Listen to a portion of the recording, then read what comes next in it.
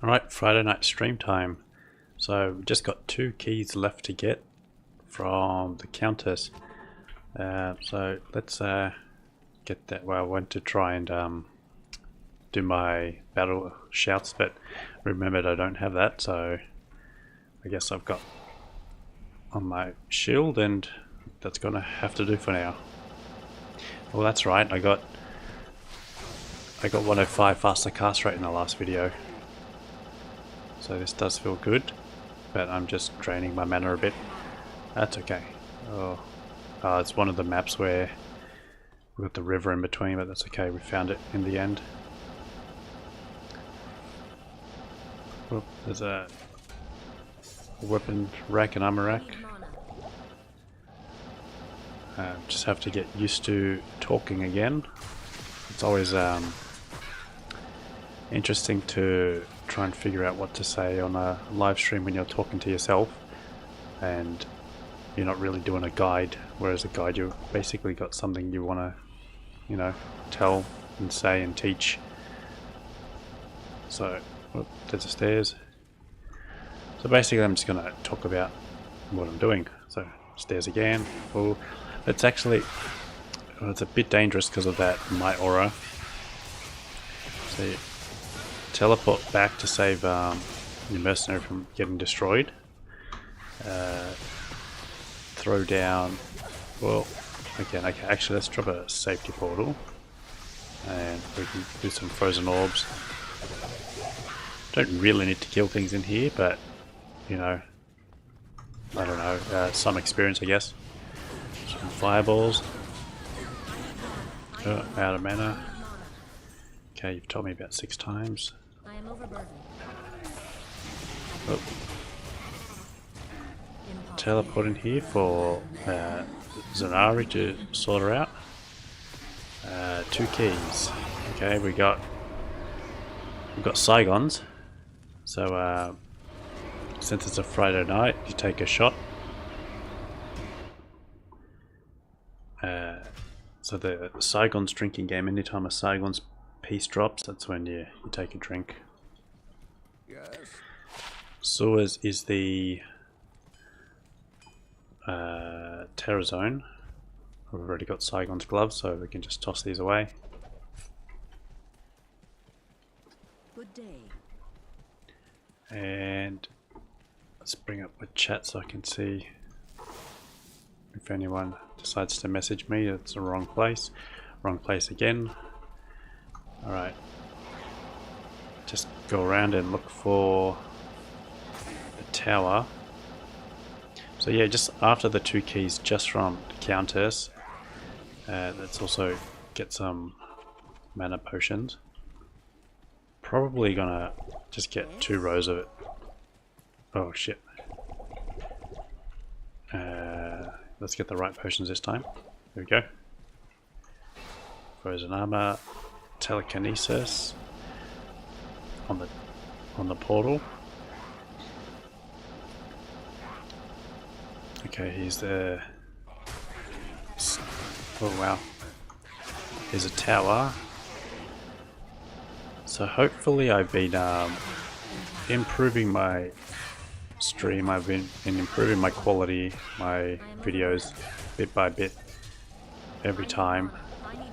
So if you have any feedback, I would love to hear it, because basically you guys are free market research. Oh, what was that? That was not the place to check that amulet, but let's check now. And it's just got 13 resist all, and then it's got another, what, 30 something lightning res on it, and 57 mana. That's all it really has. It's good for lightning res if you take in a Sunder Charm, but it doesn't really have faster cast rate, doesn't really have skills, nothing else, so it would get you by in just a normal run, but Endgame, where we are right now, it's a bit weak. There's the stairs. A Templar coat. Oh wow. So from the racks we're looking for basically, I guess, Archon plates or, you know, any elite armor that's got 3 sockets. That could be a useful base for insight. Of course, you were quiet the whole time, and let me just let Henry out. That should be fine here. 1 second.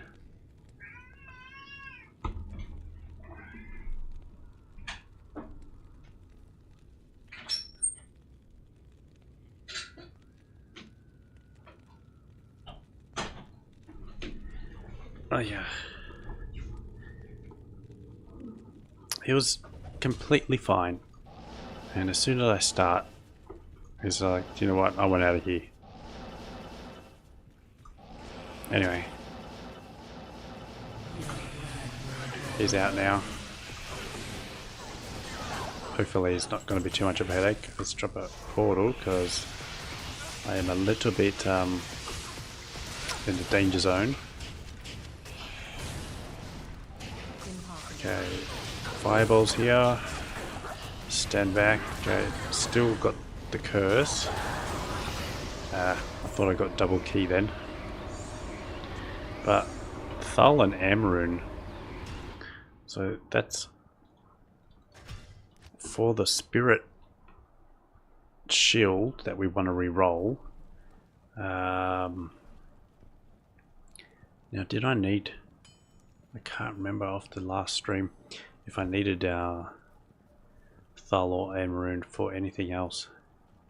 Did I want to try and up something, or I can't remember.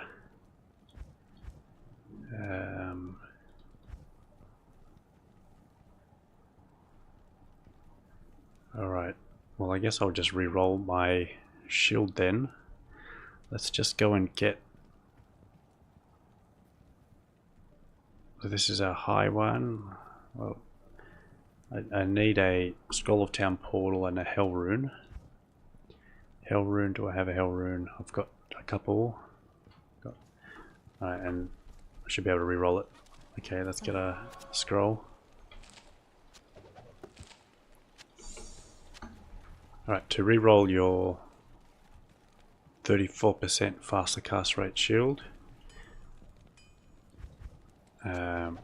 you chuck everything on the ground except a Scroll of Town portal, your shield, and a Hell Rune, and you transmute that and you remove all the sockets, and now you pop in your Thal and Amrune, and you want Thal, and you need an Aut rune.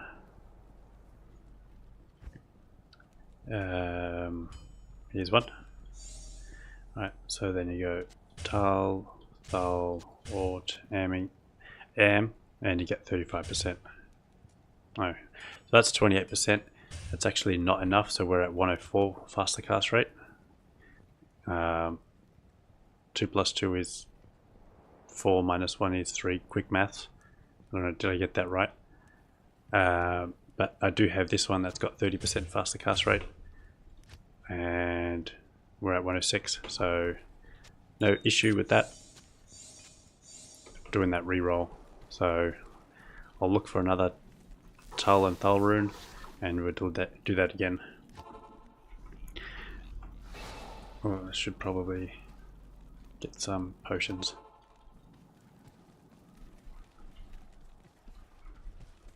Alright, so...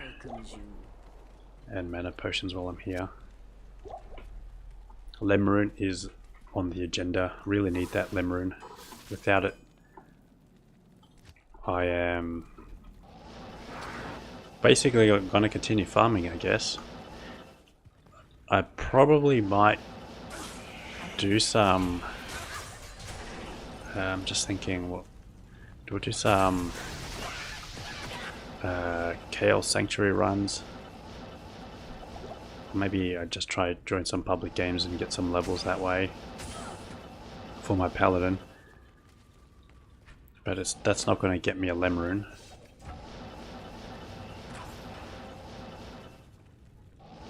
And I think it's basically, well, it's dangerous. Limerent is kind of required. So what did we figure out? It was, what, 3 foul runes to cube up to it, which is a bit shit. I'll just drop a portal just in case, because they got my aura. They're immune to cold, so we hit them with the fireballs. She's immune to both, so I can static her down and basically just watch. I guess I can telekinesis. Alright, well.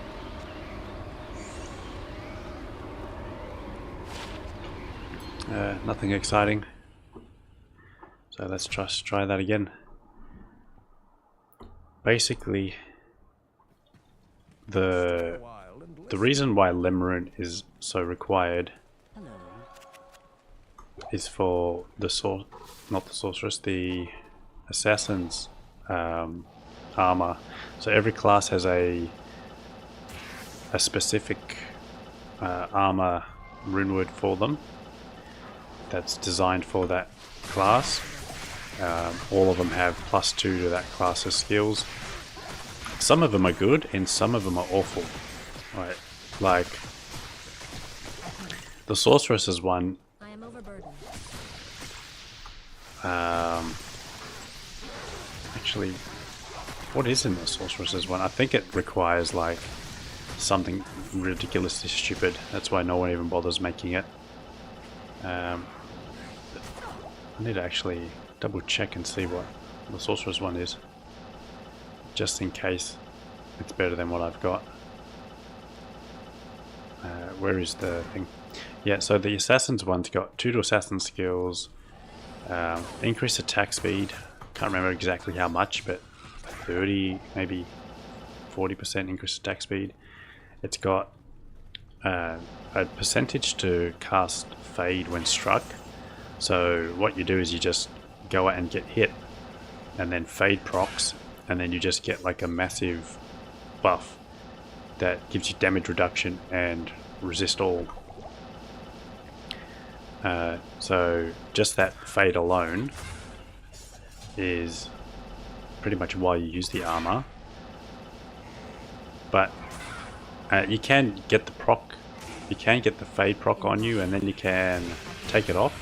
So you don't actually have to continually wear the armor. But because it's got increased attack speed, it's got enough damage boost to use that it's actually still fine to use. Let's just go to town and get rid of the curse. You can, if you have a hustle at that point, you're probably better off just swapping out the hustle for an emerald. Swapping out the treachery for hustle. That way you get some run speed and attack speed from hustle. So what? So the piece, the Amazon one is actually pretty easy to make.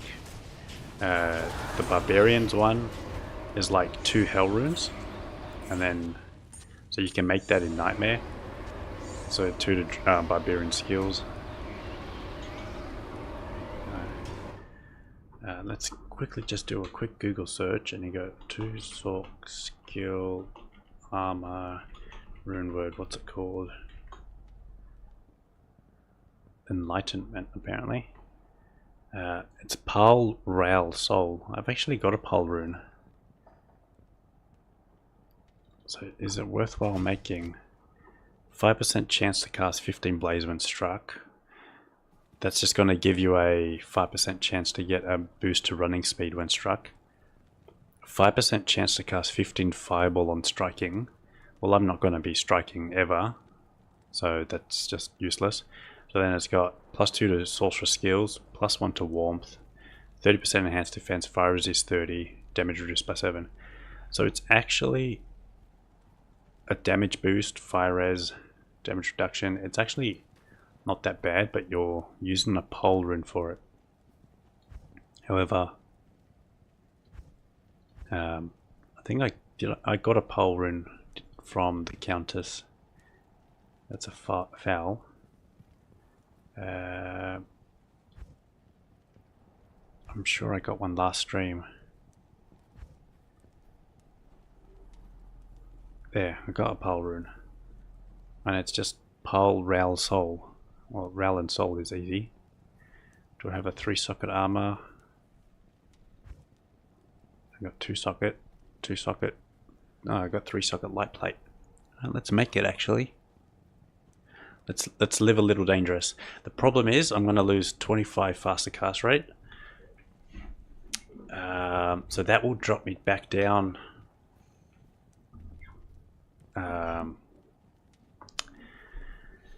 It will drop me back down to the slower break point. And I don't have, I'm ready. Well, I guess I can change a ring out. Let's make it anyway. So it's pole. Let's pop it on. Where are you? I saw you earlier. Pole. And then Ral. Ral. And soul. I think this is the first time I've ever made this runeword. So there you go. Oh, our run speed, look how slow that is. Alright, so it's only a light plate who gives, like, I don't really care about the defense. But anyway, so the first two things, the proc chances I don't really care about. If I get the blaze, it's going to increase my run speed. But it's got 2 to Sorceress skills. So for Fireball, what's its damage? It's a bit of a boost to its Fireball damage. It's got also 2 to Teleport,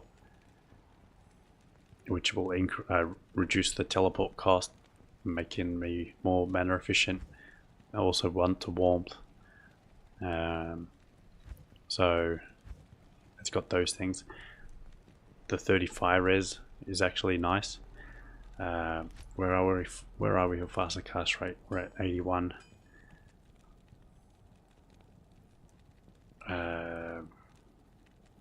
Yeah, I definitely can't hit the next breakpoint, so let's take this off and give ourselves a better ring. I guess we can go Ravenfrost.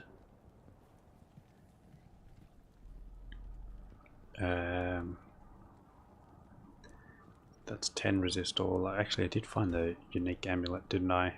12 to all attributes, 18 resist all. Does that give us still the same breakpoint? 61. I don't think it does. I think it's 63%. Sork FCR. So the breakpoint for Sork is 63%, so this is 2% short, meaning I need that to be higher or that to be higher. So if I had the 34% shield from before, I actually would have been able to run this. That's a shame.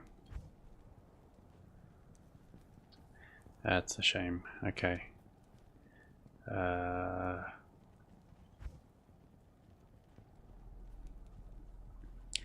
In that case, this goes back on.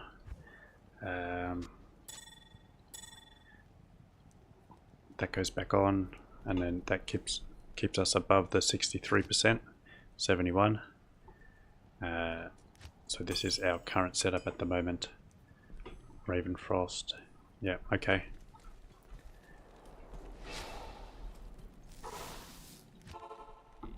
Alright, that's a good map.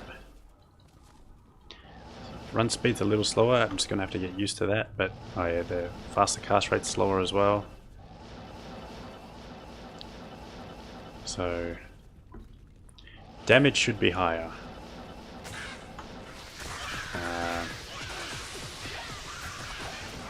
And I guess our damage hasn't really been too much of a problem, so I kind of really didn't need to go this way. But why do everything the same? Why not make an item I've never made before and see how it goes? I actually, and you know, Murphy's Law is quite real. As soon as you make it, you're going to replace it. If you stick it in your stash and think about making it the whole time and never make it, you're never going to get an upgrade, so you're never going to end up using it. Life and mana, interesting. I might want to keep that, toss that in that. What do you got? Ooh. Ooh.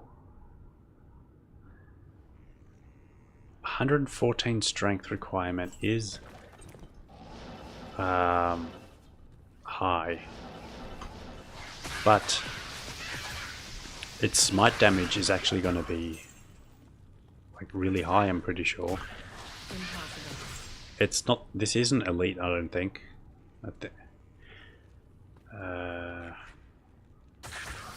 I'm pretty sure that's just exceptional.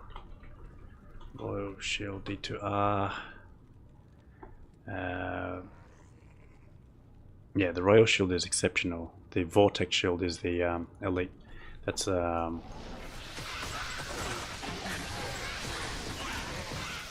the Vortex Shield is the Griswold's one. Vortex is 5 to 87 smite. So this is going to have a low. The Royal Shield is, wait, that's weird, 24 to 32 smite damage.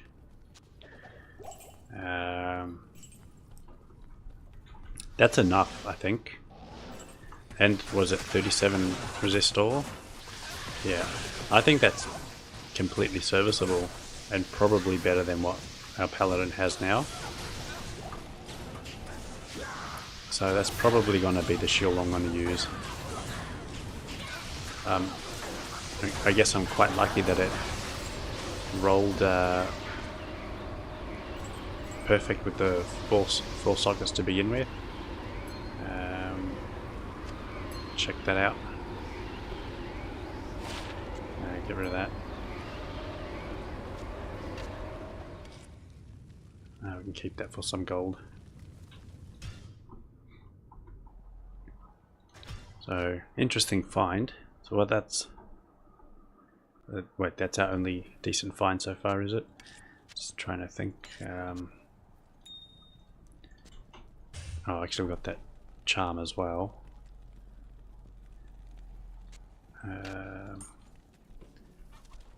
I'm already missing stealth. That's only 16 life, actually. Might not be enough. What's our charms? 16 fire res, that's pretty bad. 8 fire res. 12 life, 14 poison. Yeah, I'm pretty low on poison. 32 life. So I can gain us. Yeah, I don't. I'll chuck it in the stash, but it's not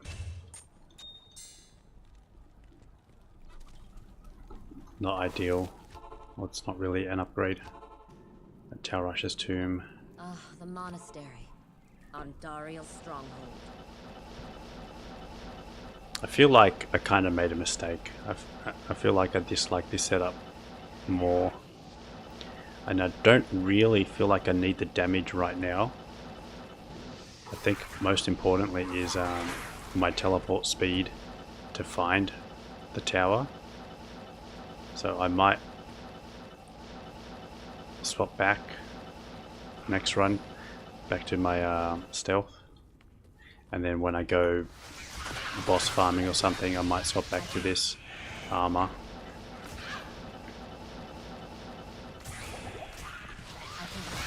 But at least I've tried it out. And I know what to expect. Is it worth a pole rune? It's pretty hard to say.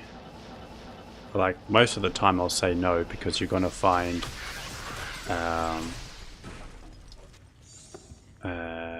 Viper Magi. Whoa.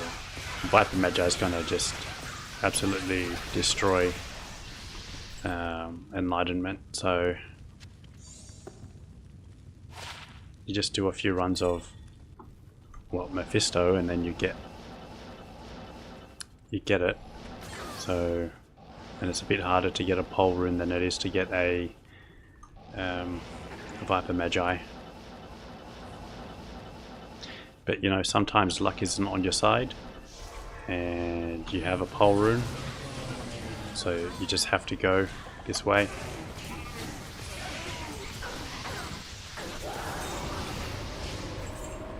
Well, I think I can cube another one. So let's try cube another one, and maybe I can keep the 105. Hopefully that works. Then I don't have to swap armor, but let's see.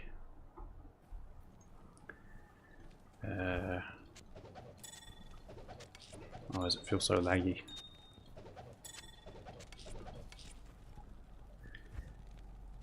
I should actually probably keep.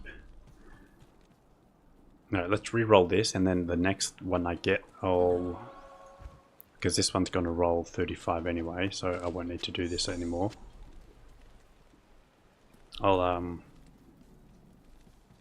make the spirit in the royal shield I found.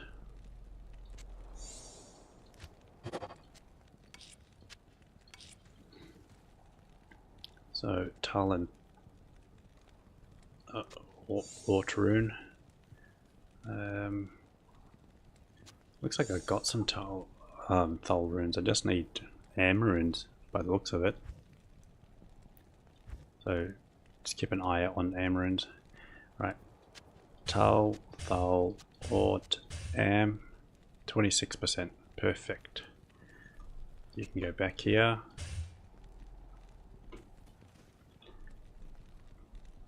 And we can pick up the junk. Good day. Good day. Okay. So let's change it back. Let's change it back. Where were you? It didn't last long. And the ring. What was it? 10% faster cast rate. 106 faster cast rate. Good. Just enough. That's all we need. Okay. Keep coming here for some reason. So if I need more damage, I've got the other armor. But for now, the run speed, the faster cast rate, and also if I need more fire resist, the other armor is actually better than this one. I feel like I'm going the wrong way. Oh no. I went the right way. Oh, wait. Whoa.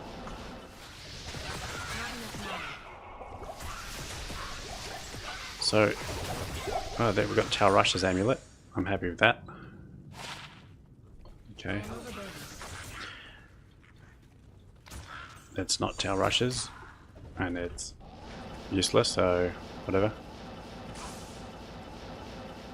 So there's a new, fairly new content creator who has tried out Diablo for the first time, and I've been watching her video, and it's just interesting to see how a first-time player of Diablo takes the game, or like how they approach the game.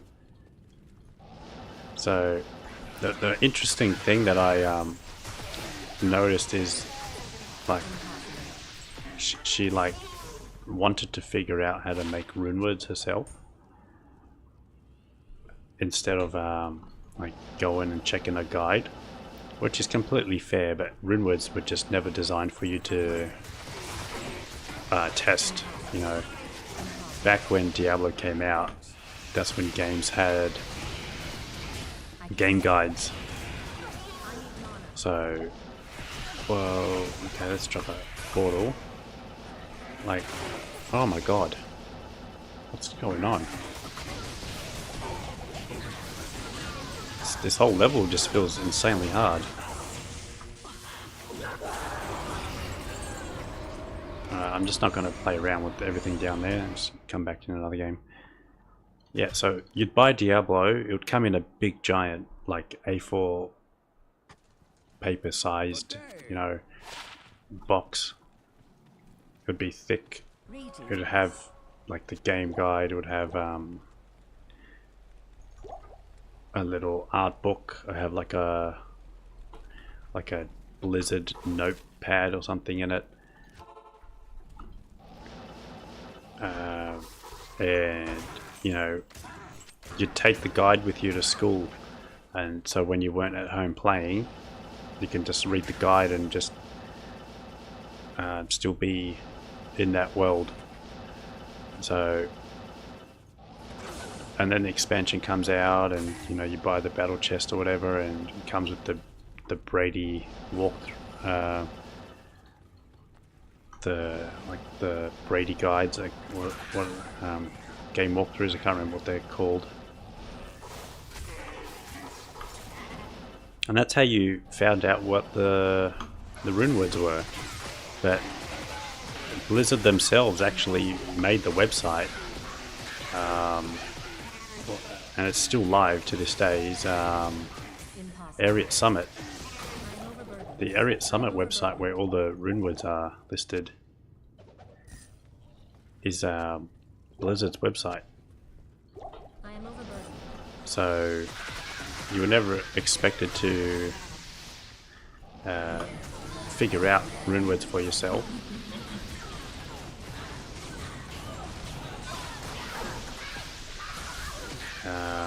But yeah, nowadays that games come out, you pretty much don't get any game guide, so you have to figure out how to play within the game.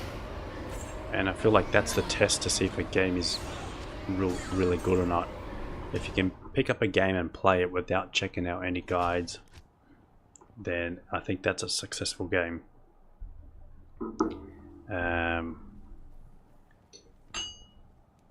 One of them, I think, Torchlight 2, that ended up being like that for me. I haven't actually finished it, but I've gotten through the first 3 acts, and with Torchlight 2, it's kind of very similar to Diablo, but oh, damn it. Completely able to play that game without just doing any research. So that means that's actually a solid game. The problem though is, if you want to play efficiently, that is definitely not the way to play, because I can tell you for a fact that the build that I have is probably one of the most funniest laugh out loud builds you'll ever see.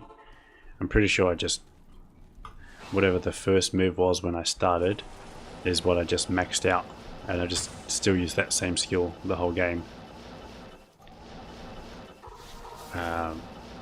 Minecraft Dungeons is another ARPG game where you just jump in and don't need a guide, you can just play. Pokemon Legends, I played that whole thing without any guide, but there was I did a whole playthrough on my channel, and a lot of people were searching up how to find Gwyn, so that wasn't very intuitive for them to find, so they had to reach out for a guide.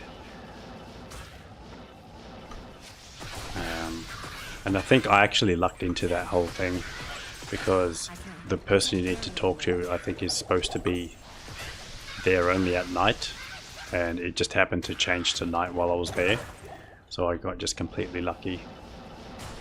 Otherwise, I probably would have had to search up a guide myself.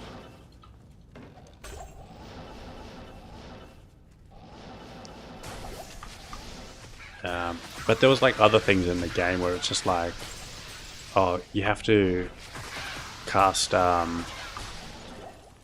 ice beam on the fountain so you can freeze it. And I'm like, okay, well, I check my Pokemon. None of my Pokemon have ice beam. I don't have the TM for it. And then I'm like, well, there was a whole area zone that had just ice type Pokemon. Let's go check, see if we can catch any of them that have it. And while I'm there, I find the TM for it. So I felt like that was kind of intended. Like they had a whole section that was dedicated for that that type.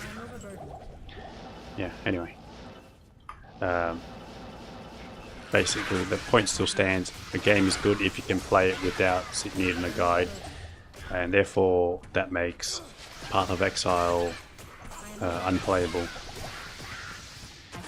And I need to revisit Diablo 4 because I can't remember if I played that game with a guide or if I figured it out myself. I have a feeling that I may have followed a guide.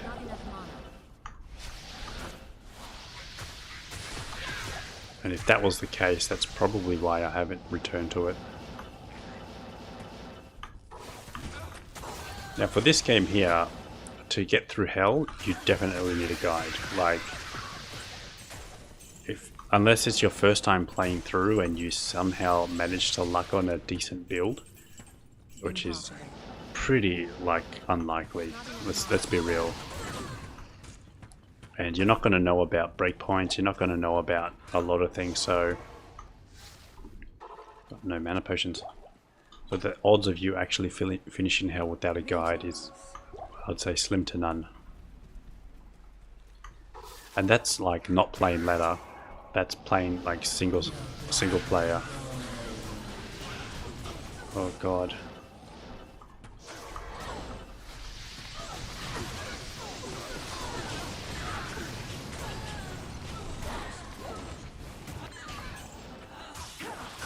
Oh man. Well, let's hope those gloves are good. Man, why are you just not giving me anything at all? 2 to martial arts. Alright. Just need 2 keys, man. I thought I would have gotten at least 1 key by now.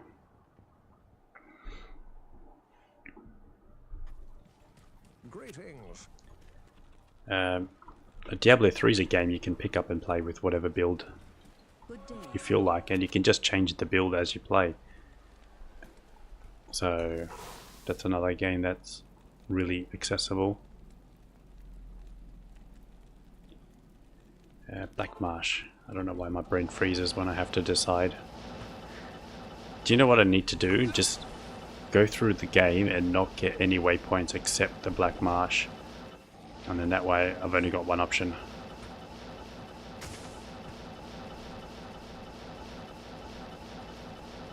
Too bad if I want to do Andariel.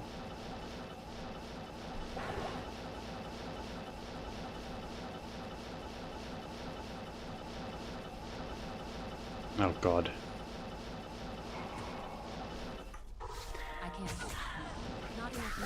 Can't even find the tower. Oh, there it is. The screen was going so fast, I literally just got a shadow of it.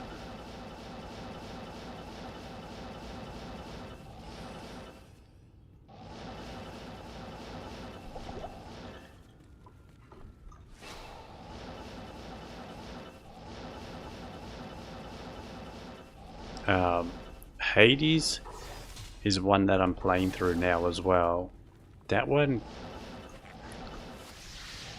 I don't think is one that you can totally figure out by yourself. Like, I think I'm most of the way through the game, but I've kind of hit a brick wall. I just need to actually just keep replaying the thing to just get better practice until I actually get some more slight increment buffs, and then I can move on. I can't carry anymore. Oh man, that's a filled up room.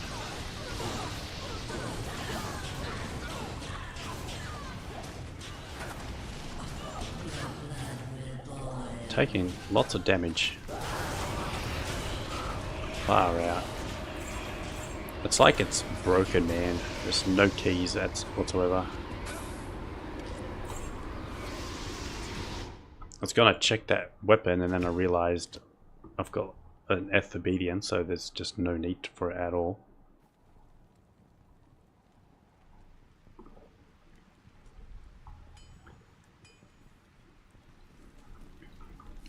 Alright.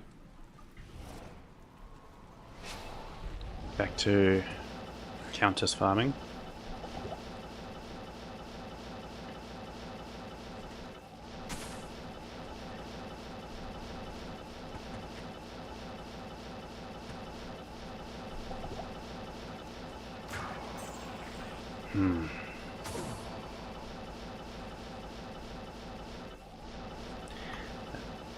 I kind of feel like, I don't know, I get like embarrassment when I'm teleporting around the map and I just literally don't see the tower. Like, and it's a completely irrational thing to be getting embarrassed about, because it's a hidden map and you have no way of finding where it is, but I just feel like I should have found it by now and I'm bad for not finding it. Anyway, found it now.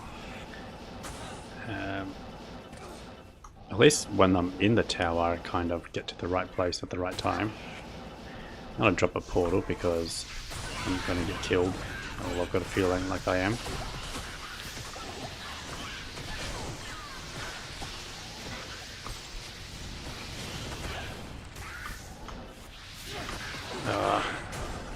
Wrong button. Damn, there's archers in there. I'm supposed to hit fireball and I hit a teleport. Yeah, stay alive, Zanari. So he's doing a very good job of tanking. Lumberin. Oh man, I thought I hit the jackpot with the Limmerin.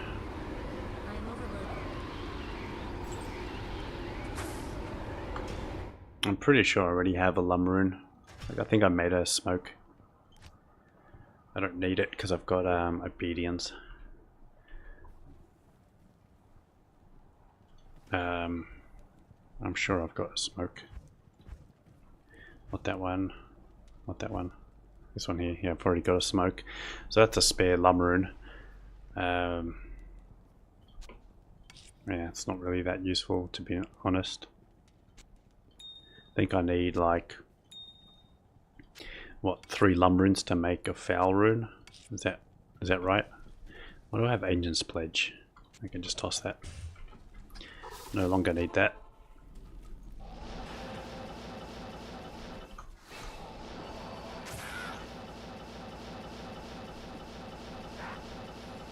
At least a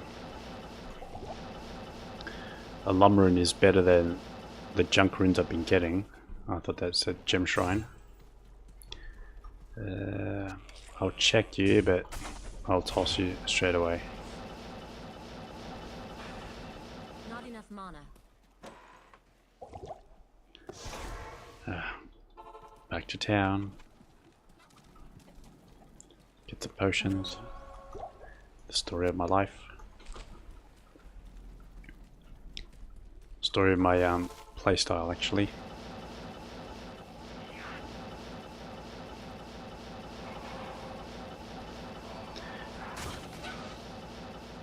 But I feel like next time I approach making a guide for the game, I'm gonna probably do it like absolute beginner friendly, like someone who's never played the game at all ever.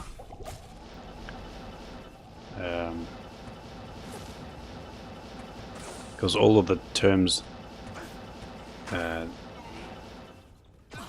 we use, I think we expect everyone else to know, but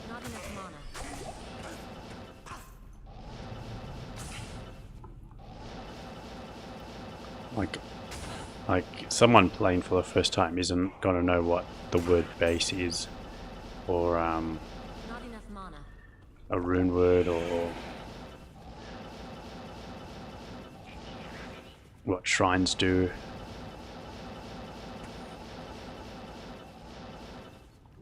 Okay, so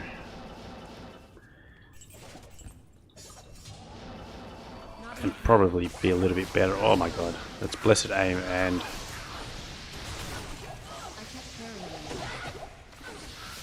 that was blessed aim and my aura. Anyway, wait, was that her? Oh man, let's pick up the alt rune and the full rejuve. What is this? Bad luck. Might have to just chuck in some paladin runs just to be like break up the drought of keys.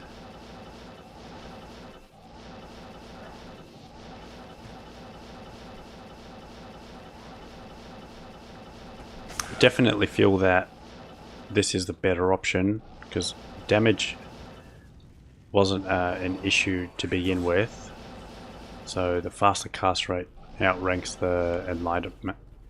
Man, I don't know why I'm struggling to say that word. Enlightenment. Well, English is my second language, so bear with me.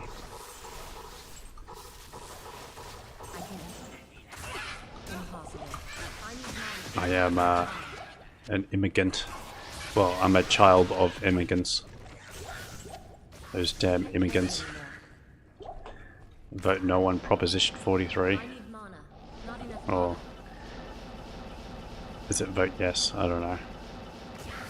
I'm just a stupid immigrant. No, but yeah, the enlightenment, the +2 to sorcerer skills is nice, but it just, I lose too much. Oh no. Why? That hurts. Especially when this is my helm.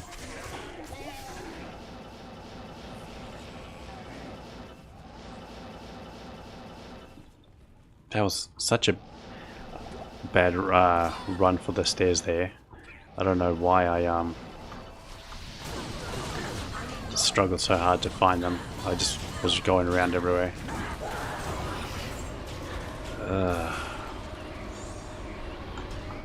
That would have been nice unique. The lightning absorb on that would have been a good belt to use. Alright, what have we got? Jesus, nothing. Oh, let's get some potions. Good day.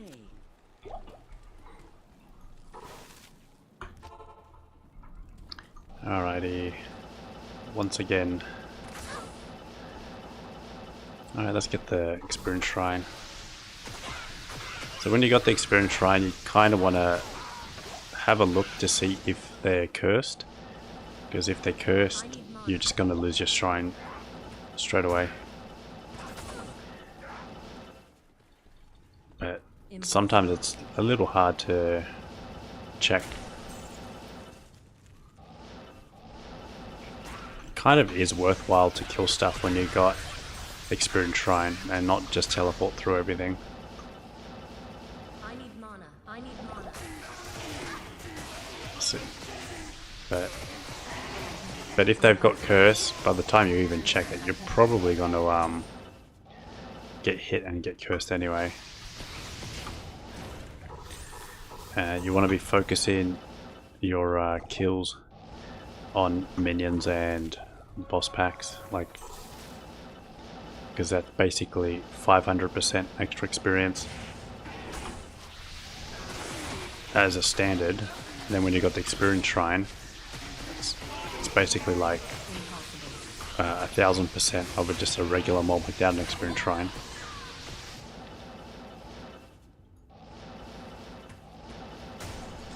Yeah, I'm just not taking archers with my aura. I just don't want to take archers, really.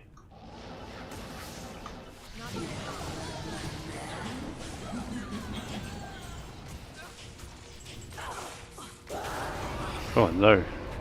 No items. Bloody hell.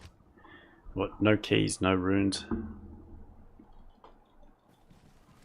Alright, just out of there straight away, go back. That's all we can do.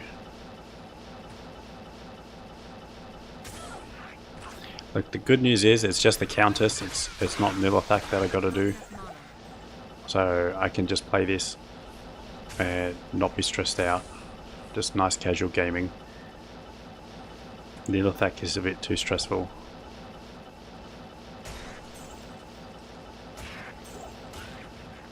At least he one-shots. As soon as I teleport onto someone, he just like stabs them once and they die. What do we got? One solar creeper.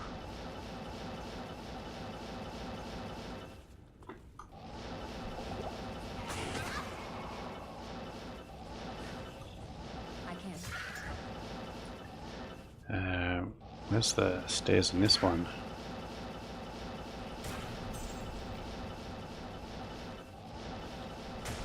What is this map? Okay.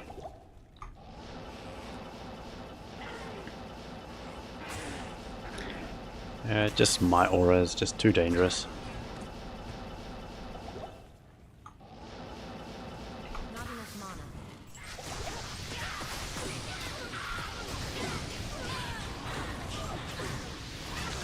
It is a little annoying having to swap to cold and then fire depending on who you're fighting.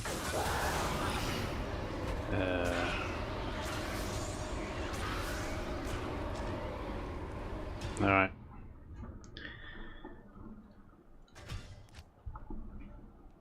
Nothing good.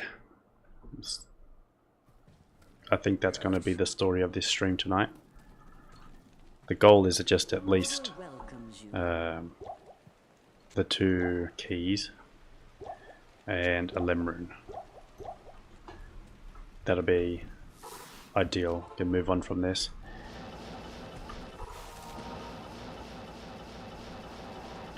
And then try to do some... Maybe I just throw in some Mephisto farming. I'll do a Mephisto run, I'll do a Countess run, and then I'll just go back and forth. Maybe that will work.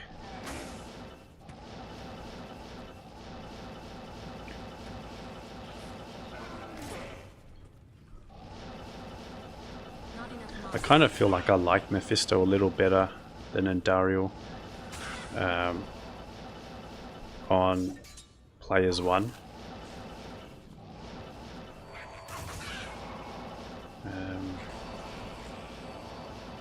What's my damage for Mephisto like though? What do I actually... It shouldn't be too bad really.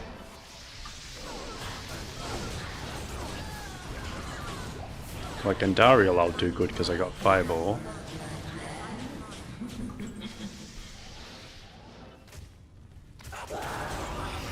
I thought she just dropped a key there. No? Alright. Let's go check out Mephisto. Hello. Now, I am close to leveling, so really don't... I really don't want to be killing myself in the endurance, but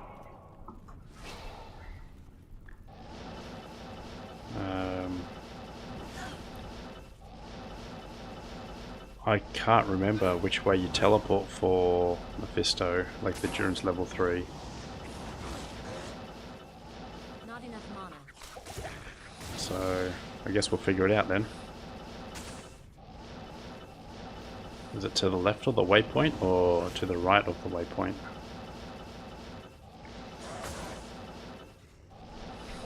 I need mana.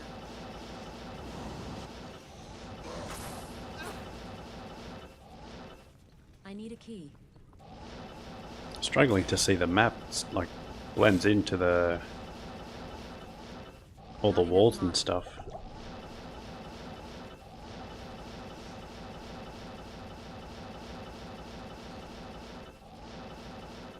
It's level 1. So what? I need mana. I need mana. Wait, where's level 3?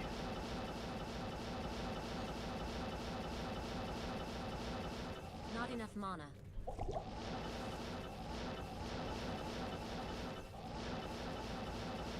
Okay. Just level 3 doesn't exist apparently.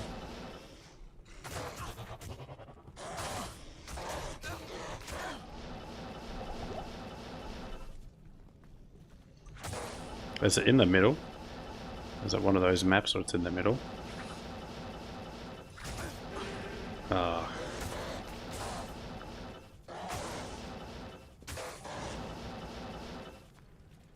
That's the whole map searched, right?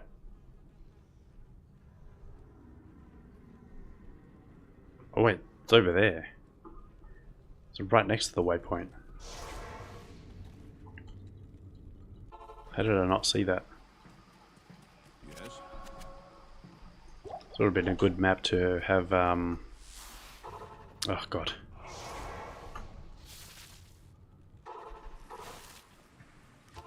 Would have been a good map to have permanent, what, one teleport through.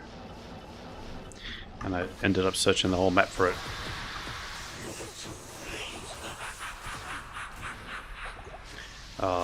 So he'll do alright on, nah, it takes too much damage, you can't really tank him.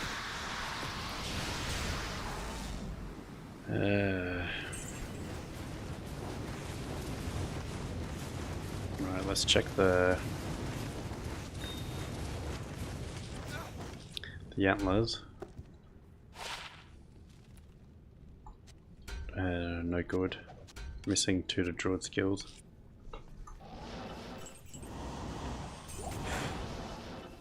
I need a key.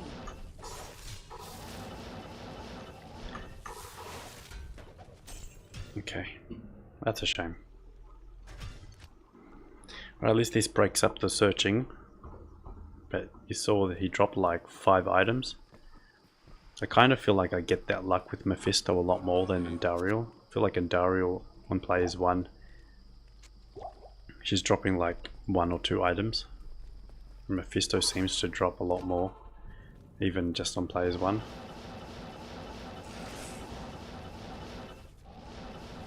Is it to the right or is it to the left? I feel like it's to the left, but last time it ended up being on the right, but I don't know if that was still to the left. That probably doesn't make any sense to you if you don't understand what I'm trying to say. Yeah, it's to the left. So the waypoint is there, and it's just to the left over here, so I did go the right way.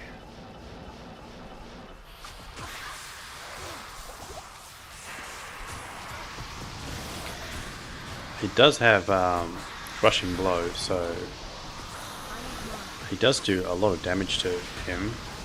Wow, look at all those blues.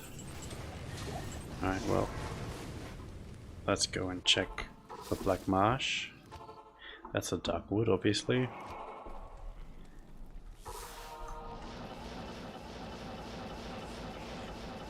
And see if we can get some keys. But you saw that as well, that was like another 6 item drops. Like, I don't know if it's just me or if anyone else feels the same way, whereas Mephisto seems to like always drop players 8 amount of loot compared to Andariel, who like constantly drops almost nothing. I'm interested to know if other people feel the same way. I just don't know who. Oh my god, all these maps are identical.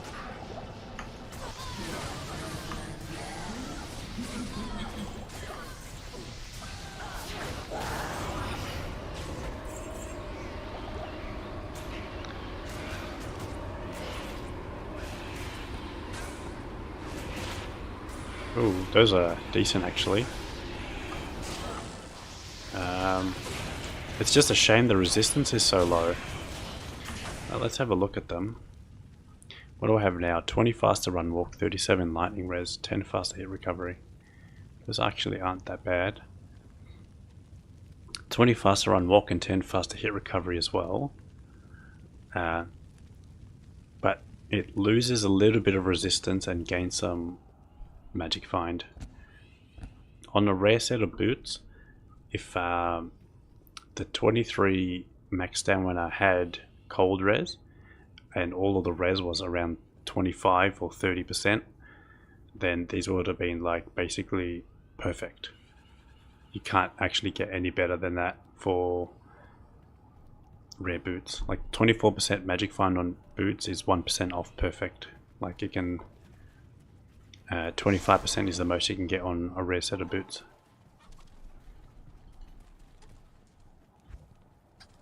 Now, other boots that we found are worthwhile to hang on to. So we will hang on to them. And over here.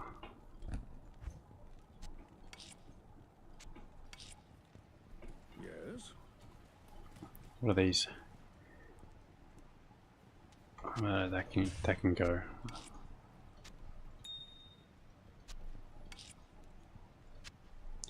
Maybe I can cube up 3. I can. Can I cube up anything else? I can cube up 3 topaz.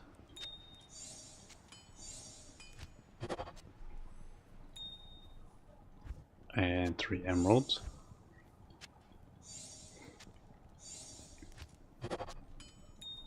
And 3 diamonds.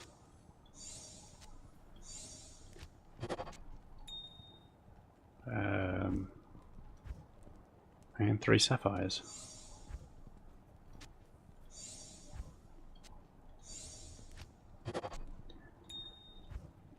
And I guess 3 of these. I don't need to keep that, that can go as well. Alright, do I have another ruby? I do. I can probably toss all of the chipped stuff. I was only keeping them for some gold. I'll do that later. Pick up the boots. Wait. Oh, I already put the boots away. Cool.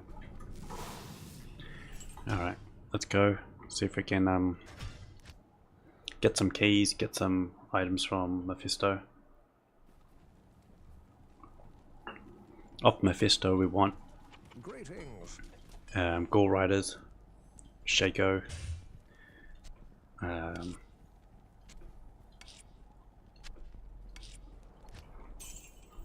yeah, basically. Well, look, Shaco isn't, that's just to make life a bit more fun, not a requirement whatsoever. And I probably should have got more mana potions.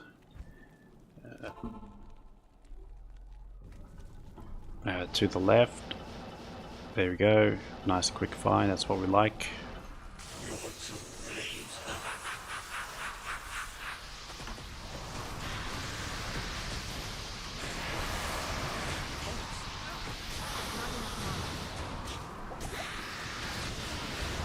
Hey, we got Oki. Nice. That's awesome. Oh, that's actually made me happy. It's actually been a while since I found Oki. Hey, there we go. Actually, I think that's my first Oki on online as well, so... Alright. It's not ethereal. And it always rolls the exact same. So, I think I've found like almost every... I've been making a joke saying, you know, I found every single class items level 42 unique, and I'm not going to find Oki until the very end, because I found Jalal's, I found the Necromancer shield that I forgot the name of. I found Bartok's claw. Yeah, actually, let me talk about Oki. So 25% chance to cast level 25 teleport. 25% chance to cast level 1 teleport when struck. The level 1 doesn't matter, because all teleports do the same thing when you don't pay for it. So 1 in 4 hits is going to teleport you to a random location. To a lot of people, that's very difficult to deal with. Yes, Alex. Yes, that's also correct. I was going to get there, so I'm going to be able to change my armor. So yeah, I'll still be able to keep the breakpoint. So for me, I love Oki. It's always saved me. If I get hit, it just teleports me somewhere random and saves me. For most people, they get teleported somewhere random and then get surrounded and killed. It's also one of my favorite places to chuck a socket and then put an Ist rune in. So hopefully the Countess gives us an Ist rune. It's also got 20 resist all, 30% faster cast rate.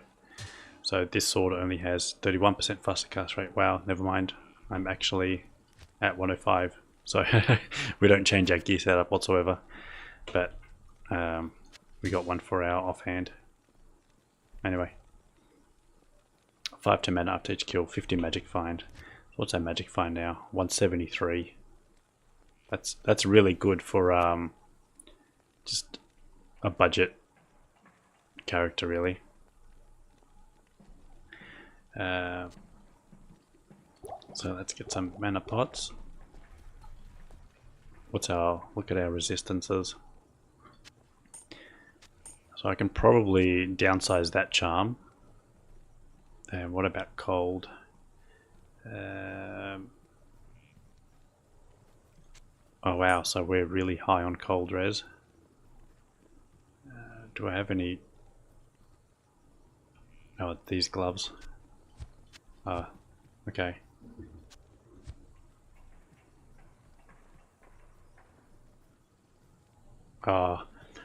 So don't get me started on War Travelers. That item there.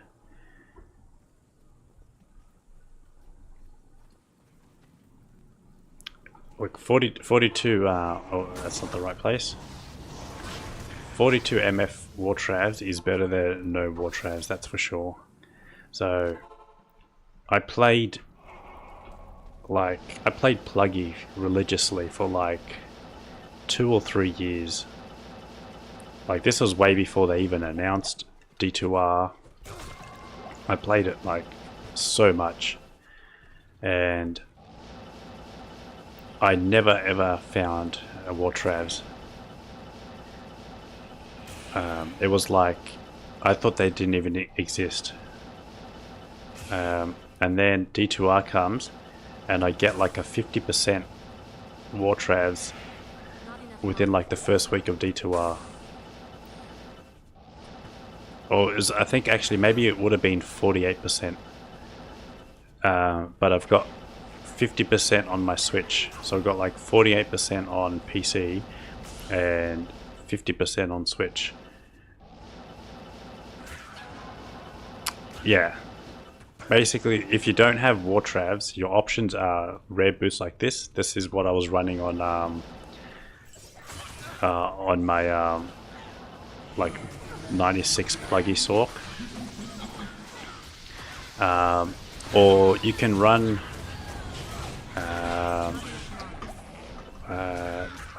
calking boots. They're an option. Yeah, calking boots have some MF on them, I'm pretty sure. And L rune. You don't see that every day. So grab it. Trinkets. Those boots from Trinkets with an amulet, like so the 2-piece. 30 faster run walk. Nothing else. It's a shame. Oh.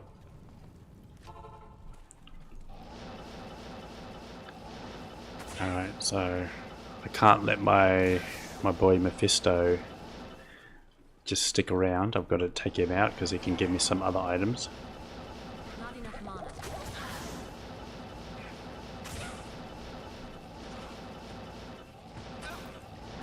30 faster on walk, 25 MF, and 20 dex. Yeah, Cow's boots are pretty sweet. Not enough mana. I really like the Cow King set. The thing is, I just don't run cows enough. Like, I just never seem to be able to fit running cows in my runs. Like, I like doing it, but I always just feel like I have something more better to do with my time. Like, more efficient is what I was trying to say. And that might be because maybe I just can't kill the cows fast enough. Or I've just never hit the jackpot in cows.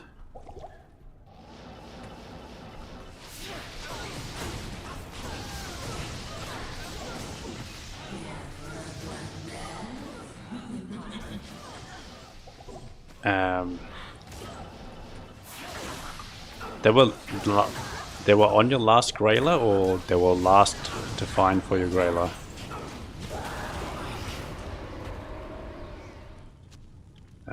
So close. This is what we're looking for in Unique.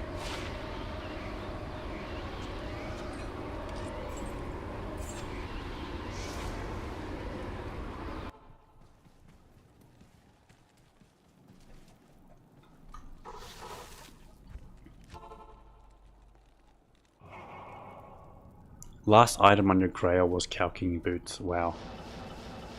So you like really avoid doing the cow level then. Not enough mana. Oh, there you saw the Oki procced and it teleported me away from the little shit and saved me. Yeah, that's crazy. I feel like the helm is way harder to find than the boots.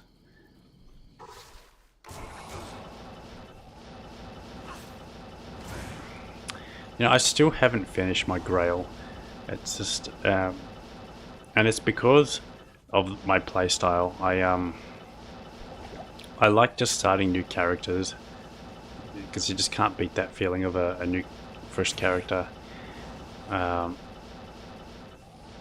So I don't spend enough time in level 85 areas.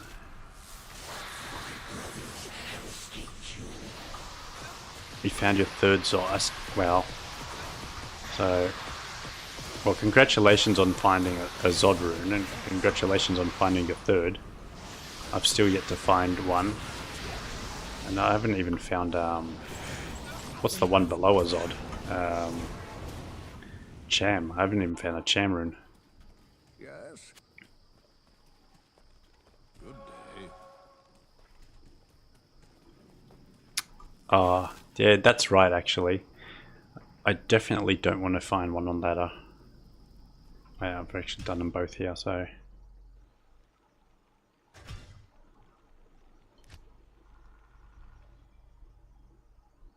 Yeah, burr runes.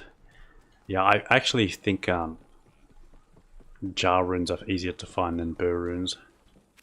Well, I've just had better experience finding jar runes over burr runes.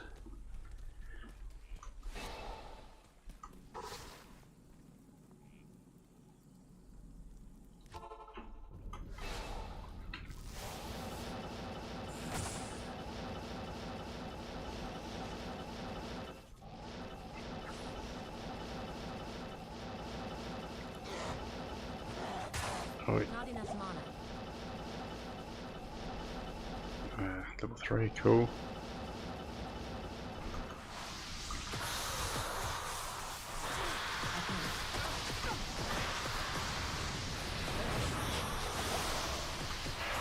So you want to be getting the frozen orb to land right on him.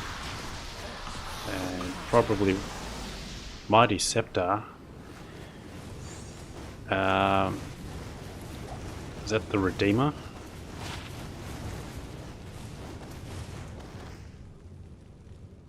It's got 101 plus damage, and that works with Smite. But it doesn't have Crush and Blow.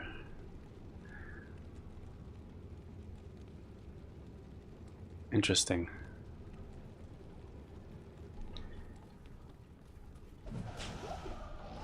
It's definitely a nice item to find, that's for sure.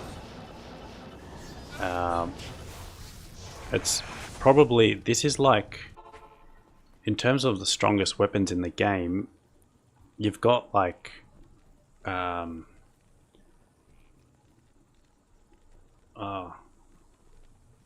my god, why did I forgotten? Oh my god, what's the rune word? Hello.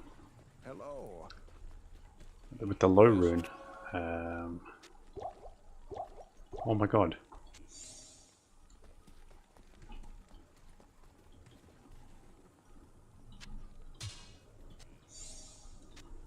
I don't know why I've just completely had a mind blank. Anyway, for weapons in the game, that Redeemer is like one of the strongest. Just with the way how damage calculations work. Because there's only a few items that actually have a flat plus damage on them.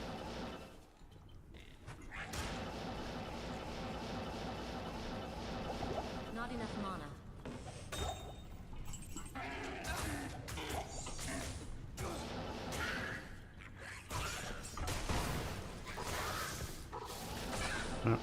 As you can see, well, 4 runs of Mephisto when we've got an Oki and the Redeemer, and that's just because I feel like I just get some more items out of Mephisto. That's why I run him over Andariel. Obviously, Terrazone and Andariel, it can't be matched. That she's actually broken.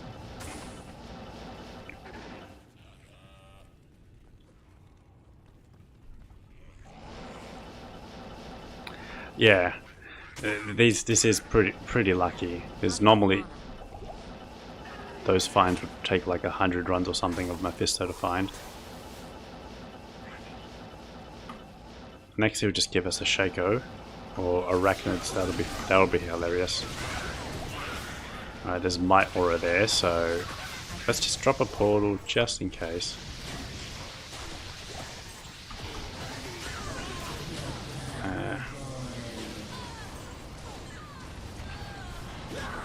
Oh wow. Still no bloody key. I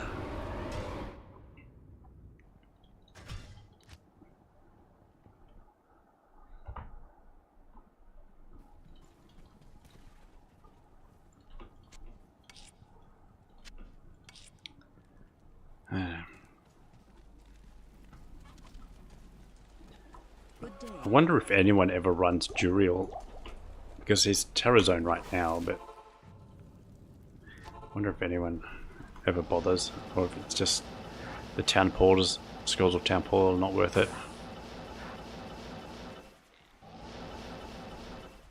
Oh, I completely agree. Neelathak is the absolute worst thing. With the way I play, I normally end up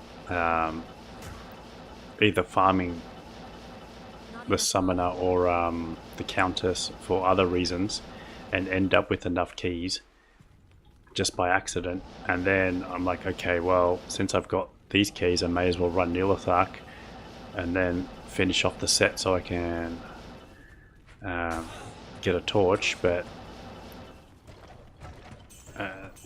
because I'm specifically going for a torch, I've already run Nilithak and somehow got away lightly. So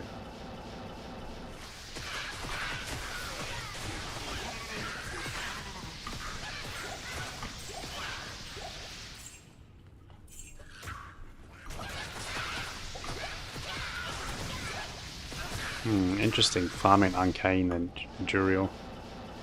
Yeah, that could be efficient farming if you've got good maps for it.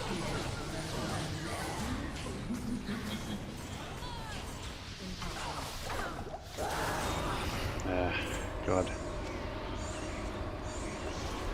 Alright, we're after an Ist rune, because if she gives us an Ist rune, I'll sock on my weapon. Yes? I wouldn't say streamer RNG. If materials might drops, then we're talking. But yeah, look, I guess I'm probably downplaying Redeemer. I feel like it's pretty rare. What's the other one? I can't remember what the other one is called, because there's two of the same quality. And I think the other one has Crushing Blow on it. I think Astrian's is better because it's got more flat damage on it, but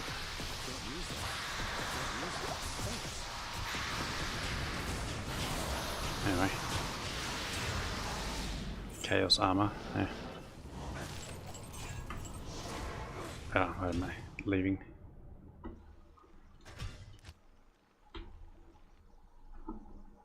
Alright, let's go back-to-back Mephisto runs. Let's actually pick up some scrolls. Hello.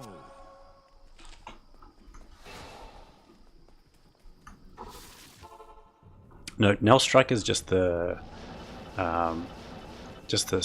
standard scepter, like in normal, like the normal version.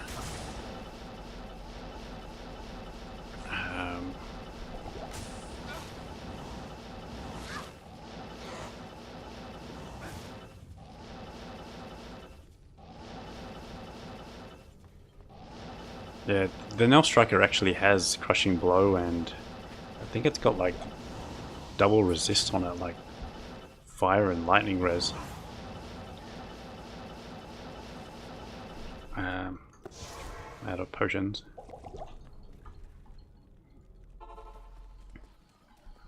Yes. Okay, it's breaking.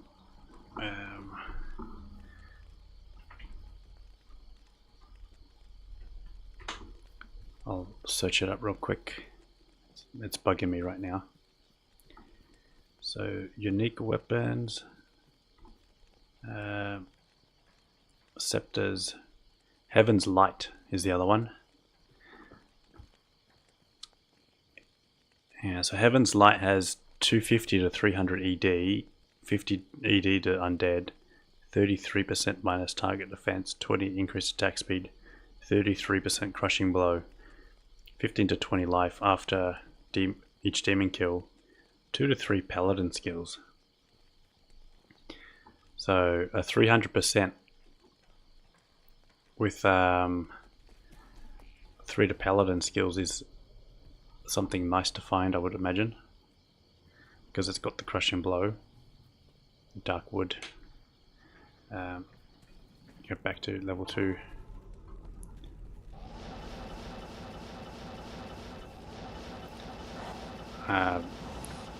So yeah, I've got the problem where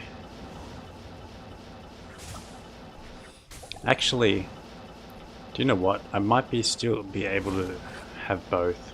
On offhand, I have the Redeemer, and on main hand I'll have Black, and then once I've done all of my damage with Crushing Blow, I swap over weapon, so that could work.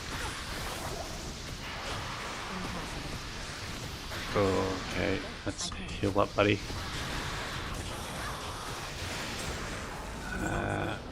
Should probably pick up that jewel.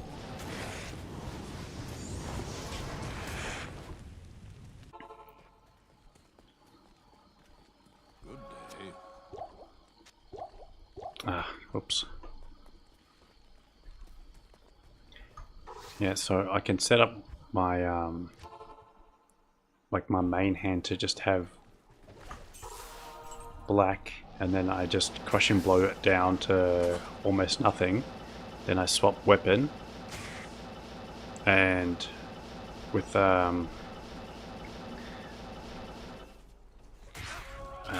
what's that royal shield that I found, plus the Redeemer, that will actually be like quite a lot of smite damage. Like surprisingly a lot. But if I find Gore Riders or Goblin Toes, then that completely changes, and I just run those boots instead.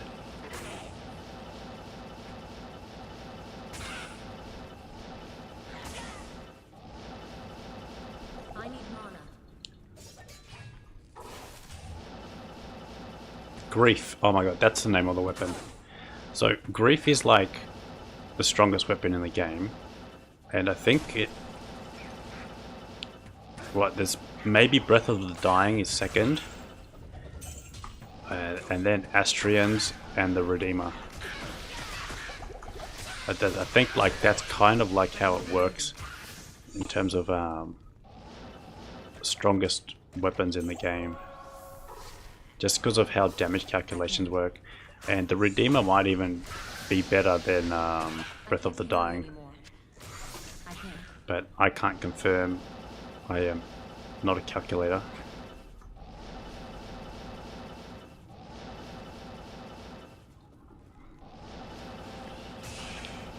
I'll probably socket that Redeemer with a Shale Rune.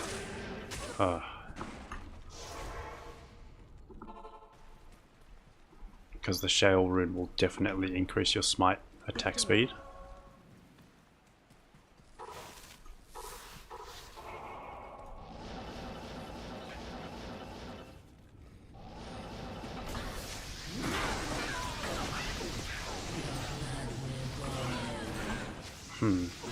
Interesting rune.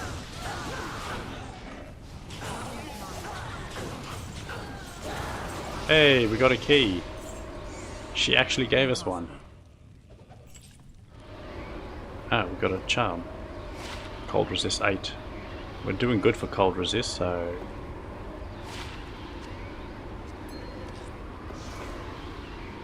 I don't remember if I did Mephisto this run, so I'll just leave and do another Countess to follow up that luck. And I can make another one, so let's make it. Well, actually I can just drop it in here. So what is it? Tal Thal Ort Am Tal, yeah, Thal Ort Am. 29 faster cast rate. It doesn't really matter too much because Paladin isn't going to be... Oh, actually no, it does. He's a Hammerden, isn't he? He's Hammerden for as his day job, and Smiter as his hobby. So 35 would have been nice for that, but the thing is though, that is 114 strength, which is quite massive. But I'll probably go up to that. I do have Annie, so that is gonna make that a lot easier. A regular jewel, Rilgar jewel actually.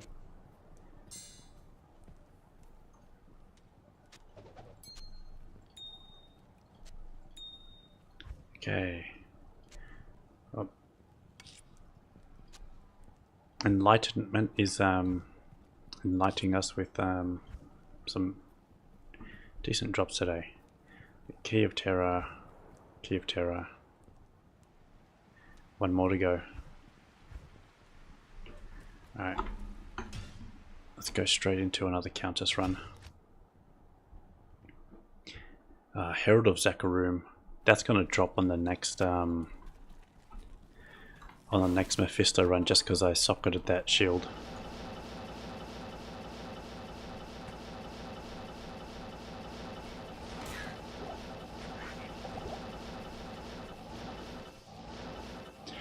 Oh, I'm feeling the less mana, because like if I swap weapon, I've got 553 and then 490 with this weapon. So Spirit Sword does have more mana on it and faster hit recovery, but you only really need the faster hit recovery from your shield anyway, so you don't need two sources of the faster hit recovery. I think the 55 you get from your shield plus another 5% from any other source gets you to that 60% breakpoint, so that's all you really need. Yeah, but the Oki with the teleport,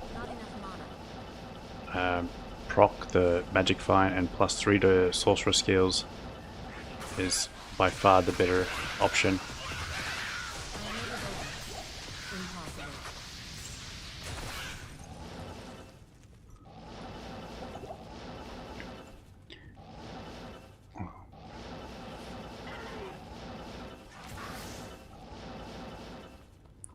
Let's go. Let's make me proud. Just need one more key and a Lemon, please.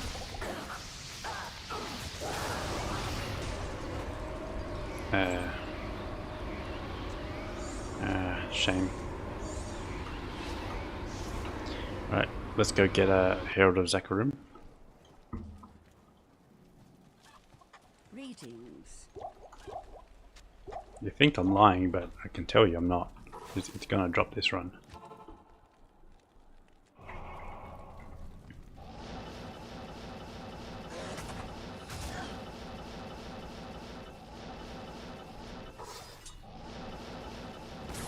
Oh wow. What the hell did those guys do so much damage? I think my mercenary must have killed one and exploded on me.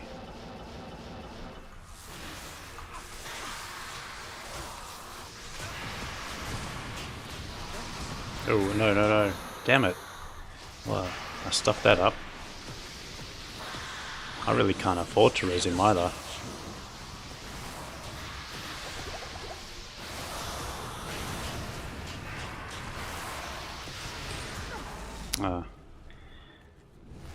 I hyped you up, Mephisto.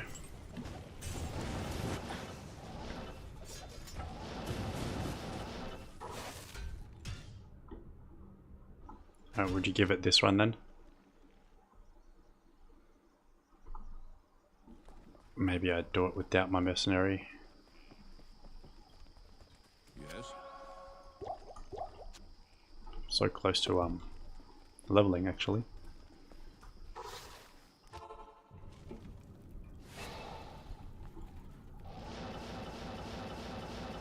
Oh, there you are. Oh no, that's not right. Down here maybe.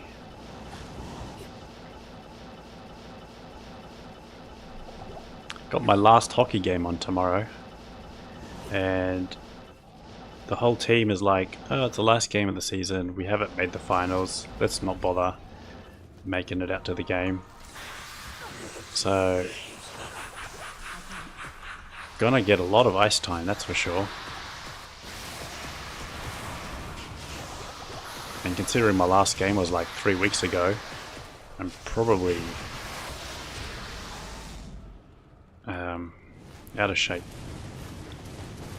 Giant sword, Grand Scepter. Is that like our second Grand Scepter?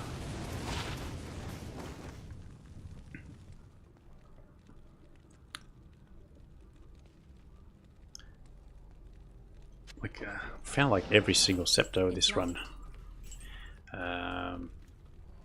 Countess time now. Gonna have to res my Merc though. Yeah, Like, even if we don't win, it's fine. Like, I'm not too fussed. Like, last season, we actually won the whole thing.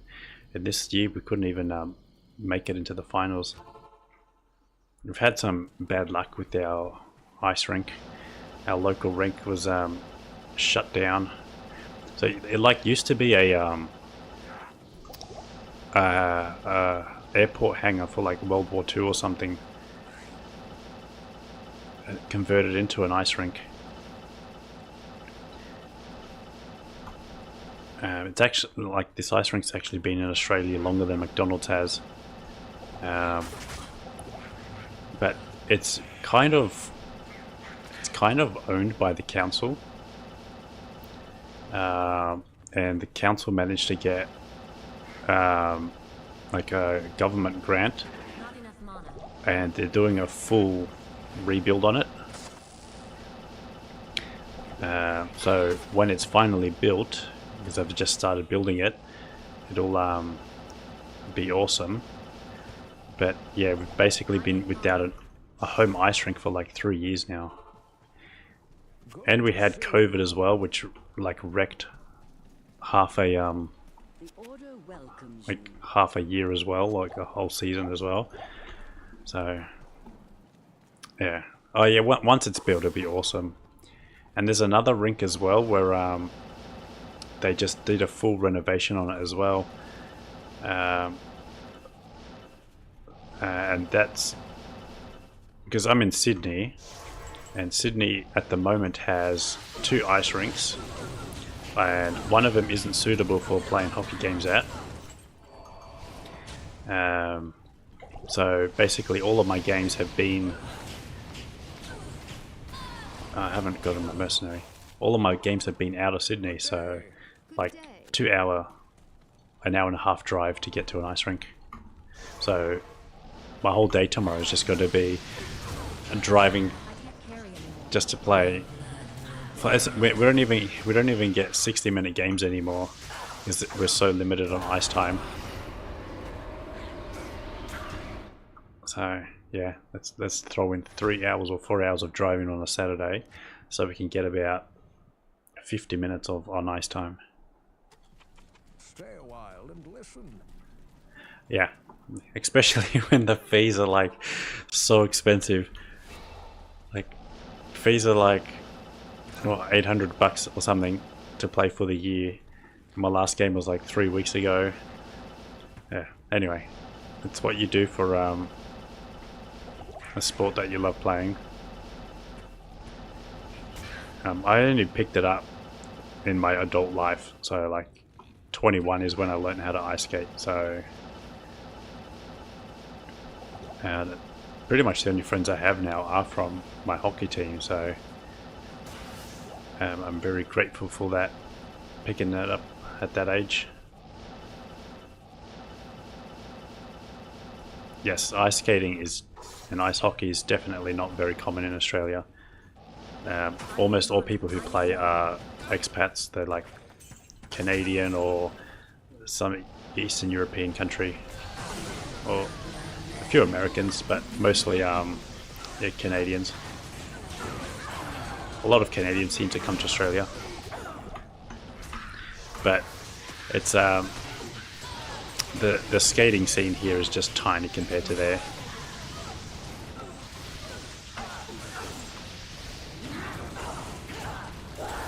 Oh, a mail room. Hey, finally.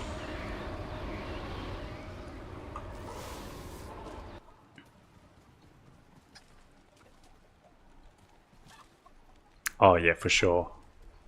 Like, man, I used to go just play, just ice skate, and I think I did ice skating for like a whole year before I started in hockey. I just had so much fun just ice skating, and that kind of helped out with my hockey because I'm so into ice skating just on its own. Hockey just became a second love from a love of skating. So one thing you notice from people who are into hockey first, skating kind of seems to be an afterthought, and skating is actually what makes the biggest difference in a hockey player. Like, I'm not a very good hockey player, but my skating makes up for a lot of skill I lack in hockey.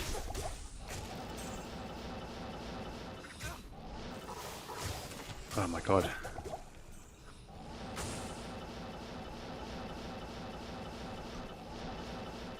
Oh, damn it.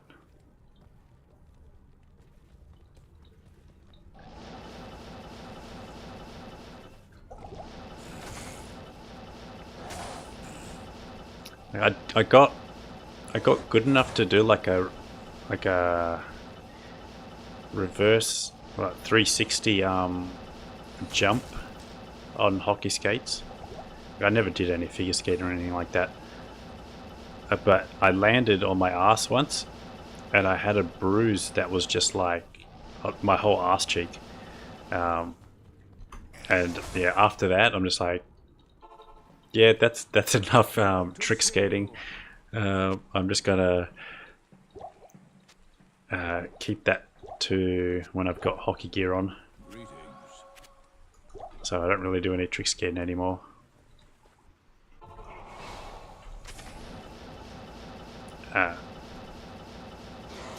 Yeah, skating backwards can be difficult for people to pick up.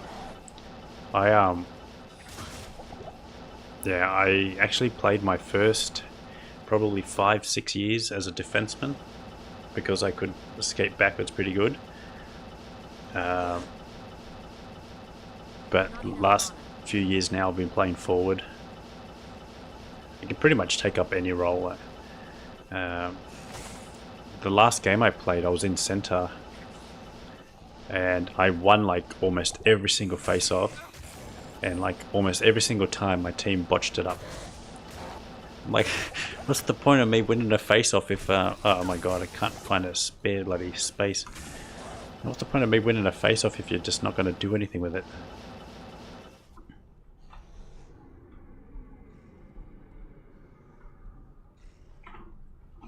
I think it might be up here. Not enough mana.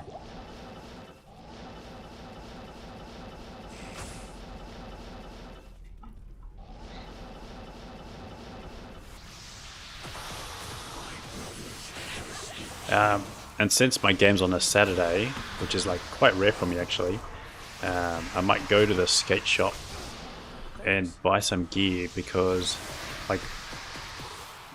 like a full set of gear, because all of my gear is like 10 years old and it's like completely fallen apart. So might be an expensive day tomorrow if I can be bothered to go. I've had the money for a while and I've just not gone to pick them up, and I've just been playing with like rags of gear. That's how you know who's the best player. It's like someone turns up with new gear, you know they're terrible, and if you've got someone that's come with a helmet that's so old it doesn't even look like it provides any protection, you know you're going to get destroyed by them.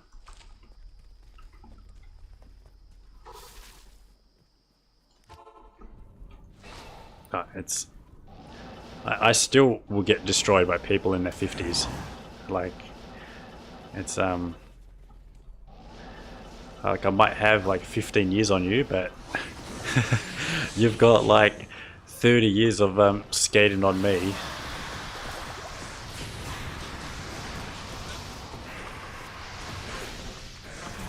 It's very humbling, that's for sure.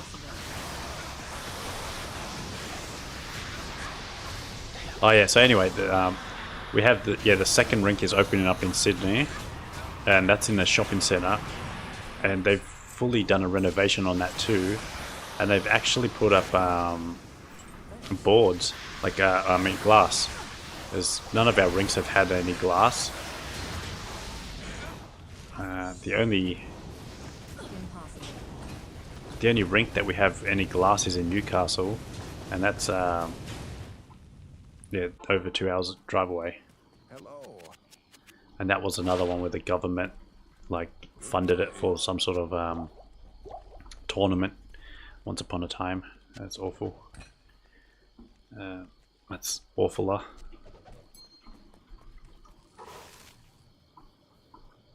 Yes, basically exactly like RPGs. Don't knock the oldies. They know what they're doing.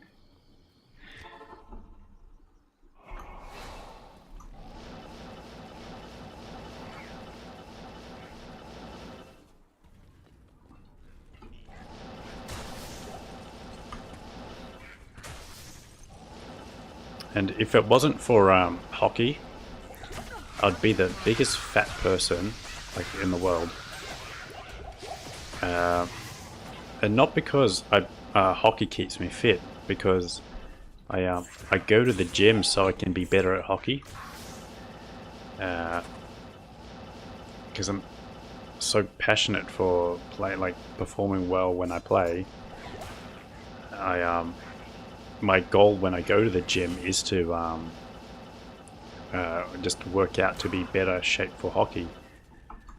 And thankfully managed to get back to the gym this week. And I checked, the last time I went was around January. So I've had a pretty emotional year where I've just not been able to go to the gym because of personal reasons, and being able to go this week has actually been good.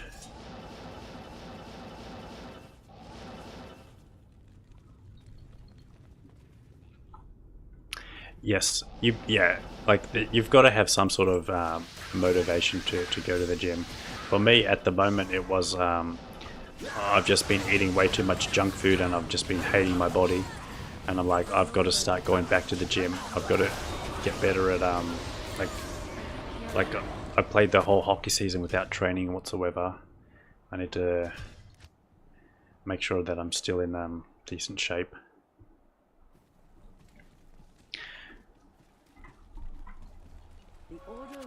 Yeah, so I took it light this week, just 2 very quick light sessions. Didn't overtrain at all. Obviously my ego is still there because of you never really forget what your previous lifts were, and you want to hopefully make sure you haven't lost too much.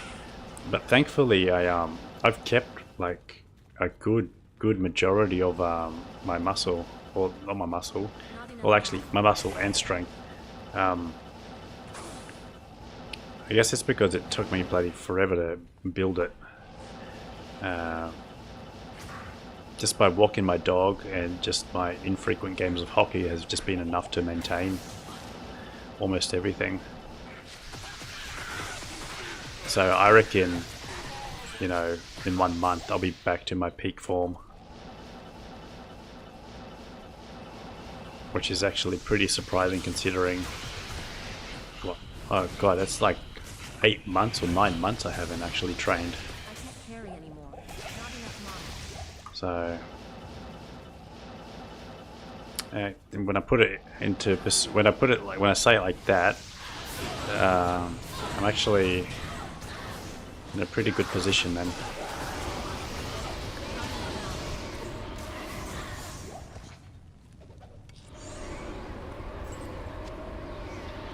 Alright, let's go Mephisto. Let's see what he gets us.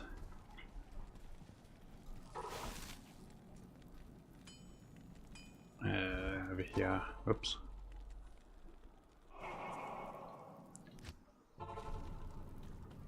I'm not talking about deadlift though. Deadlift, there's no way I'm going to get to my back into peak form for deadlift. That just takes way too much neural training, or it's mostly mind, to be fair, and like technique. Because just trying to deadlift heavy is like so unbelievably taxing. This is so hard. I'm not an overly good deadlifter, but for everything else I'll be fine to get back into top form. Oh god, this is a really tough room.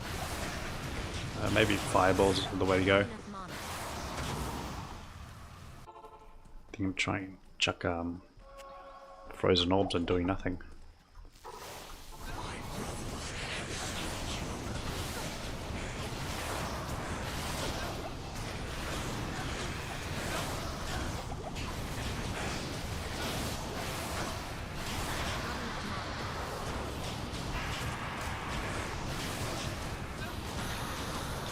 Oh man, this is so tough.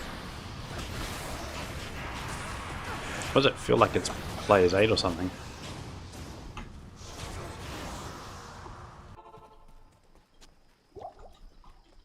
Good day.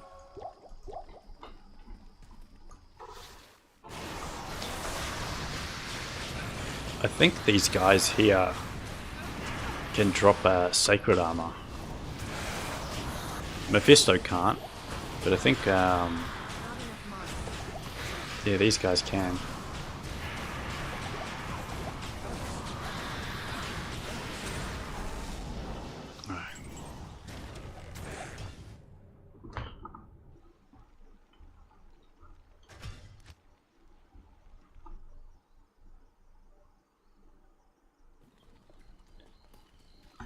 Oh man, that was close. That was. I think that boss pack being there made it a lot more difficult. Let's do Mephisto and get a level up.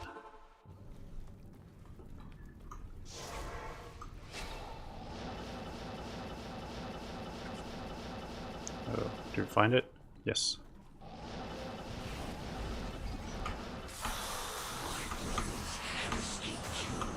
Oh my god. Oh my god. Why can't I get my buttons right? There we go.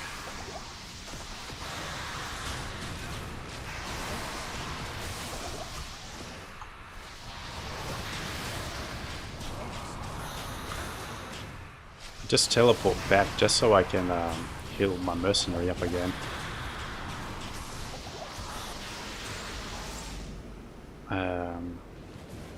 No. Hey, we didn't get the level up.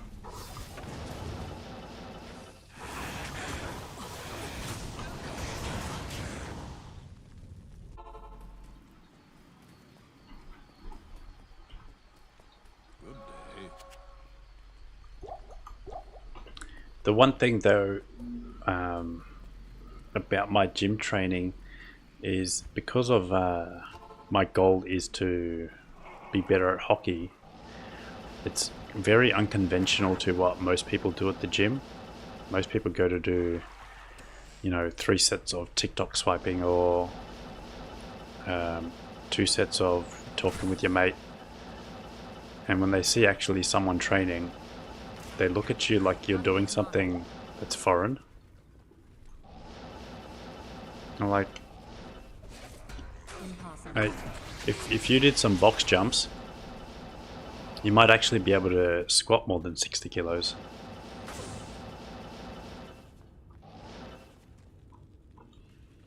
Oh, man, the other day, I swear, there was someone there, he just was on his phone the whole time. And I was there for a short time, but like he did like, I think probably 1 set the whole time I was there. And like, what, half an hour, 40 minutes or something.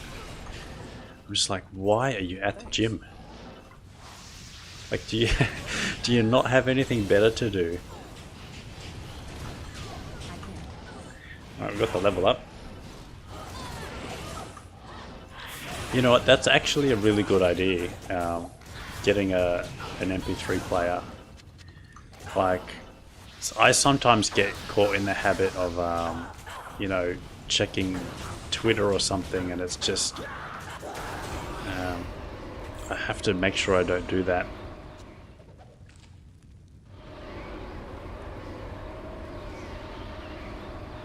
The other thing I could probably do is just put my phone in the locker when I get there and just control my phone from my watch or something, or my headset.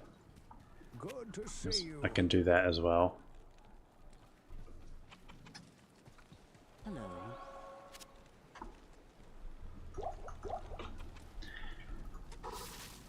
But yeah, Oh wait, it's wrong place. Or did I leave game and...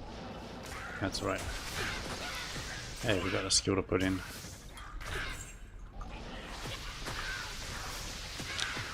I'm sure you can probably buy like a just a standard generic MP3 off somewhere. But is there any reputable company that still makes like does Sony make a just like a dedicated MP3 still? Not enough mana.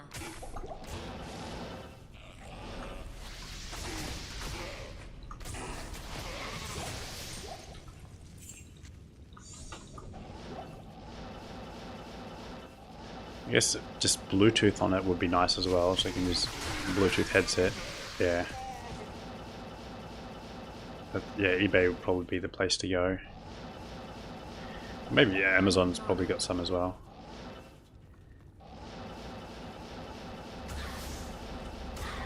I do have actually a my old iPods, but Not enough mana. I really don't like. I've never liked having to transfer music onto an iPod.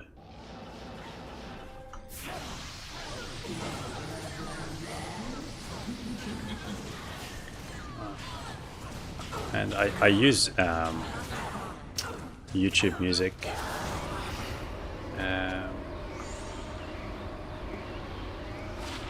I actually quite like it over Apple Music.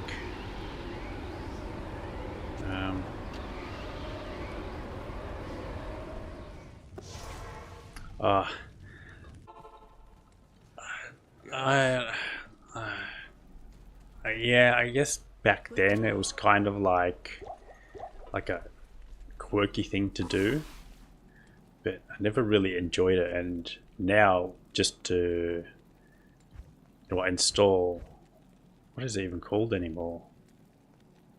iTunes, to install iTunes and sync all of your music and the awful management of songs on that. Oh, I couldn't think of anything worse.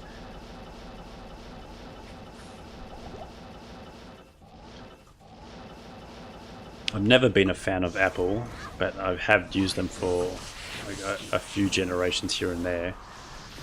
And I'm just always felt so much happier when I've been with an Android.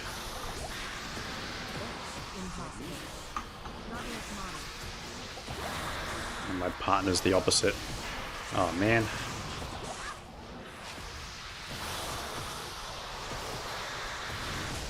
Oh, Tyrant Club. Hey, we got another smiter weapon.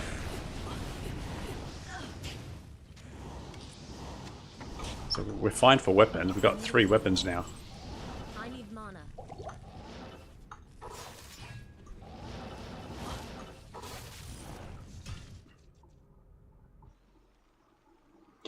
Oh, you received iPhones from work?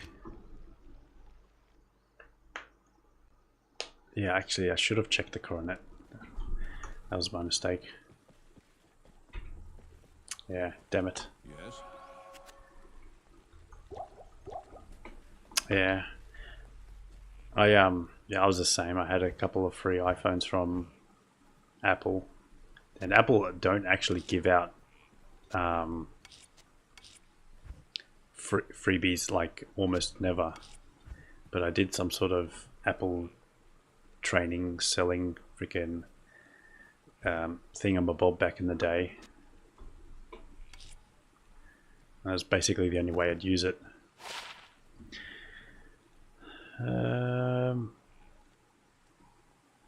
Oh no. This isn't actually that good for a smiter. This one's only got doesn't have open wounds or anything.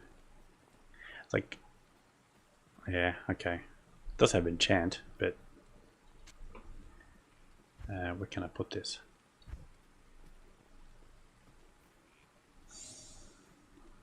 Oh well, that can go.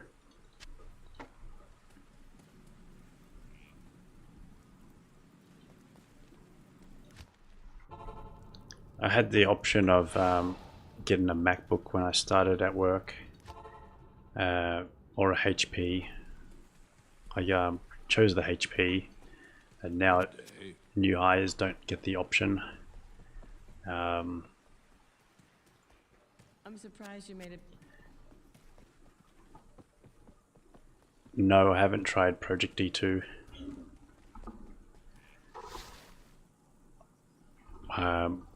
My play type has basically been this ladder or Pokemon Legends.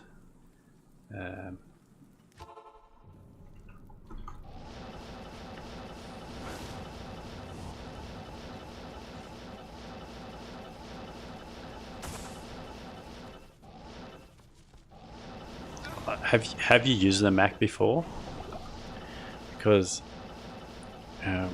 like my partner is like a massive Apple like fangirl or whatever. Like she only likes using the Apple products, and I try to convince her otherwise from getting the Mac, because I'm like, I have no idea how to use it.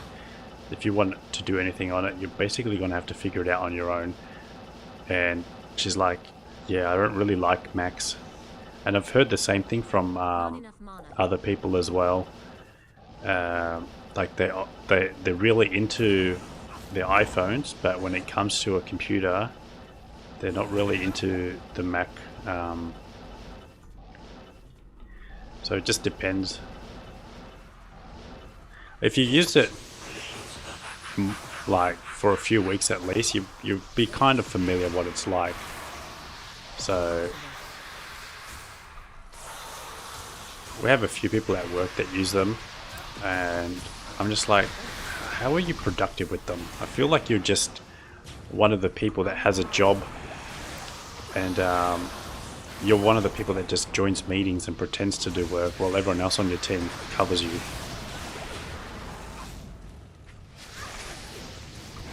But I don't know, maybe you can be productive with Apple.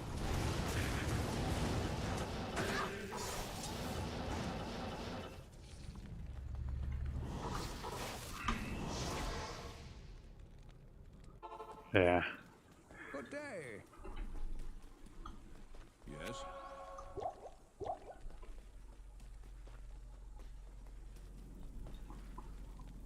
Yeah. So yeah. It's like, oh, hello, I'm just here to join the meeting and pretend I'm working. Like, you ask some random question in the meeting, like you know what you're talking about, and you're you just get like blank stares from other people. It's like, anyway, so moving on.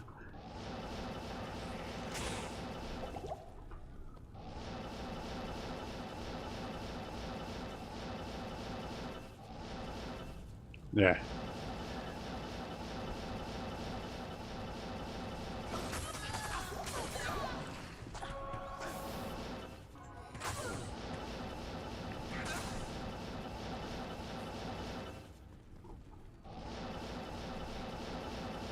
But to be fair, like the biggest problem I had with them providing MacBooks is you pay the premium for a MacBook, right? And you got like a really nice looking computer and decent specs and stuff. I can't carry anymore. But then they don't put the same budget in the Windows version. So like the HP that I got, and I'm like, if you put the same amount of money in, like I could have gotten such a better computer on the PC side, like the Windows side. Yeah, I was like really considering, and I'm like, do I go MacBook because it's not going to be like a nicer computer, and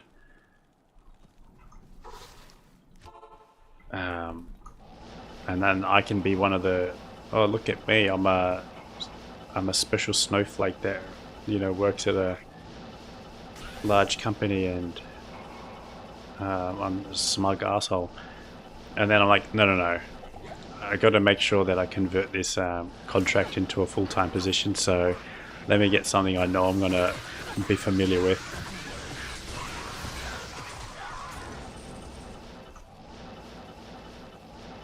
Yeah. Not enough mana. No, but like, sorry, I wasn't trying to say that about you or anything like that. I was just thinking in my head like what it'd be like if I was to pick it, or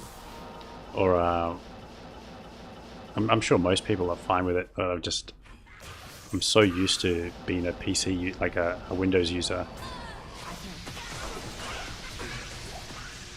Yeah.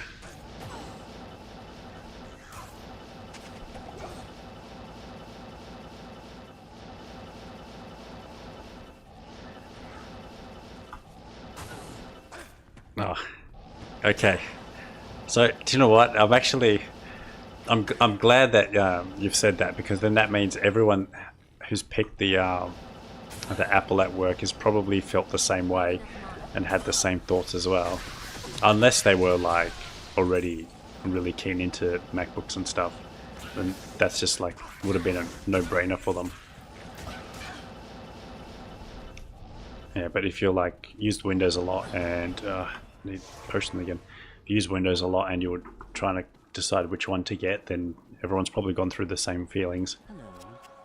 It's like I think everyone just wants to get the value, or like, oh, I know this is worth more, so it makes me feel better, and I'll take the sacrifice to productivity.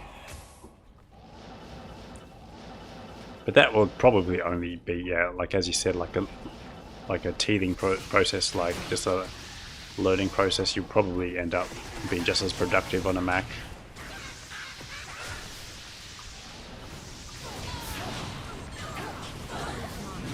Unless you get up to like that one software that you really need to run that's not available on Mac.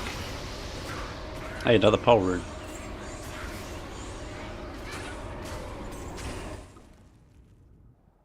Yeah. But I feel like my school had all Macs, but like back in the day, I don't even know what they would be called. But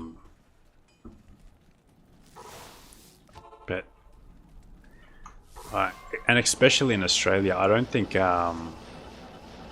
Macs were very popular in Australia back in the day.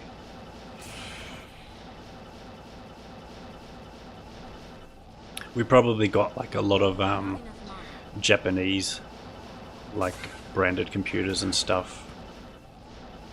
That would have been the main thing, and a lot of people would have just had a Windows PC for sure. Not enough mana.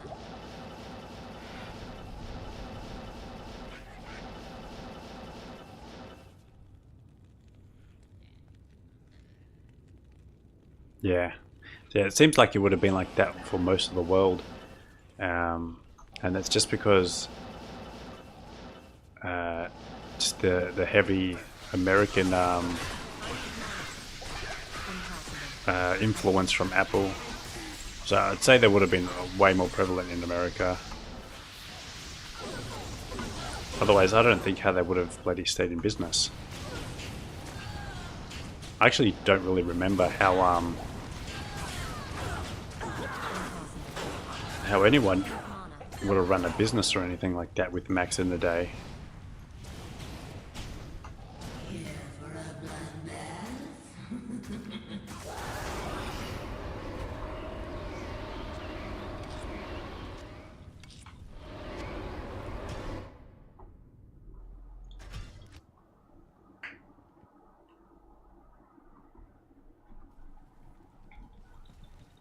Good day.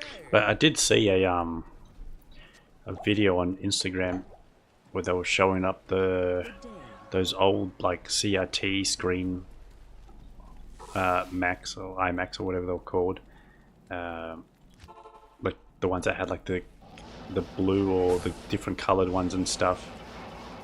That probably would have been early 2000s or something. And I'm like, do you know what? It actually, like, I reckon that's aged pretty well and it looks pretty decent. Whereas if you get a computer from that same era, just that grayish yellow, or that like tanned yellow color. It just really doesn't look anything as nice as what Apple had back then. I need mana. I need And mana. the like the hockey puck mouse and the, I'm like, yeah, okay, it looks nice, but I think I maybe seen like one of them in the wild back then.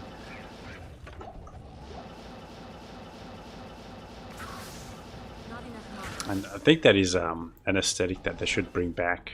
Like, I feel like Not enough mana. the clear colored plastic. Like I had one of the clear Game Boys where you can see all of the circuitry and, or I mean the chipboard and stuff. Like, I mean the Game Boy Color. And there was like the blue PlayStation or the green Xbox. I need mana. I didn't have those, but they were definitely around.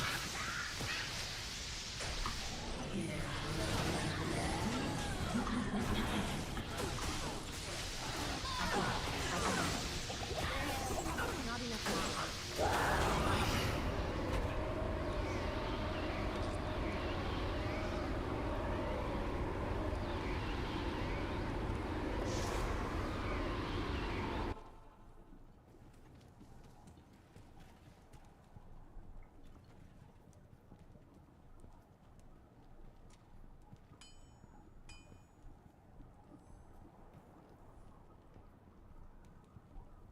Dream to get which one is that? The Game Boy or the like PlayStation, Xbox?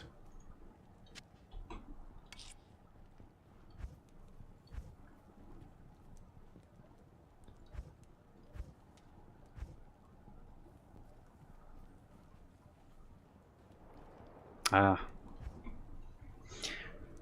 Are they collector's items now? Like, I feel like I saw something the other day where, oh no, it was PlayStation 3. And never mind. Yeah, PlayStation 3 didn't make much money. Oh wait. Or was it PlayStation 2? I can't remember.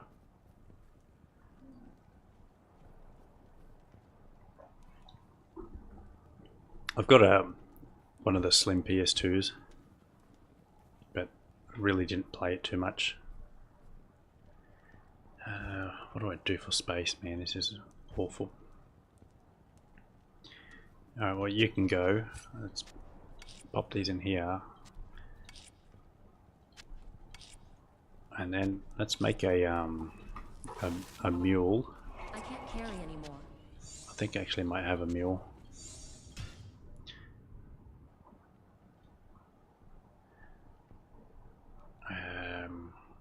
Ladder P gems.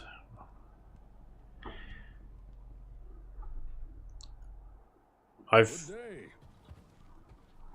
been, see, I've always been like kind of a generation behind. I've mostly been a PC gamer because I've always had a PC, but for consoles I've kind of been a generation behind.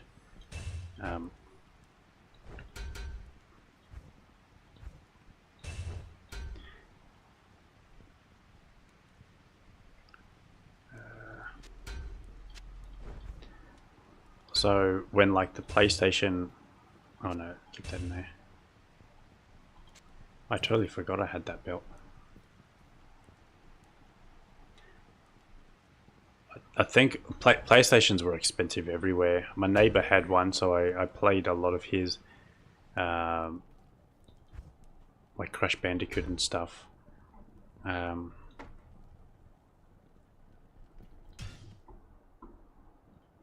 But we ended up getting a Nintendo.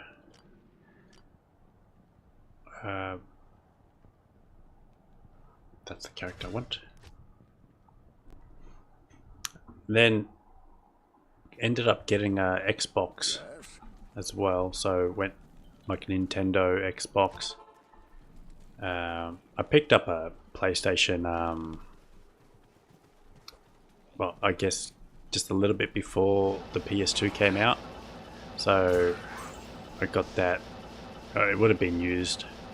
I I guess back when we had like I need mana. pawn shops, I guess.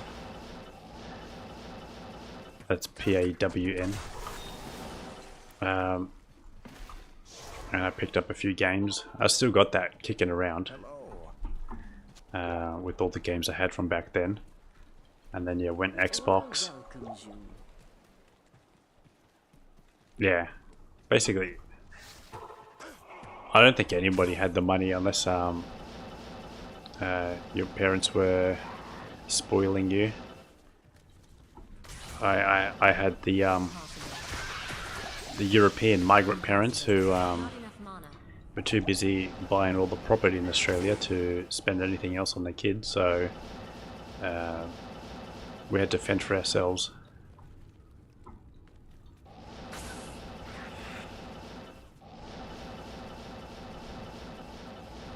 Not enough mana.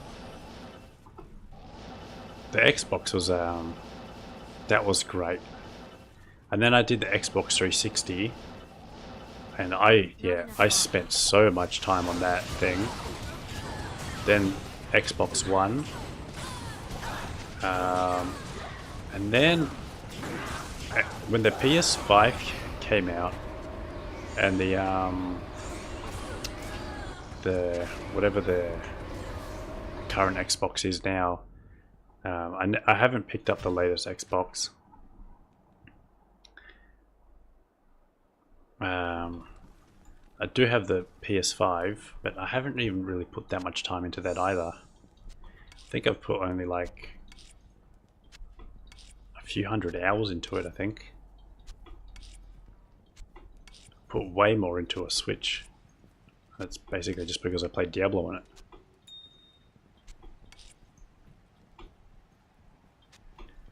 So Switch has become, yeah, see, I've missed out on pretty much all of them, like God of War series, the Drake, was it? That series, I can't even remember what that's called. Uncharted, I think it, Uncharted. The Spider-Mans. Yeah, never really got to play any of them. But I got my PS5 with Gran Turismo, and I put like, I don't know, 20, 30, 40 hours. I put like a lot of time in that game, and I'm like, this game just is not good.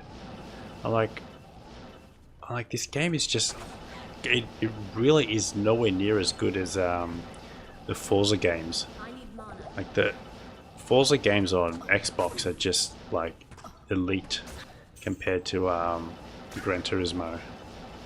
So it's my own opinion, but I ended up selling it, and I never sell my games. So like I have like a whole collection of pretty much all the games I have. Like back from, you know, Nintendo and PlayStation 1 and Xbox. I've got them all. But the Gran Turismo, that one there I sold. I think because it still held its value. I'm like, hey, it's still like $50 or whatever. I'm like, oh, I may as well actually sell it. I never really trade in games. But yeah, I don't know what it is about that game, but it's just not very good racing game in my opinion.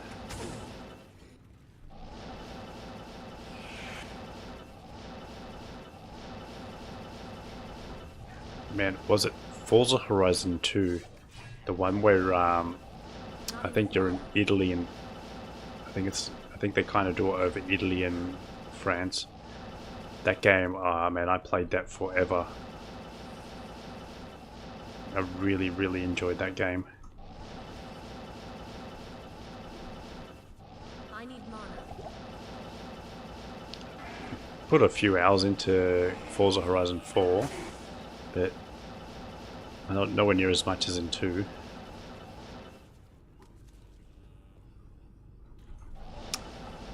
Yeah, depends which Need for Speed.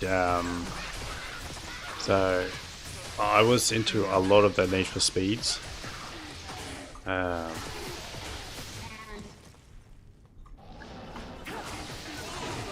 But the later ones, you know, the newer ones have not been that good. I think, was it Need for Speed Shift was alright? I'm trying to remember, was there another one that's come out since then that was good, but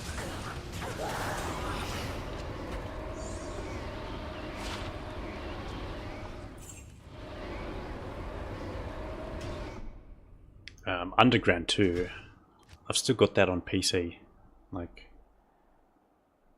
and Most Wanted, no, yeah, actually both of them I think I've got on PC.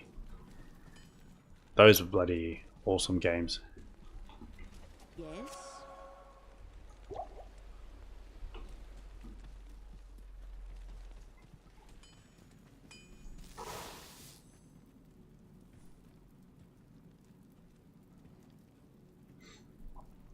I think the problem with gaming is modern hardware can do so much more. So because modern hardware can do so much more, it requires more development time. And then companies spend so much time to develop the game, and for them to be able to make a profit, they have to throw in DLCs or skins or some other stuff into it, and that kind of ruins the experience. So like a gaming company obviously has to make money to stay in business, which I understand that, but I feel like they just put too much time into making games. I guess that's probably why I should support indie companies more, but yeah, I don't really, so because I kind of stick to the more mainstream games. It's difficult. I need mana. Not enough mana. Kind of have to consider it from the gaming company's point of view.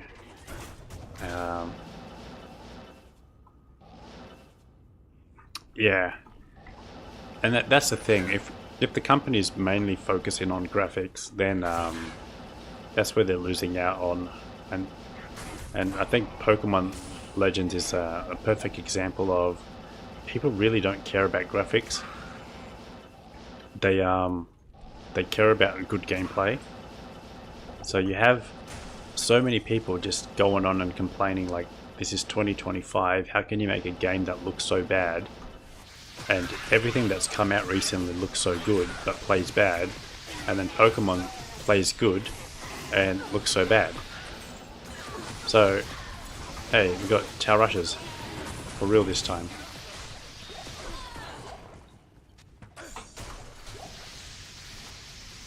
For me, it's always gameplay is the most important thing. Oh, we actually got Tower Rushes.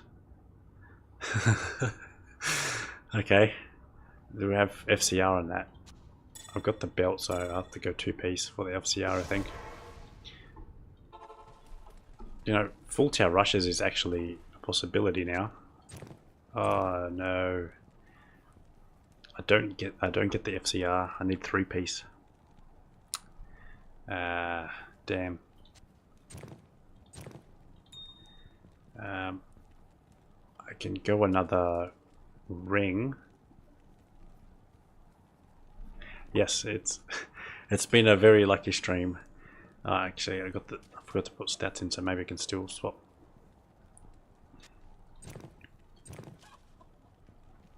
Yeah, maybe let's put in.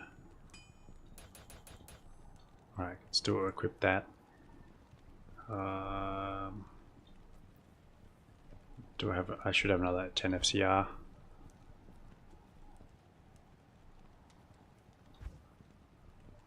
What a place to find it as well. Just in the tower, just off a random.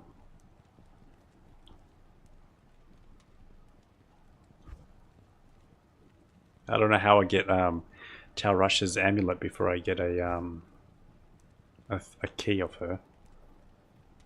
Here we go. 10 faster cast rate. Okay, fire res has gone down significantly, but the rest is okay. That's 10 replenished life.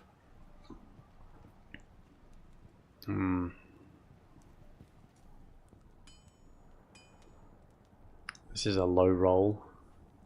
What's the actual other belt that I had? Is that lightning and cold? And I need the fire.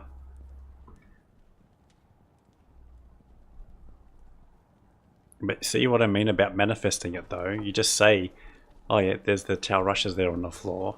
You pick it up and you ID it, and it actually is. Just positive thoughts.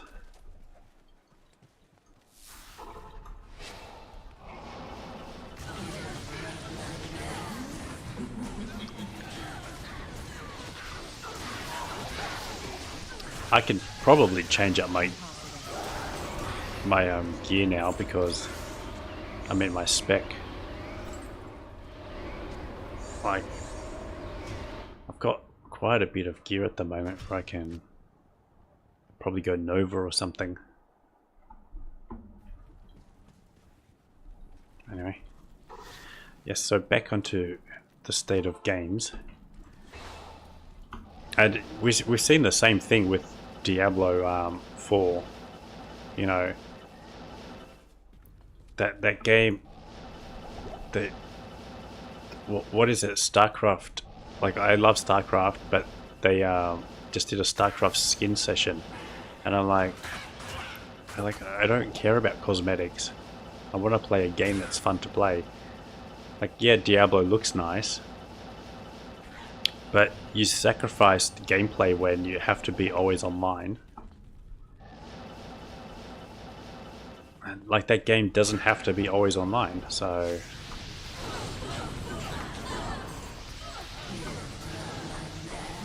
And to talk about like how much I really don't care about graphics, I played Dragon Quest, the first one, like Dragon Quest 1, for the first time ever.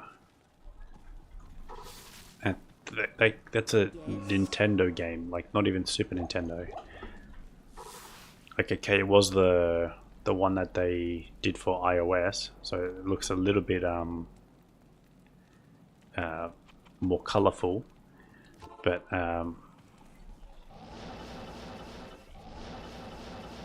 you know, that was gameplay first. You know, it was a straight up turn-based RPG, I need mana. and I actually had a good time playing it.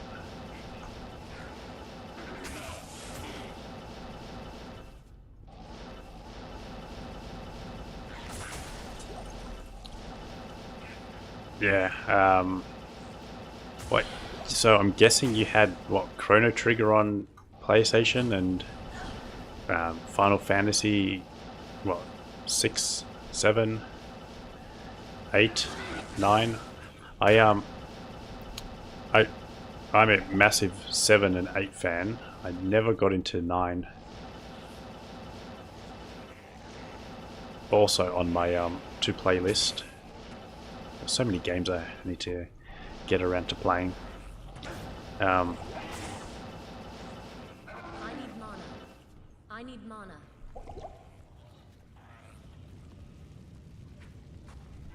Oh yeah, of what's the Final Fantasy games.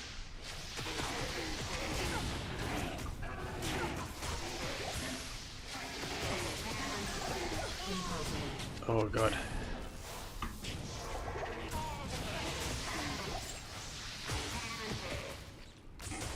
I can't carry anymore.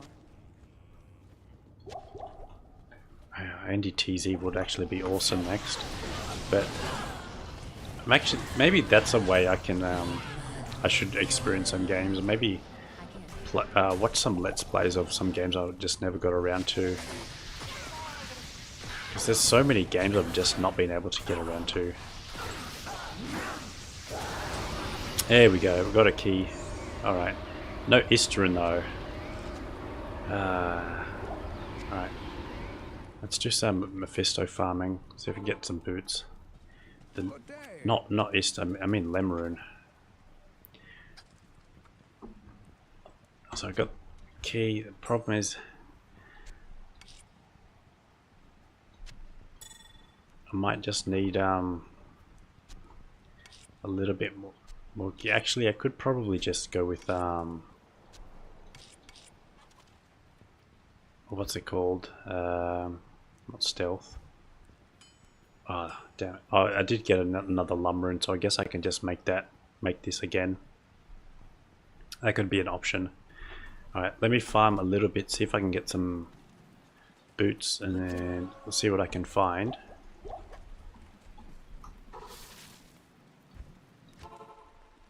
So, probably want the gloves off. I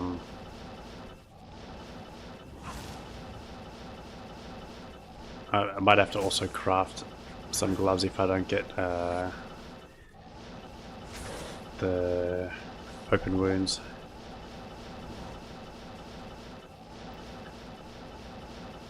I didn't even get an arm rune. Is Duress, does Duress have open wounds?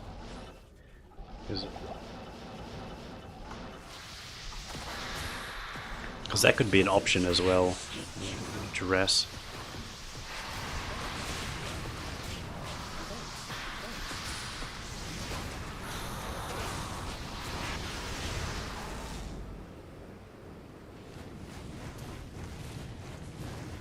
Well, that's a congratulations.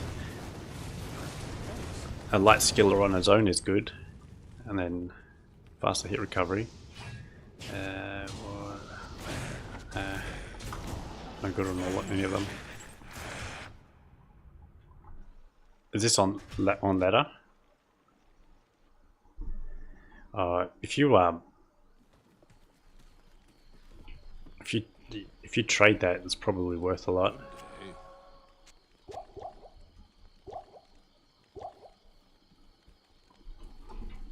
I've never seen a skiller with 12 fast hit recovery.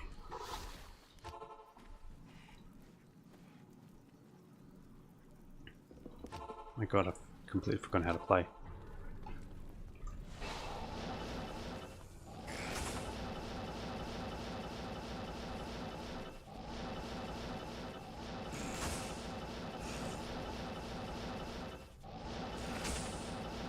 I need mana.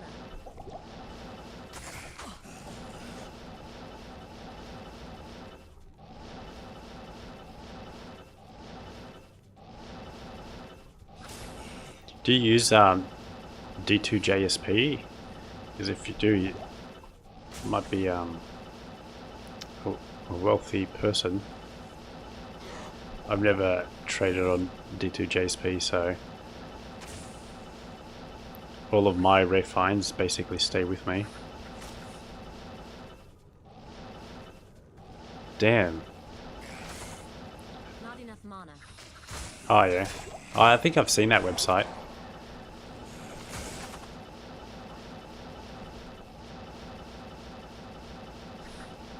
Well, that's an awesome find. You're playing Fist of Heavens, right? Ah, damn it.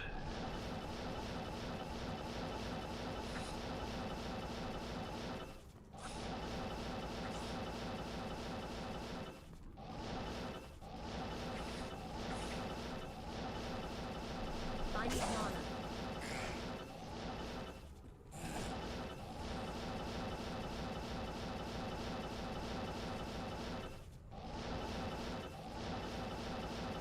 Oh my god, I'm struggling so hard on this map. What's going on?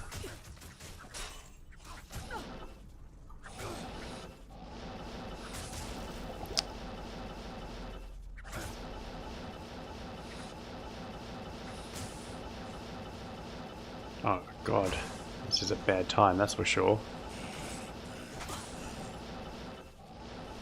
It's like, not even... I really don't understand, like there's... Not teleporting through any walls. It's like stuck.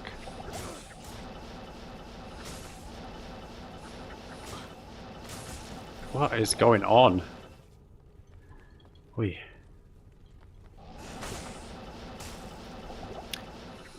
Is stuff worth more on non-ladder, or is it worth more on ladder? Okay, do you know what? Let's just leave, because I don't know what's going on with that map. It was just a bad time. Far out. Okay. It's like teleporting in the same spot over and over again, and I'm not getting through anyway. Oh yeah. Interesting. So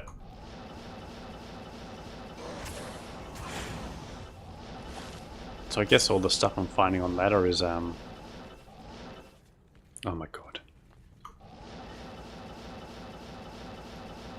Is probably going to become more valuable over time. But it's not like I'm going to trade it anyway. At least I've got the keys to make a 2020 Pally torch.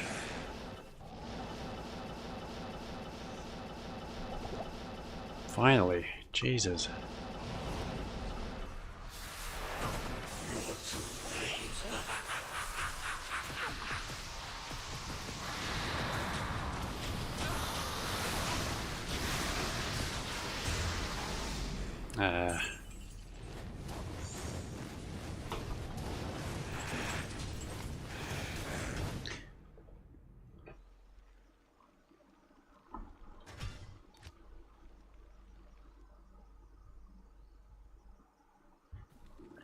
If your first torch is a Pally, your second is Zon, and then the next two is Sork, that's good regardless of the rolls. Good to see you. I don't know if these are worthwhile hanging on to, but they might be the best that we get.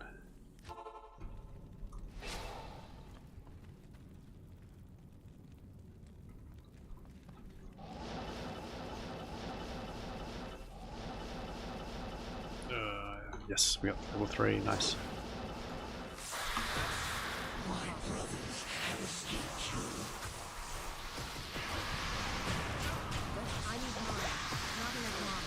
Alright, teleport back, save him, like this way. I wonder if he's leveled up yet. He has, so he's, oh no, you stay here. Grand Crown.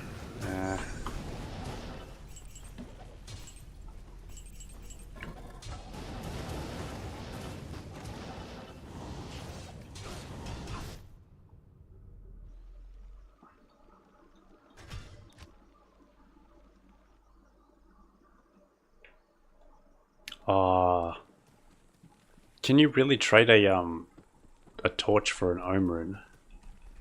And that's a really good roll on a Kata. Hello.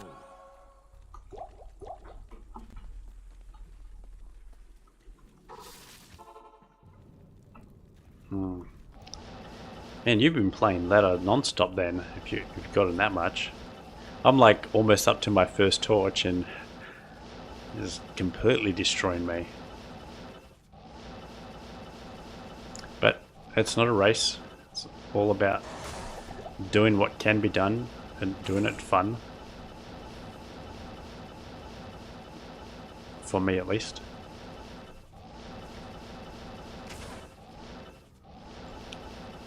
Interesting.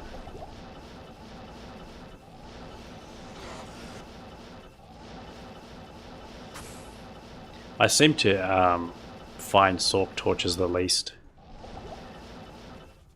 On offline, like the Sork torch was definitely the last one I found, which is quite painful, considering it's like the first one you want to find. Considering that's the one that's finding all your keys.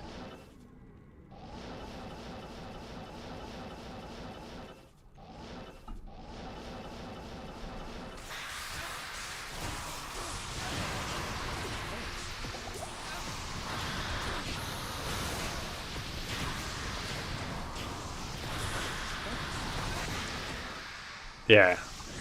If you get yourself a kata and you got the torches you need, yeah, farming keys becomes quite painful.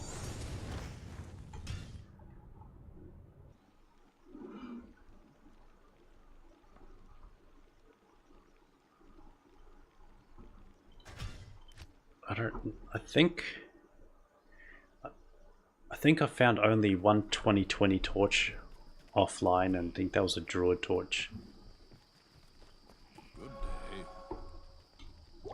Ah, damn it, wrong potion.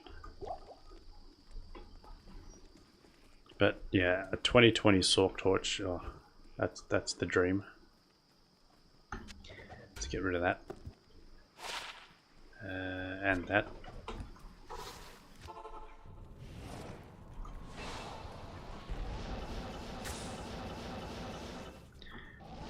Maybe I'd try some Flayer jungle. I wonder what is everyone resistant to in the Flayer jungle.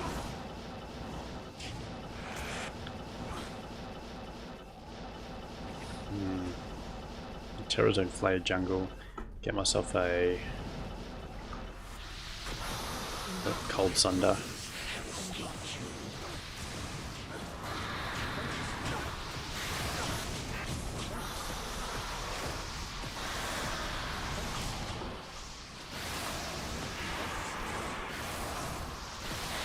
Oh man.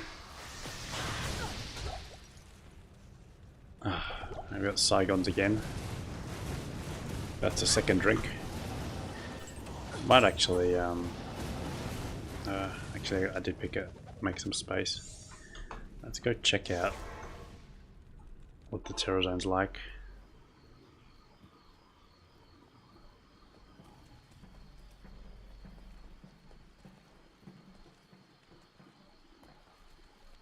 Hello.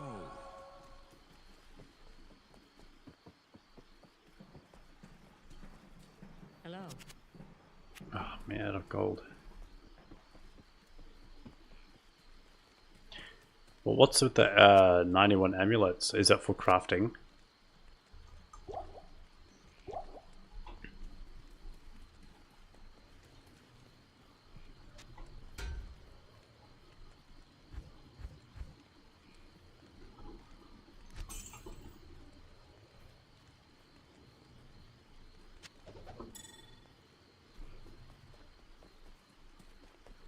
Oh yeah, okay. But you can just gamble. Oh, you have to be 93, don't you? Oh yeah, I see what you mean. It's easier to get to 89 to get the... Yeah, okay.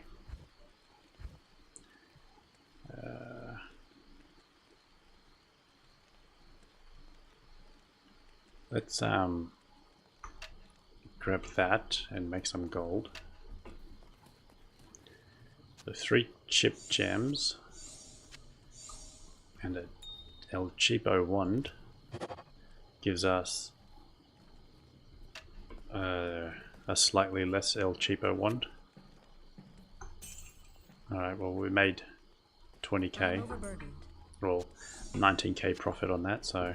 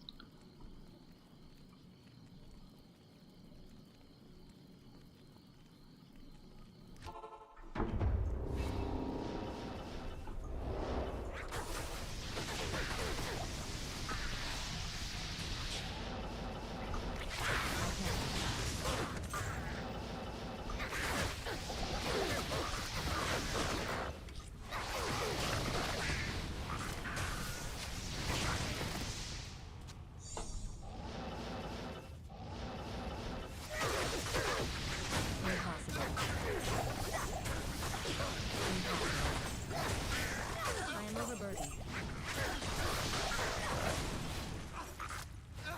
I can't carry anymore.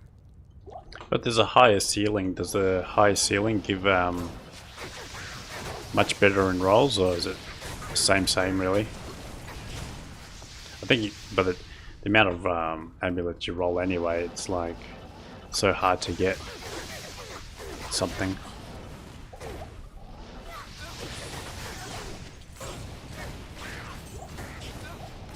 Not enough mana.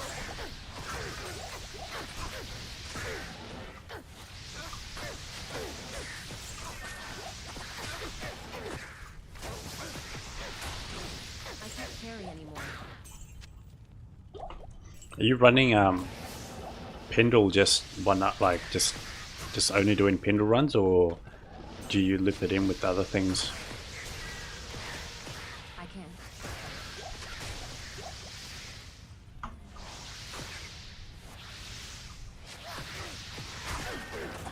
Oh yeah. Well,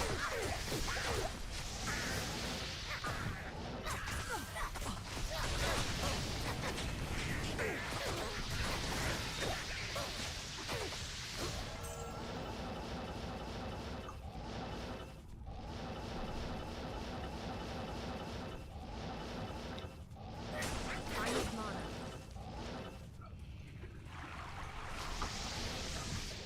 is that? Did you actually find a Griffin's off Pendle? Because I feel like you could be bloody running him for days and days, non-stop.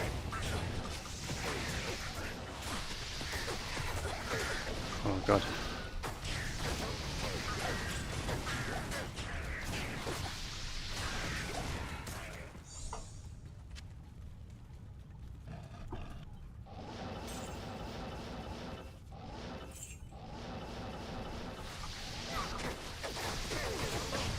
Yeah.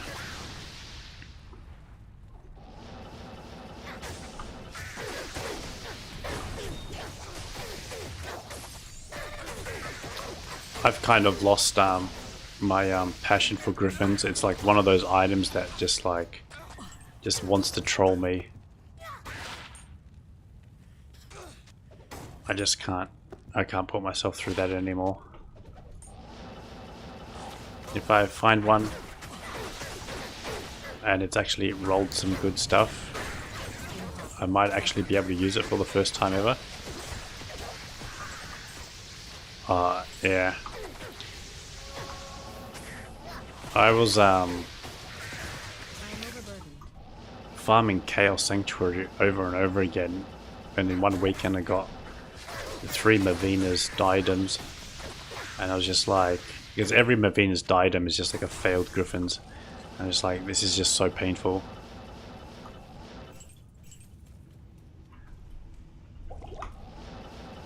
Yeah, I've managed to find one in my life, and the freaking thing was ethereal, so... And obviously, if I ever find another one, it's going to be roll like anti-perfect. So I can't. Oh.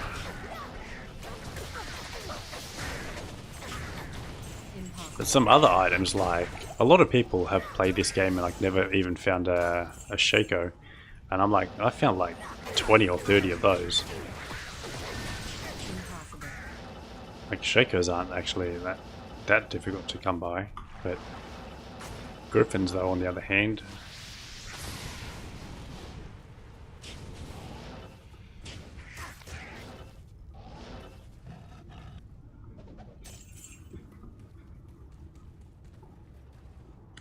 Yeah.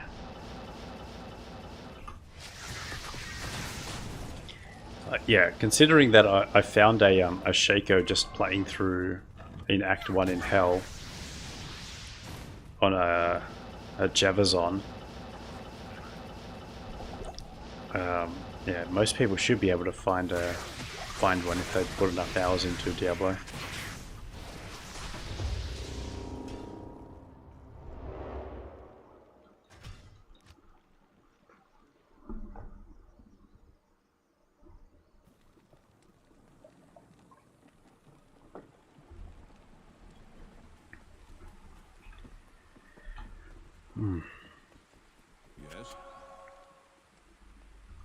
Still not sure if I'm happy with this terror zone. Seems okay.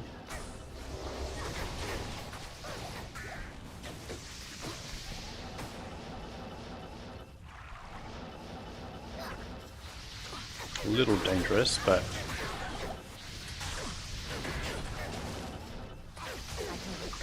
yeah, this is one place where Oki's gonna drive you insane. So it's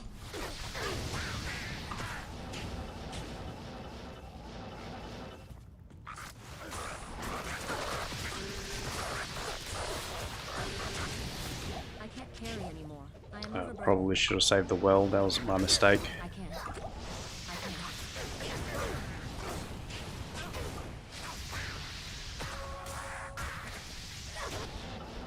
Impossible.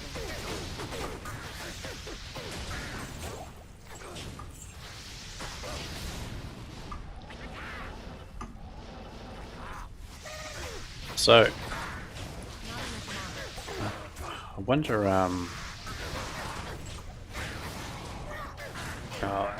oh god, yeah, that was silly of me. I wonder if I can get my body back.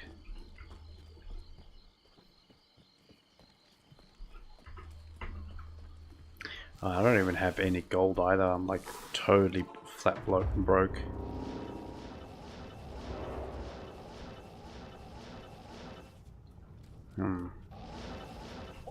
Not enough mana.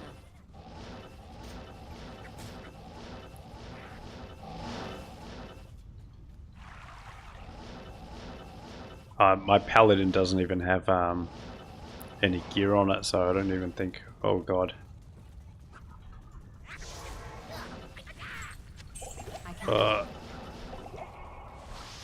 Can't believe I actually got through that. Do you know what? I should actually gear up my paladin just in case I that notification comes up. And do you know what? It's actually surprising that I haven't actually seen the notification in the US.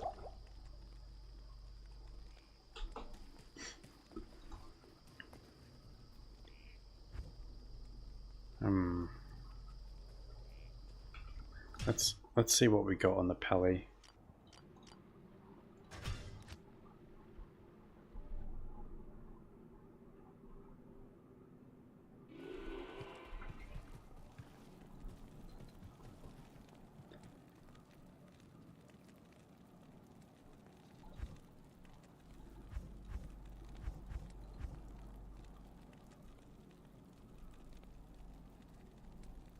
Hey, I got 5% crushing blow. That's something. There's no life leech on that, so probably want that instead, but let's get all the keys. Let's get black. Okay, so we've got black.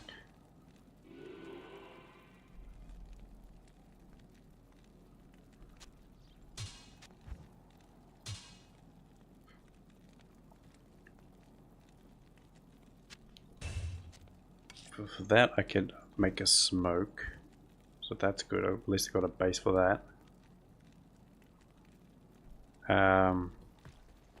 Okay, yeah, I'll make a game. G-Face will be handy. Lobby, create game. Let's go. Campfire Games 1.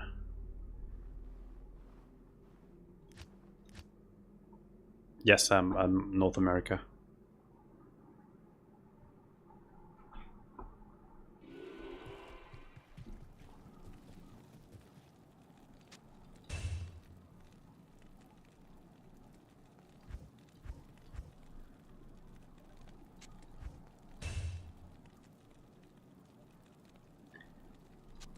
Right, there. Got a lumber room somewhere. There it is. Oh, I've got laying off hands, that's right. Good call. So, probably don't need these anyway. And for boots though, 40 fast run walk.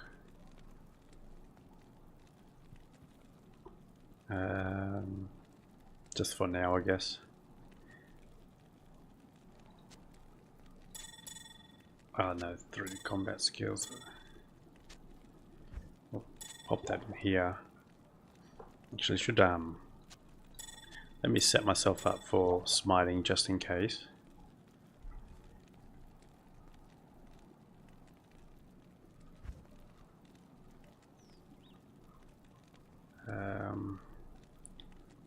I should have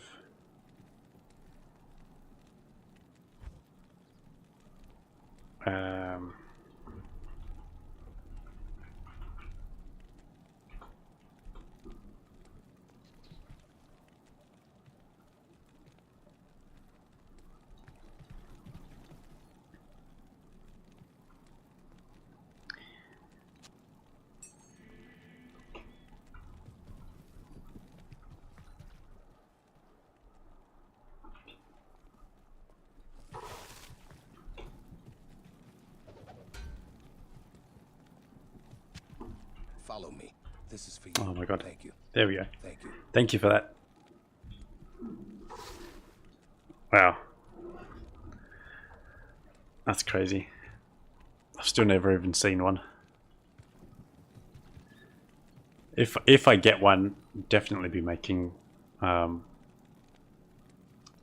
of the Dying for sure. I'd find myself a Berserker axe and I'll make it in that.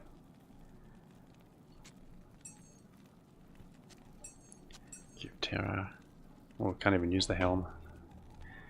It's okay, I need the strength anyway for the shield.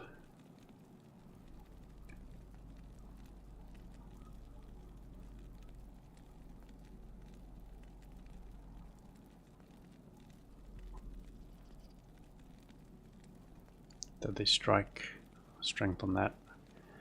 Okay. Crushing blow. Alright, the crushing blow with the Redeemer. Pop on the items.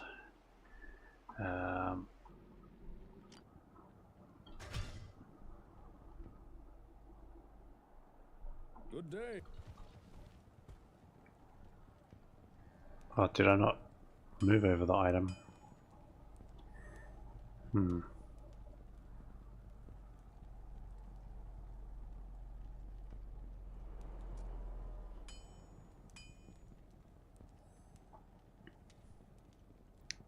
So I can get crushing. It can't be frozen from the belt, and that frees up the ring slot. But I don't think I've got anything better for the ring slot. No, I don't have goblin toes. That's why I'm looking for Gore Riders.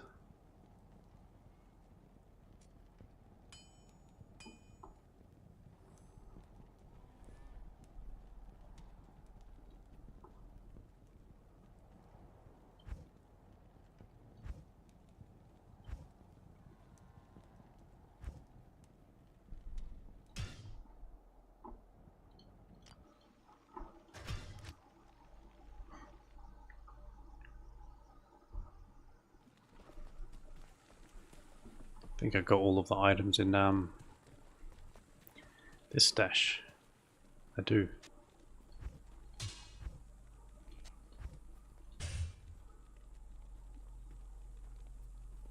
It's still 25 minutes until Andy.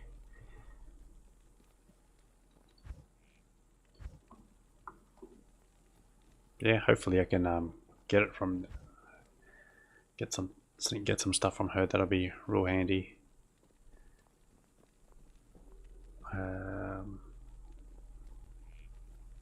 The hell do I have that for?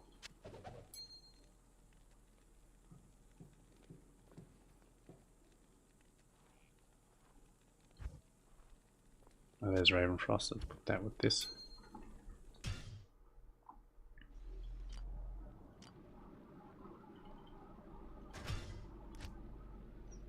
I reckon I might actually have almost enough to take on the Ubers at the moment. Might have to respec to get the strength that I need, but I've got the Redeemer.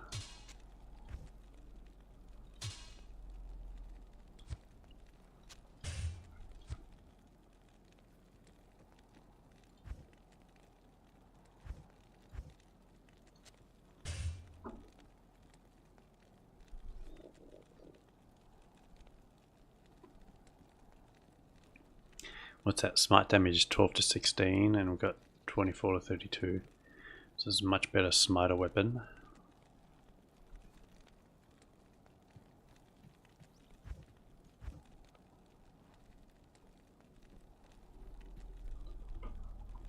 Oh, I still need quite a bit, so I'll respec for it.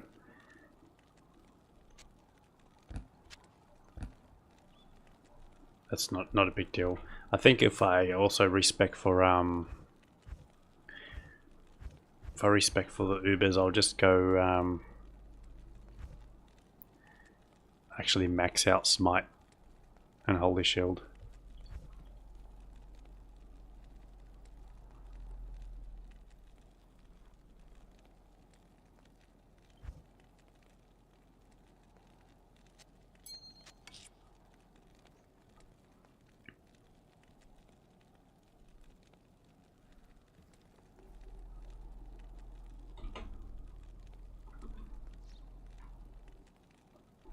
$25 plus 10 from the Annie, or 15 from the Annie. Still need like another 10-15 strength.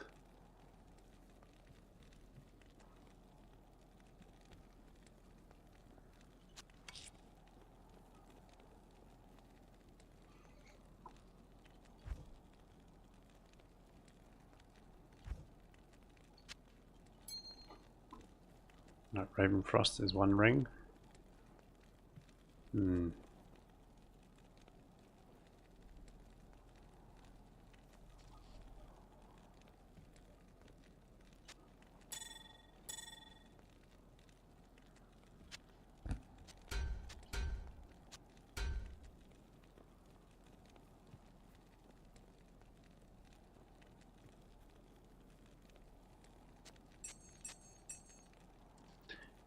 Hate.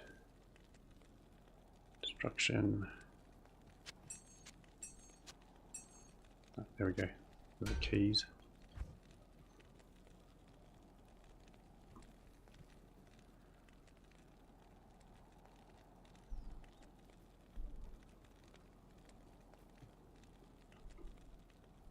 Okay, sure. I'll make the game.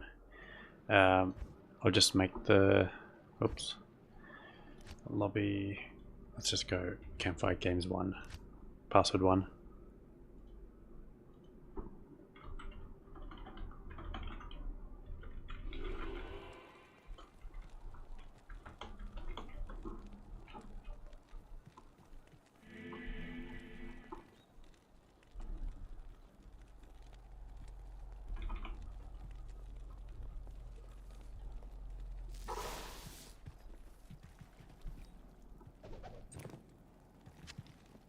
I can't use this yet. Oh, still need the strength to use that too. That's okay. I need to respec anyway. So, but I think that's probably going to be the best belt I get anyway, considering my lack of resistance.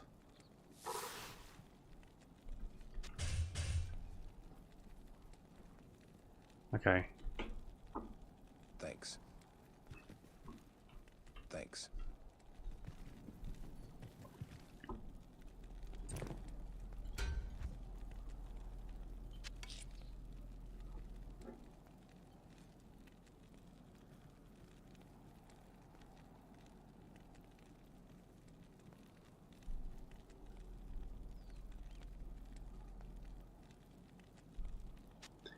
What's 2-piece Sanders give us?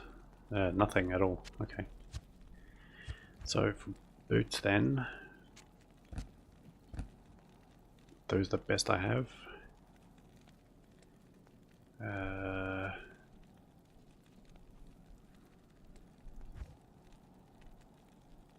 Got those as well. That's probably better, I think.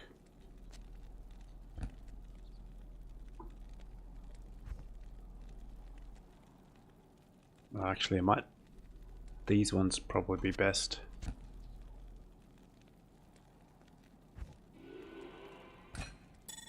Oh, I don't know. At the moment, I've just got this on. It's nothing exciting. Just trying to figure out what's the best Uber set that I've got. Like for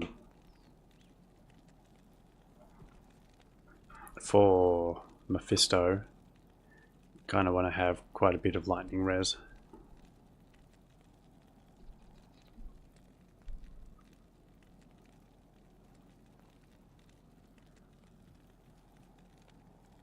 Can Fists of Heavens take down the Ubers? Or you're still running Smite?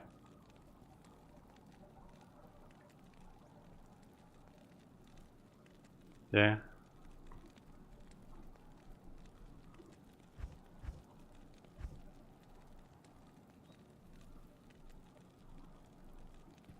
I normally just play it so slow. I walk in there and just smite just everything.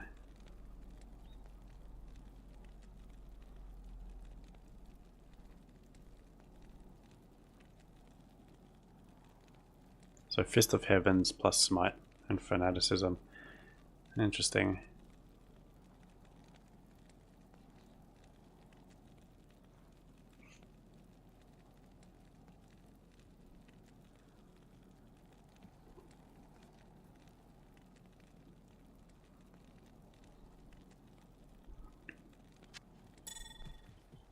Afternoon. Oh, for for Chaos, I've got for Chaos, I just go Hammerden, which is fine. I've got a decent Hammerden setup.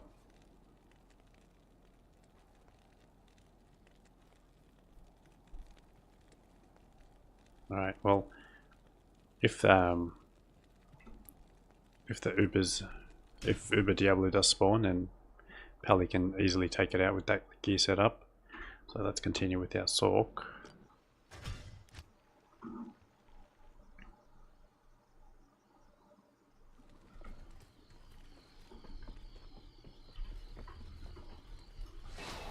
And probably just go to Mephisto because I lost it in the Flayed Jungle, so let's not just make that mistake again. But there's nothing stopping me dying here either.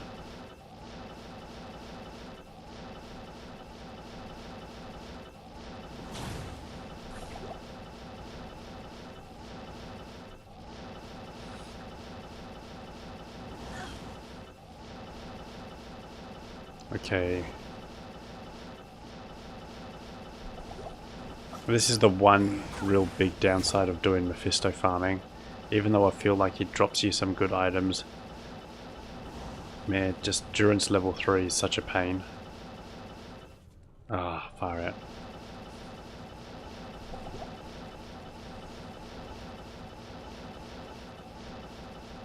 Here we go. Okay.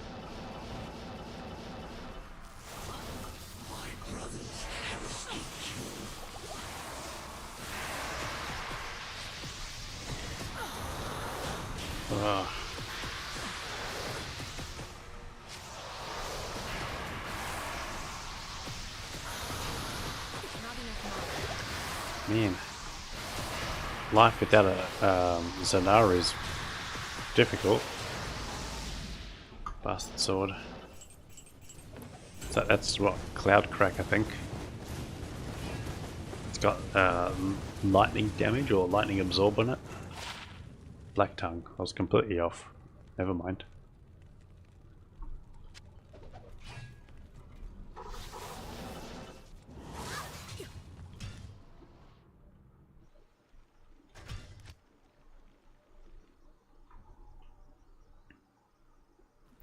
Wonder if my mercenary can actually take on Andariel now. I don't know.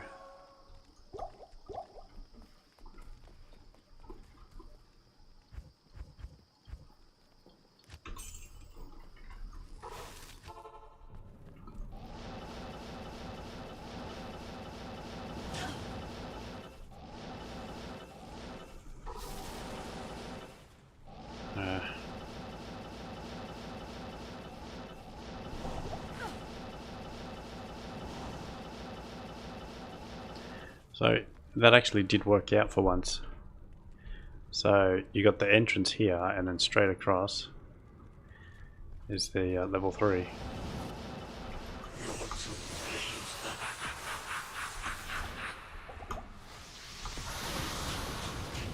The one time I was able to actually kind of figure out the map.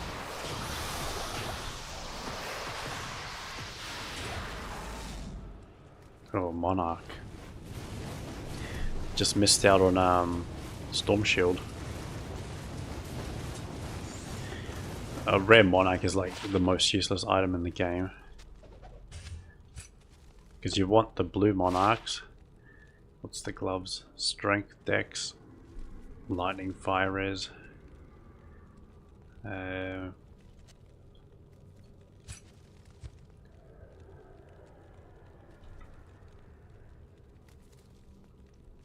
I think these are better, I guess. They're not best, but I think they're better.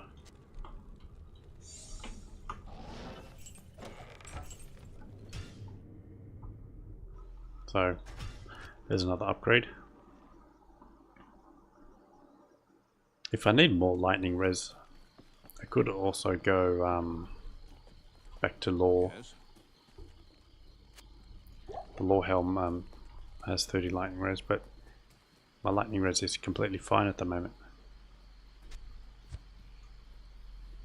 Here's the death bit, deadly strike on it, so hey, you'll resist 20. It's almost as good as that.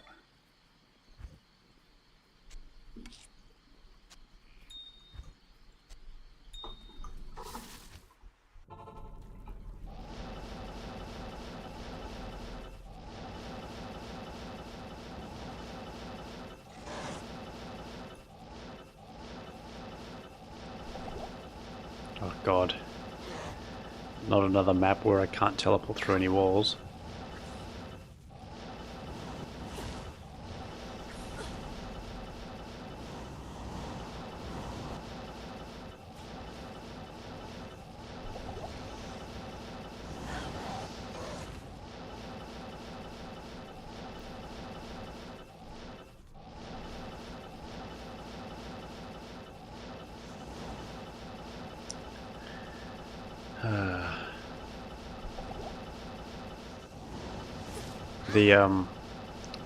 Yeah, Mephisto farming definitely does not make for engaging content when you're just teleporting around the Durance of Hate the whole time and not finding him. Not enough mana. It's the struggles that people forget to mention when people are saying, oh, where should I farm gear and stuff, and it's like, oh, just farm Mephisto. It's like, well, it's not really that easy. It's easy for veterans, but for those who don't know, it's not really the easiest place.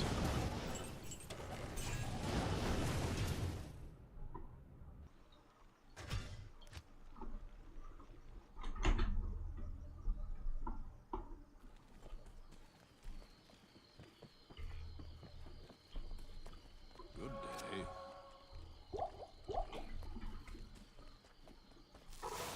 I should probably pick up some items that I can sell. That'll help me actually.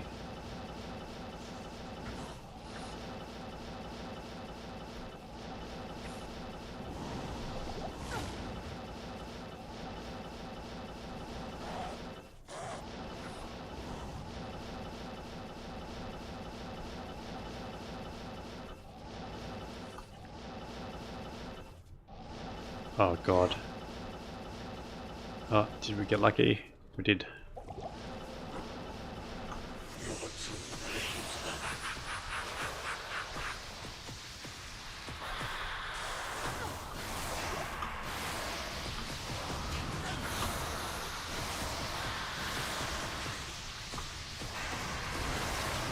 So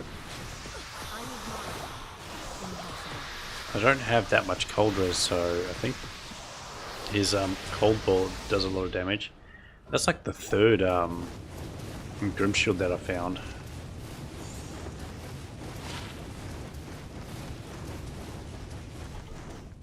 It's locked. I guess I can try to sell that.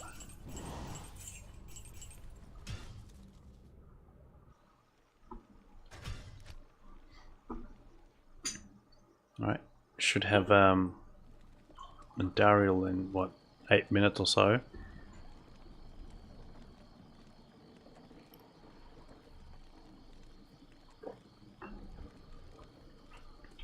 At least finding her is a little easier than finding Mephisto.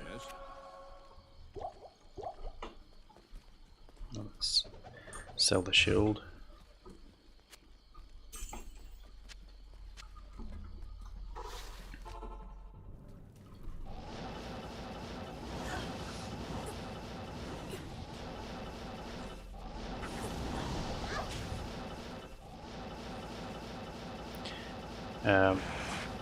Just a reminder that if you're planning on doing Mephisto farming, you really need to have it at least 63% faster cast rate. Because without it, you're probably going to get slaughtered in here. Or you just have to take it real slow. That's for a sorcerer specifically. That's a conviction aura. Oh. Did Mephisto just teleport, or like what the hell?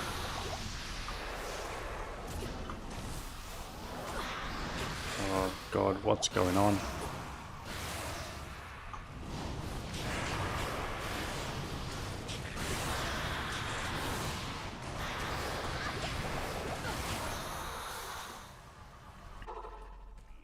Those other gloves actually did provide me some useful resistance, didn't they?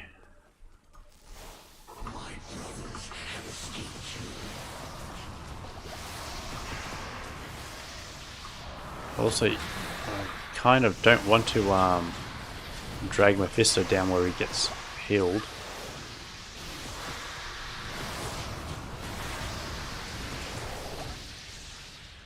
Hey, the military pick. Any of these sell for money? That's like all bad.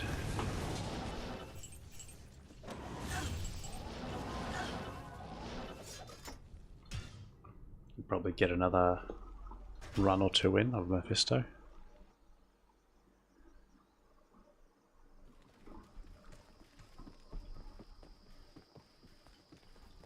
Hello.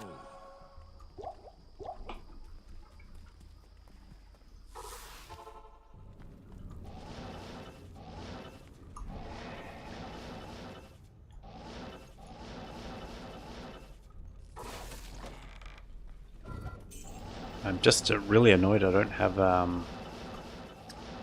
Lem rune. That's probably gonna make like the biggest difference.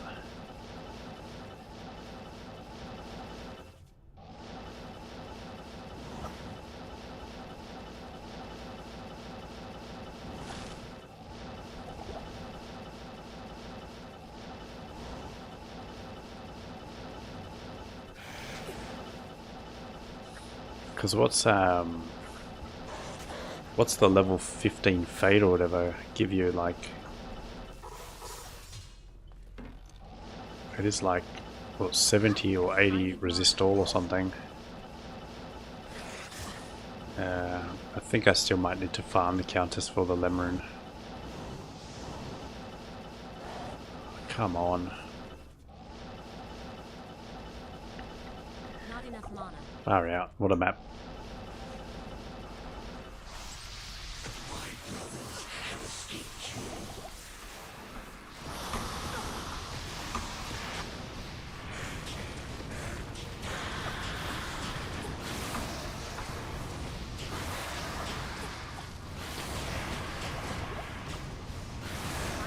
Now, did I stuff up that map reading? I think I may have.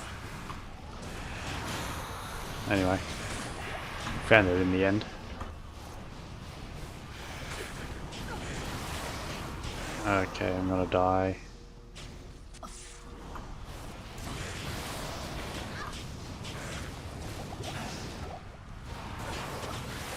Well, that was a timely drop of a full rejuve.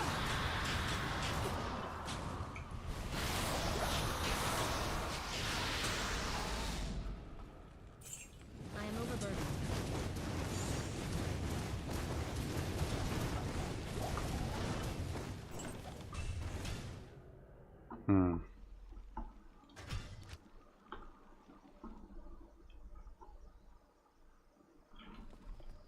This will be the last Mephisto run, and then I'll be smart and I'll go and find Endariel, and then just camp out at the stairs, and then go in as soon as he goes to Terror Zone. I've thought it all out. Yeah, I was afraid of that. I was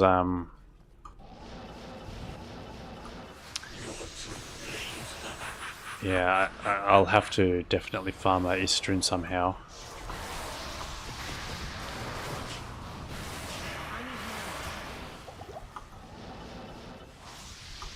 Not enough mana. I think every time I've done Ubers, I've had at least Fade.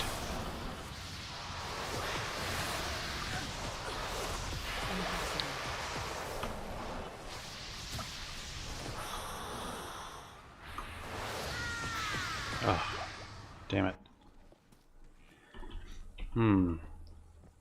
I've never done that with Salvation. I've always used Fanaticism. Oh god.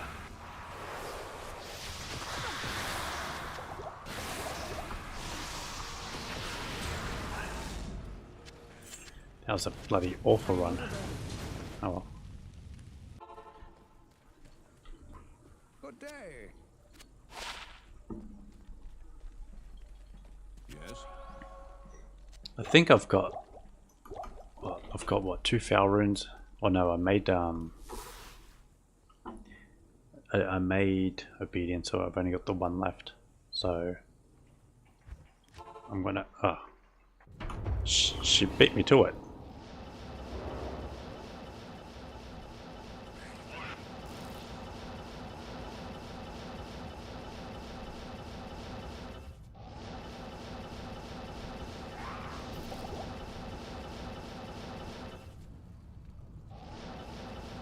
This is 86 now because I've leveled up, so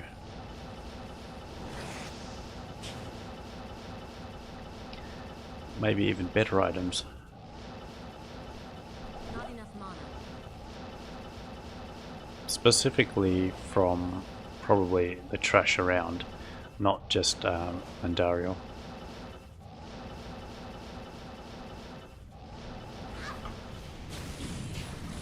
mana. Hey, we got a Sundar.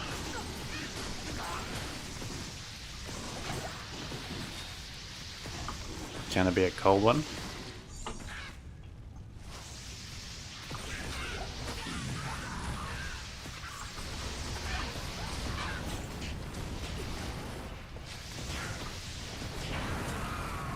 And she dropped nothing.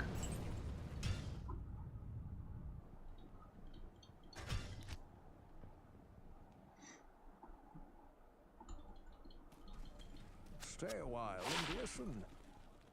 Hey, Cold Thunder. Nice. No, I don't need a Cold Thunder. I've got one.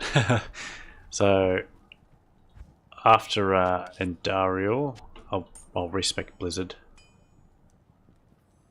didn't realize you can get frost nova on a Good day.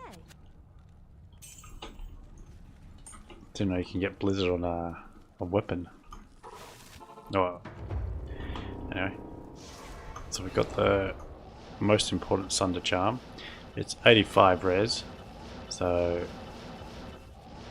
still room for improvement, but that's not really that big of a deal.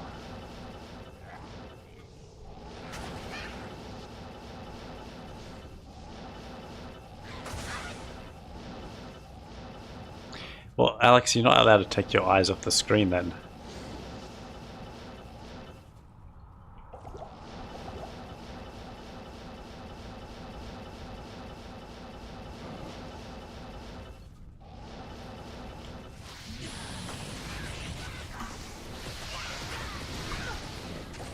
Not enough mana.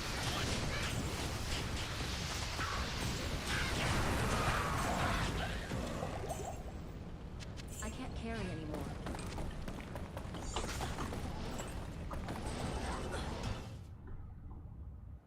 This is a lot easier than Mephisto, that's for sure. I don't think I've got the gold for... Greetings. What's his face?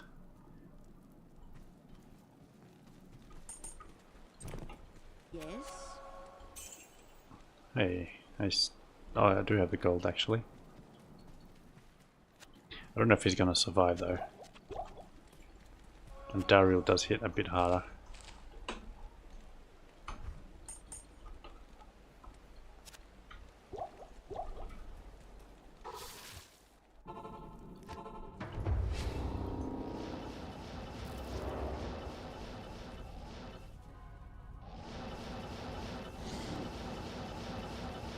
I'm not sure if I did that map right, but anyway.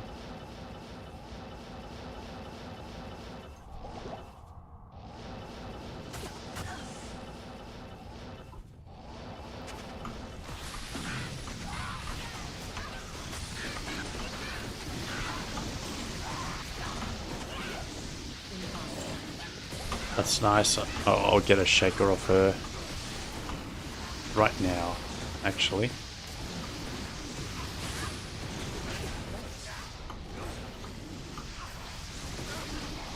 Thanks.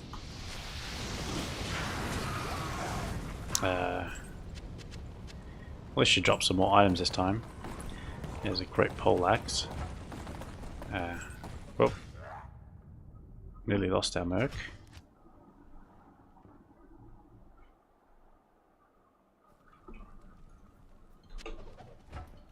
The Sisterhood welcomes you.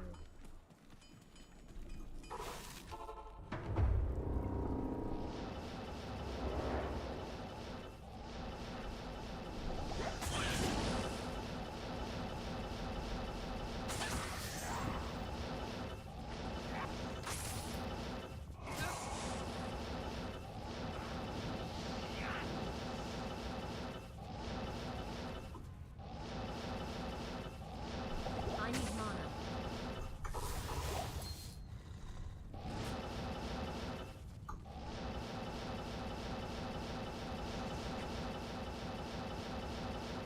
It doesn't matter how many shakers you've ever dropped or you've got, or like, it just always feels good to see one.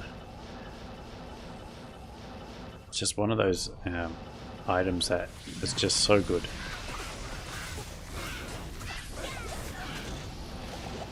And it just, unless you get an ethereal one, then that's a little bit depressing,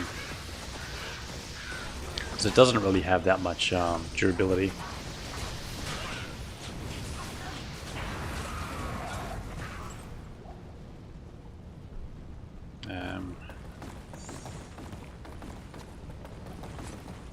Pick up some items for sale.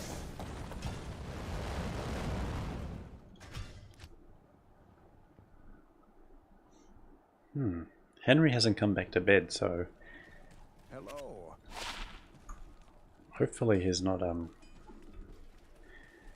bothering everyone else. The Order welcomes you.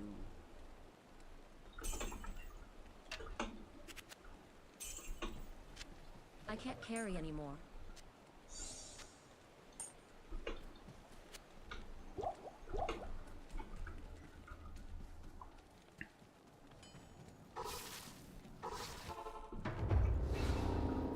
I really haven't actually done that much Terror Zone Andy, even offline. Like I've probably done her, but this will be my like 6th or 7th time, I think,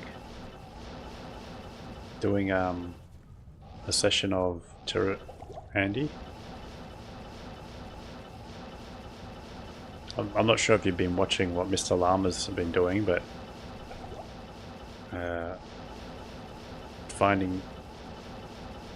he's just doing magic finding sessions of Terrorized Andy, and just been finding every single extremely rare drop in the game. It's significantly broken, especially when you got the same map. And it can just drop her so quick.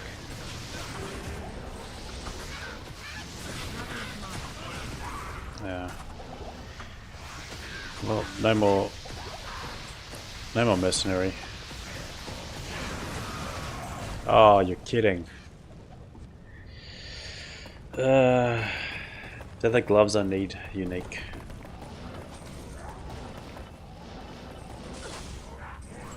Well, not need, but highly desirable.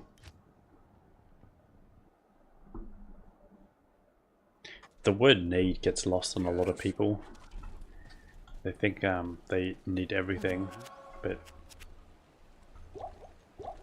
what you need and what you actually, or what you want and what you actually need are two completely different things.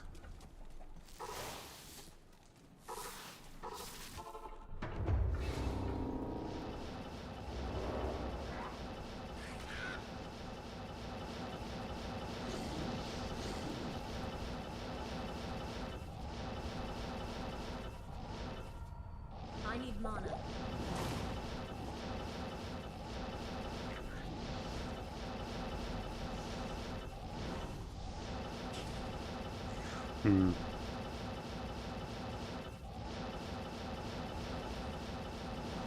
Not Well, enough mana. you do like a couple of decent items off her for a session of farming. And last time, what did I get? The amulet. This time, what are we going to get?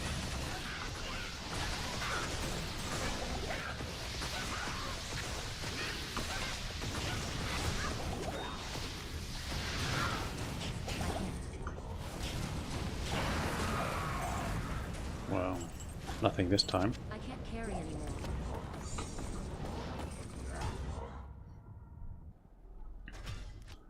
And just like that, that's the first 10 minutes gone.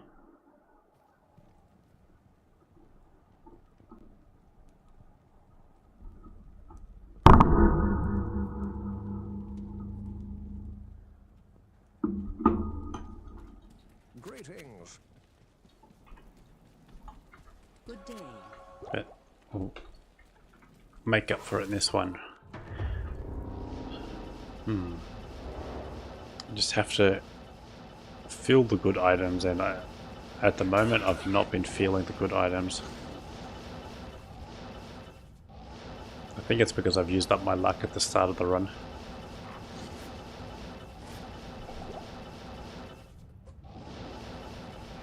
But still, finding Not enough the mana. Redeemer and Tao's amulet, well, and a Mal rune.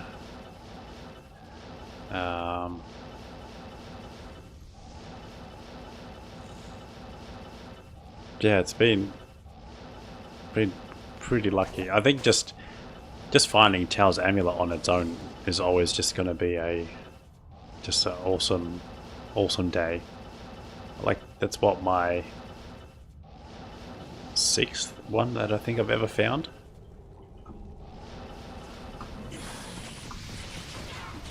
Maybe 7th or something.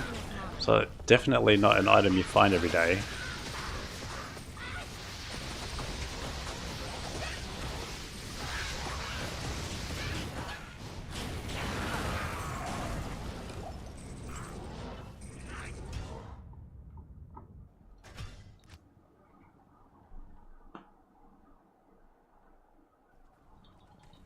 Hello.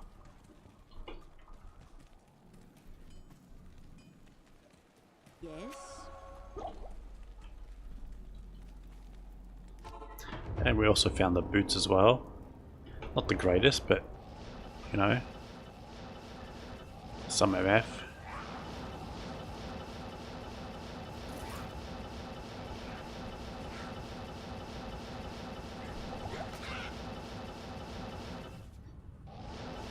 I think that's one thing that stops people playing as well. They always feel like they need to have everything perfect, or otherwise character's not playable. And I'm like, just look at the mismatch of items that I'm using. Like, I literally had blue gloves on for the whole time.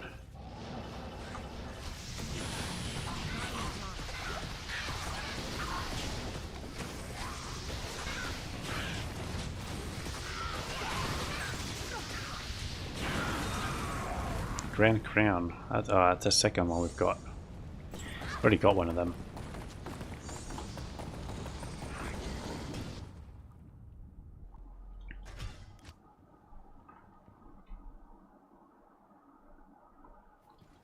Yes? Crown of Thieves.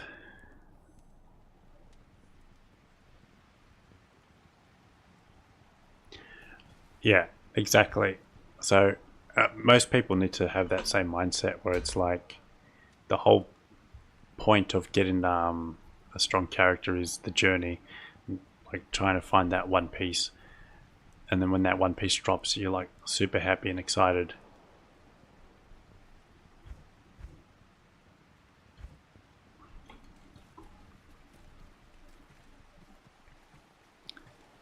Yeah, exactly. It's kind of, well, once you finish the build, it's kind of like you're playing with cheats enabled. It's like you're playing StarCraft and you put the indestructible cheat on, and then you just go take them out with one SCV.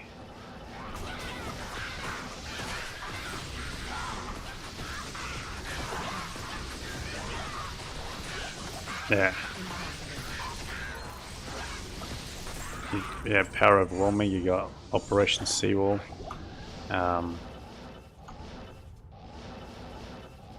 Oh, damn! I just had it in my mind. There's a few of them. Use them all the time. Like there was no way that I could have finished StarCraft when I was a child. That game was way too hard. But I did redeem myself and actually finish it as an adult without the cheats. And it's still bloody difficult. That last Terran mission, you gotta like cheese it a little bit.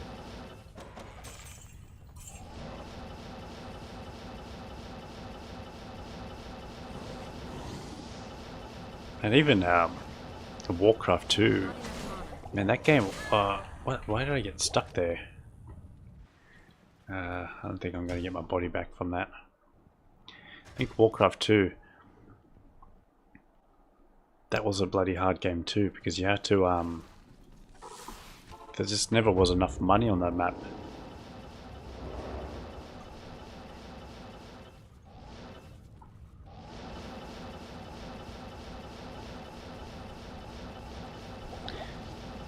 Just learn your lesson from me, like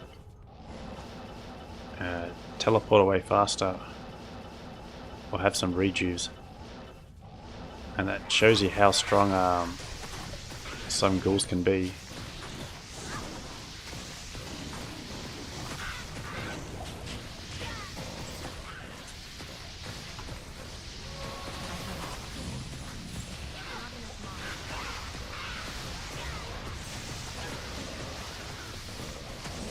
Oh god.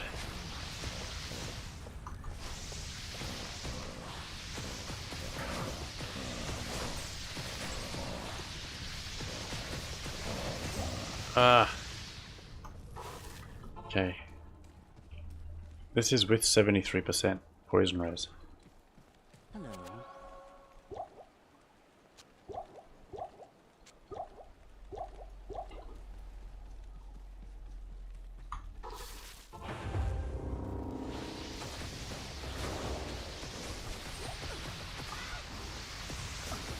that russet armor as a unique would be nice. Oh, she didn't drop anything.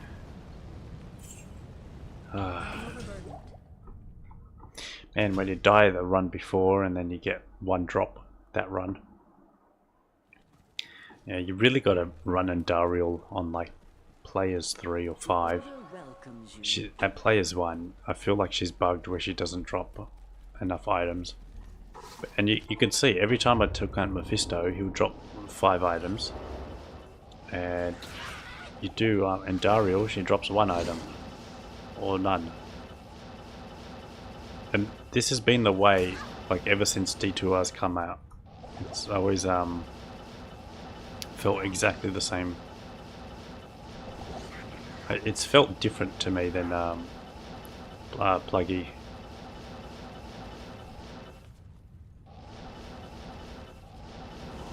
If it's different or if it's the same, that's...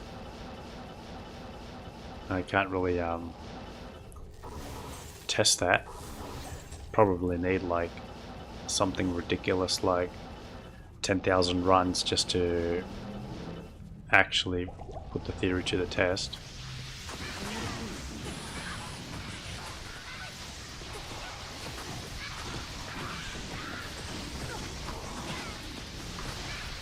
Alright, well, Endariel's got my aura, so she will be very hard at hitting, so let's not get hit. I guess she's lost it, so... And... Okay, another Grand Crown, but...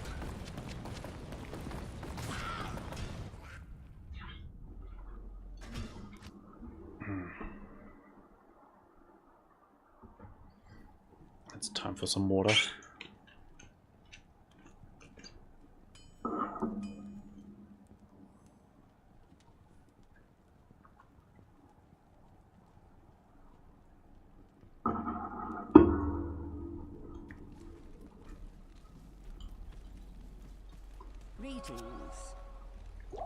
I think I had a video that I posted that went live today,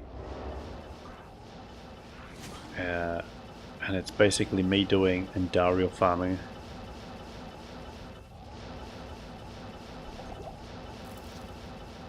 And what I found in the run, but that was with just my barbarian.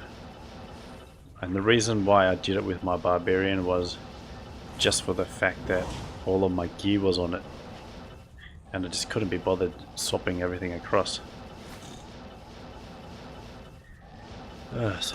So the barbarian isn't the best Endariel killer, but I can tell you that he's done better than what I'm doing right now. Heavy boots. Oh wait. Oh, I thought that said Hydra bow. It was cedar bow with the Hydra edge. But she can actually drop the wind force now. Alright. Leave and come again.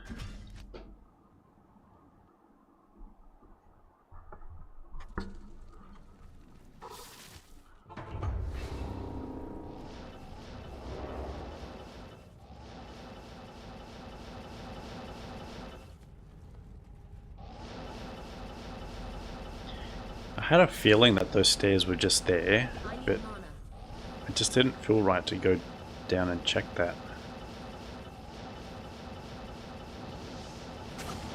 Oh god.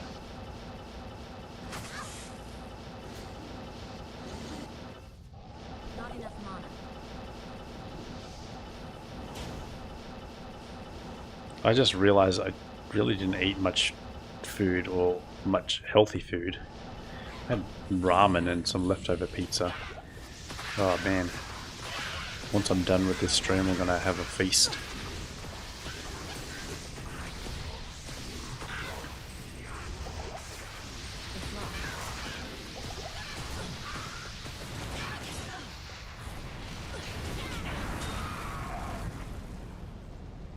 Yes, you definitely gamer diet, that's for sure. But I've been having these Korean ramen. They're just so good. I don't know, they're probably the most common Korean ones. Good day. The problem is just the sodium is like your whole daily limit. You can't. Hello. It's just it just literally just kills you.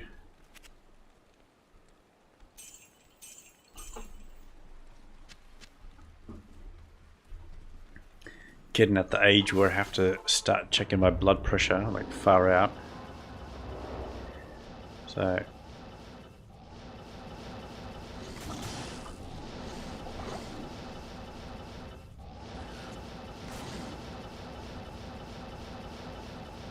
oh, to be 20 again, that's I need mana.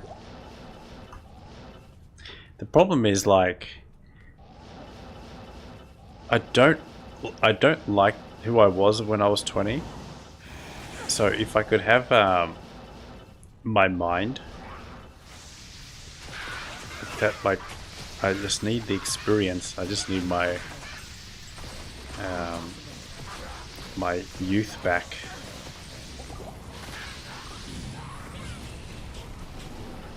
Like no, I wasn't like a terrible person. It was more the fact that I was just so inexperienced in life.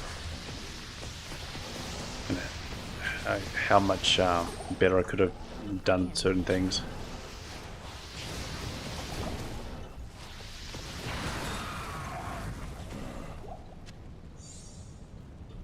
Kura's shield, actually that could be a decent drop.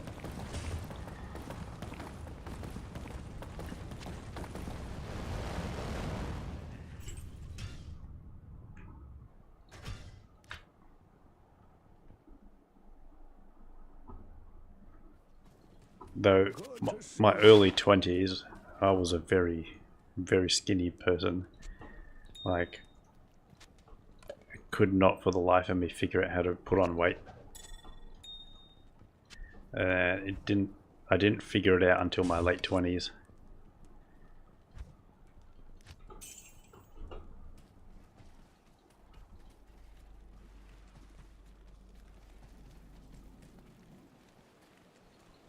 Yeah, exactly. Welcomes you.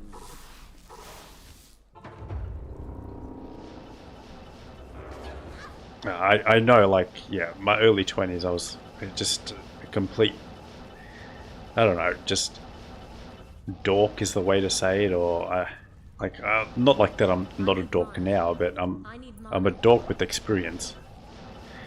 And I've just had a lot of personal growth.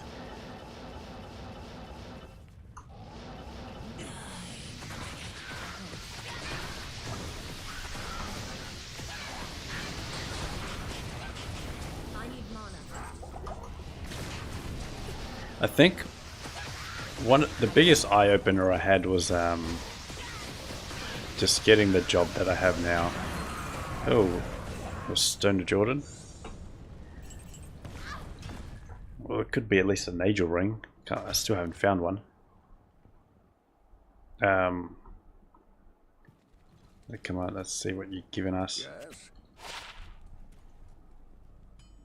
Yes. It's always Manald. So I was doing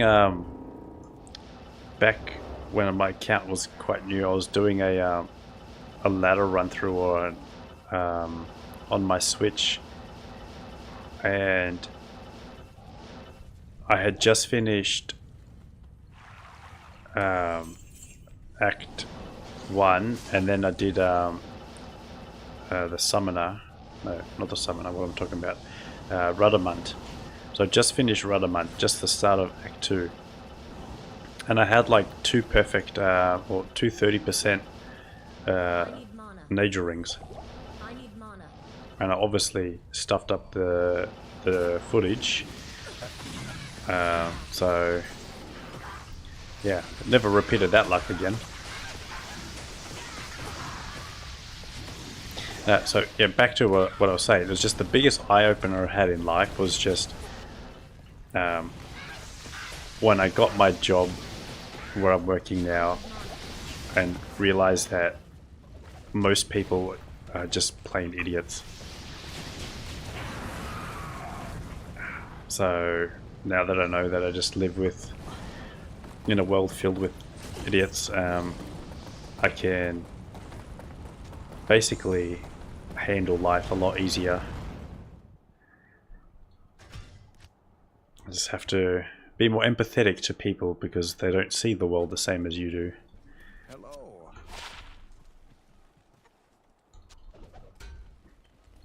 Yes. Like, cause my job before this one, like, cause I worked at a small business, so the boss's way to keep you employed there was just to, you know, put you down, saying, oh, you know, here's all the things you've done wrong, and oh, people here aren't happy with this or that or whatever, and it's just like, oh shit, am I actually that useless? No, that was just what they did to make me think that. And it's like, so I don't go looking somewhere else being like, oh. And now that I got the job that I'm in, I'm like, holy shit, this whole time I'm like so much better than what I gave myself credit for. And like, I could have been doing this shit ages ago. Yeah, but anyway, it's Not enough mana. takes a lot to learn about who you are, and most people don't really know about themselves. So it wasn't like that abusive, like or like that bad of a relationship. It was more like when I first got the job there, I did alright, and I got like a decent pay bump, and I was earning some decent money for quite a while. But then it just like it all stopped, and I got to a point where they couldn't really justify giving me more. So the way to keep me around was just to put me down emotionally. But I've learnt from that experience.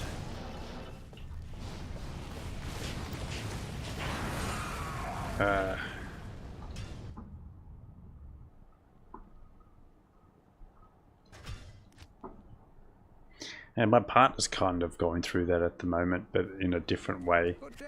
You know, she's like doing such an awesome job at her work, Good day. and she just gets taken advantage of.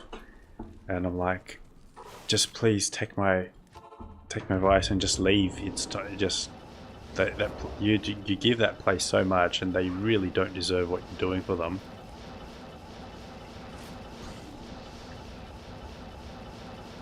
Yeah. Not enough mana. And obviously, when I put in my resignation, far out, I was just like, it was like I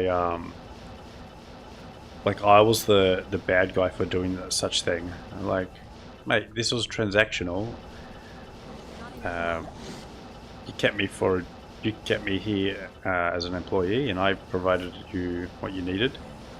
And now it's time for me to move on. It's like, I didn't do this to hurt your business or anything like that. Anyway, look, it wasn't the worst thing, because he did actually loan me his car.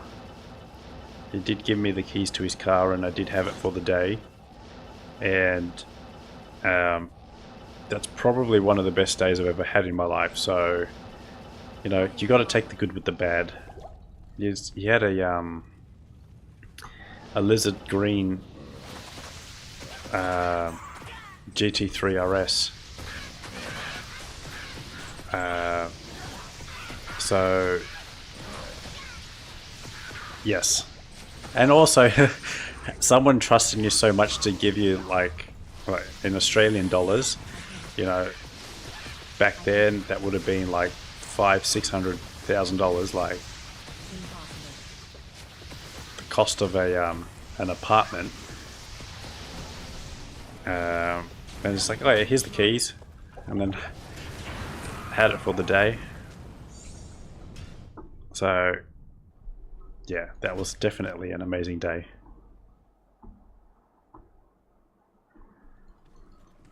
Greetings. And it gave me the perspective of what driving a Porsche is like, because I never knew what it was like until I actually drove one. So it gave me a whole new appreciation for it.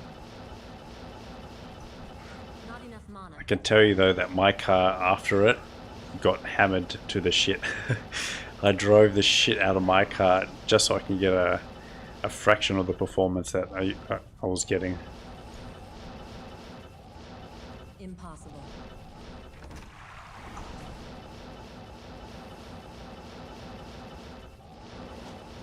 And it wasn't even like, you know, just baby the car. The guy gave me all the lessons on, like, this is how you put it in like neutral and rev it, and just make sure you give it hard. It's just like, the car's like unbreakable, so just do whatever with it. Just make sure it warms up first, that's all.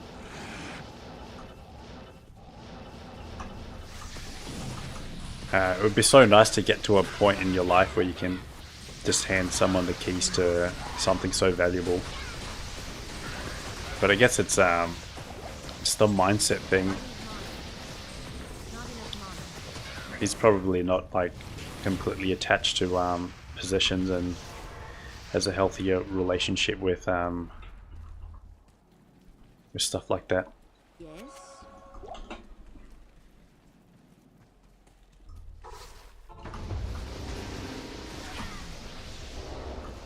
Oh shit.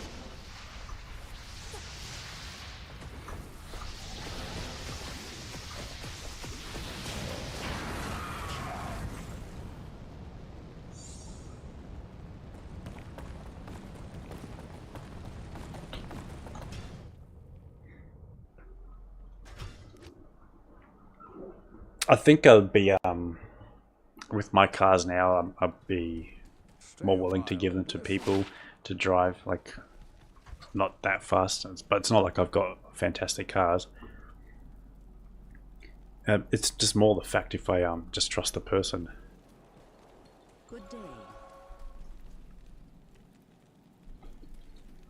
A lot of people really don't know how to drive.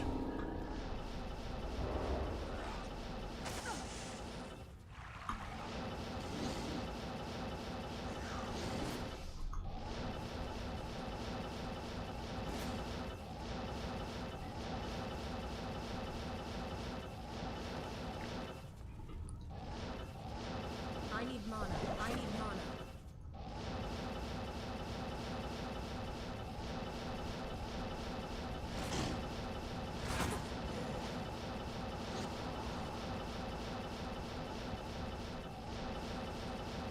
Not enough mana. Still no luck. The last run we had a lot of drops, but nothing useful. We're past halfway point now, and we've got one Monald ring to show for it.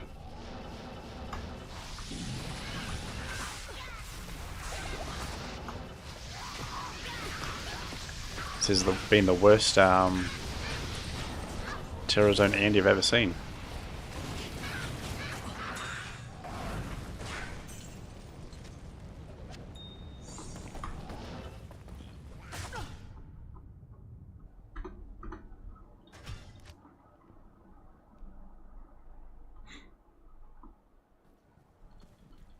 Good day.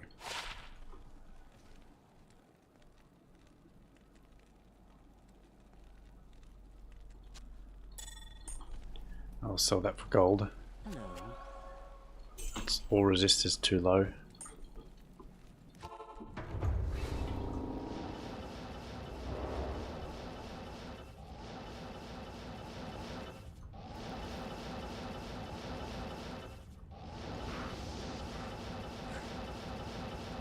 I need mana.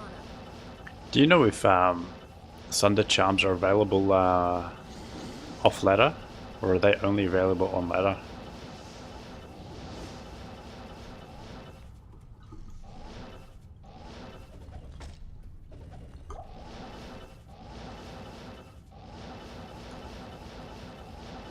mana.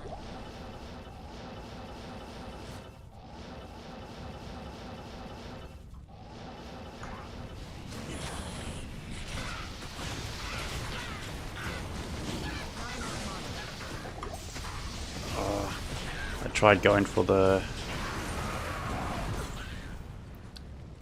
shotgun method, but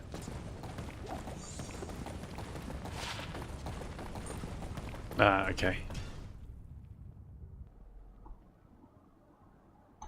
Yeah, I know for sure that they drop offline, but I don't really play non-ladder that much. Yes? Yes? So wondering if I needed one off ladder, if I could still farm one. The order welcomes you. So I don't know after season 12 if I'll do another season again, but maybe I will. Who knows? I always get the itch to do a season every now and again.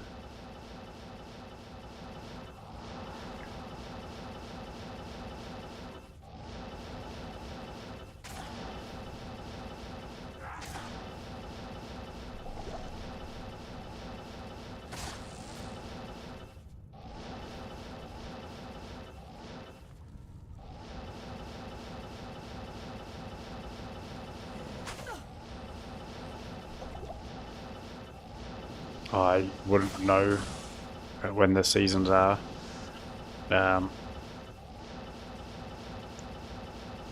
Anytime there's like a release for like a game and it says it's coming out in fall or whatever, I just have absolutely no clue when that is.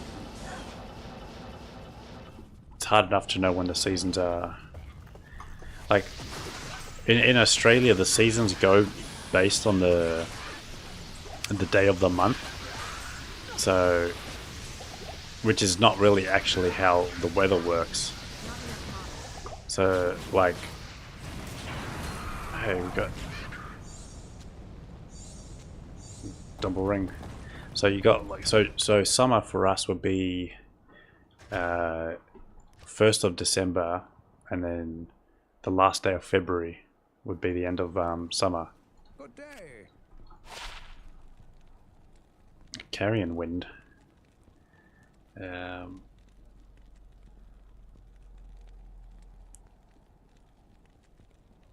That's a bloody rare ass ring, isn't it? But that's pretty bad. It's like poison over on struck.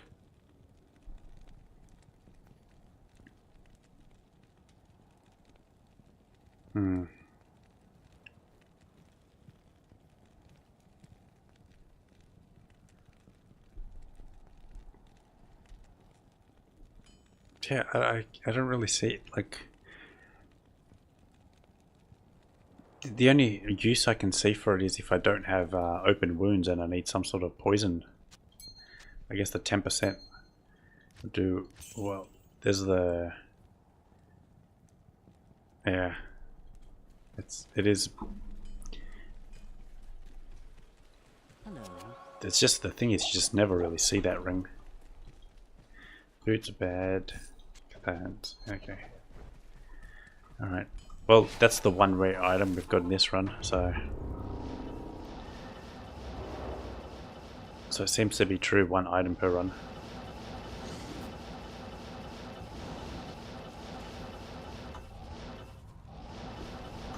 Not enough mana.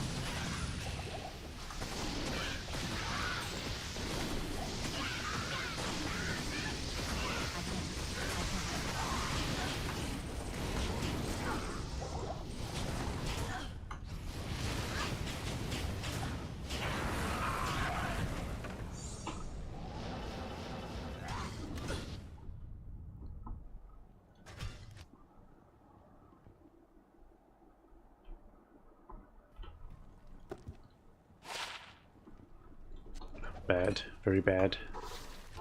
At least I can when the run doesn't take long, it feels alright. Oh shit, holy. And that's me with max res.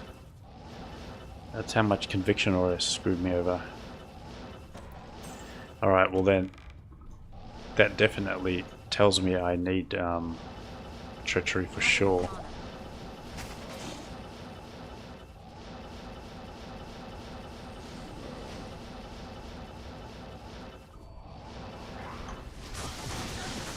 Oh god.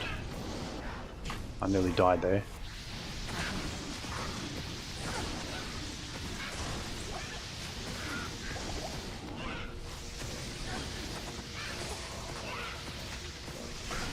Not enough mana.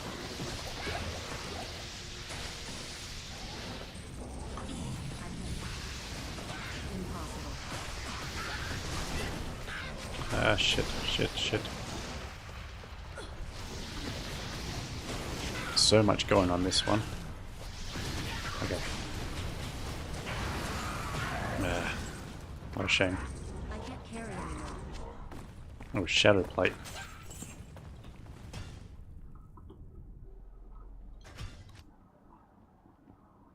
I feel like I was talking something before that ring dropped, but completely forgot. Doesn't matter.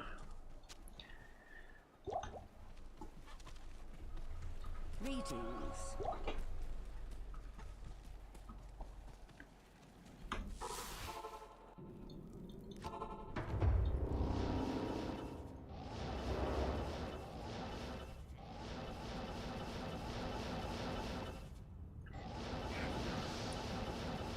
About the lessons we learn in life, hey? I've given you all the lessons I've learnt in life. Is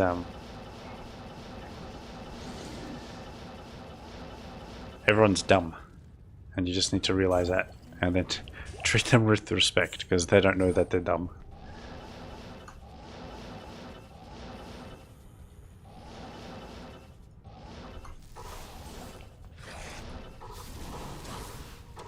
It's just sometimes I do envy them, you know, just they can just go through life not knowing, and just they're just so happy, not realizing all the things that's going on. That's why I'm kind of staying off the news as well. Like, it doesn't do you any good trying to realize what's going on in the world, so taking on too much emotional trauma for not much you can really do about it.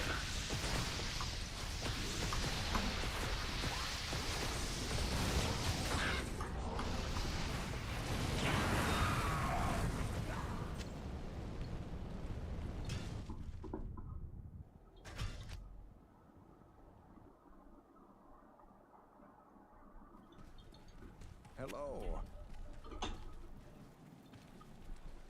Good day.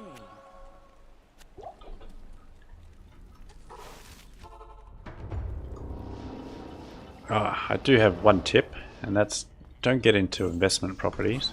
Just throw all of your spare change into the stock market in a conservative manner, and you'll live a much more peaceful life.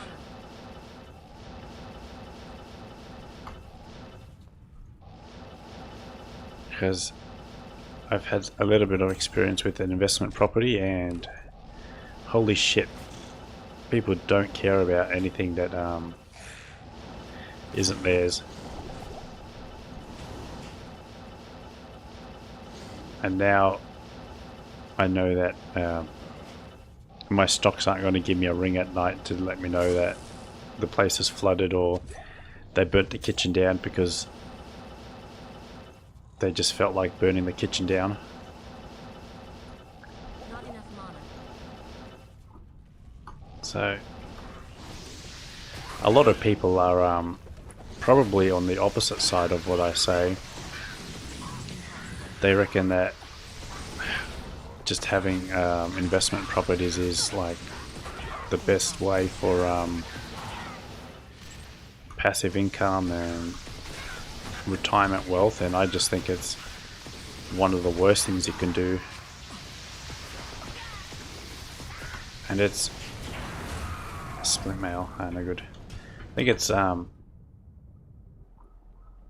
way too much effort for the gain that you get. Like obviously, like Yes. the after a long period of time, the pay can be significant depending on how the market goes, but you really don't understand how much effort goes into it.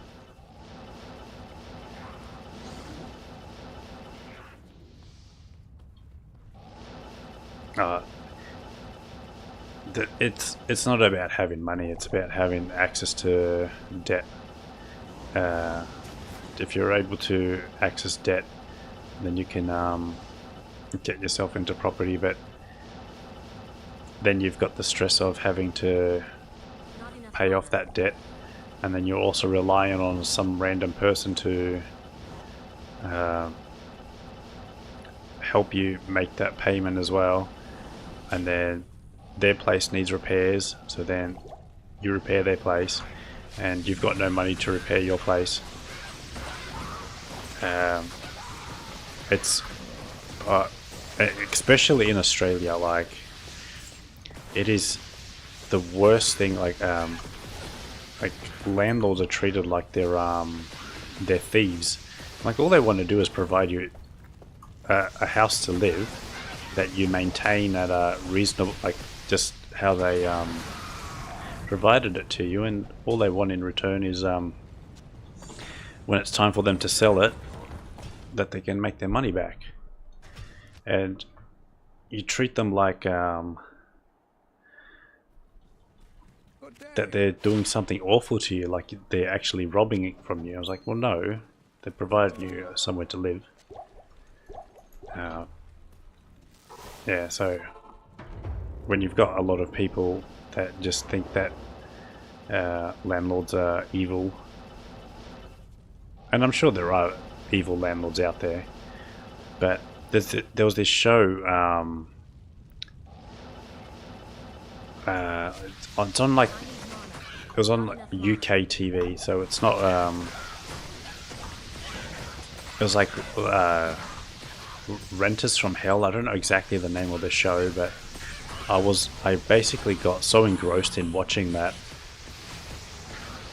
and like I actually can't believe how prevalent it is that all of these people just get their houses absolutely destroyed, and I think the worst thing is when they just like change the locks and they can't even get access to their own house or their own property. So they just have these people that are in there, they won't pay them rent, they completely destroy it, and then they can't even access it, and then they have to also pay a bank back as well for it. So, and it's just these are just regular people working regular jobs who are just putting their retirement into property, and they get just like completely taken for a ride for, and a lot of them end up having to sell at a loss because they can't deal with the stress anymore. And the whole reason is because people don't understand how the stock market works, because they think it's gambling. So then they end up thinking that's the only way to make any money, just by getting into property. When you can just, stock market is so easy when all you have to do is just buy a broad fund that just does like the largest businesses, like, you know, the S&P 500 or something like that. That's it. Keep it simple.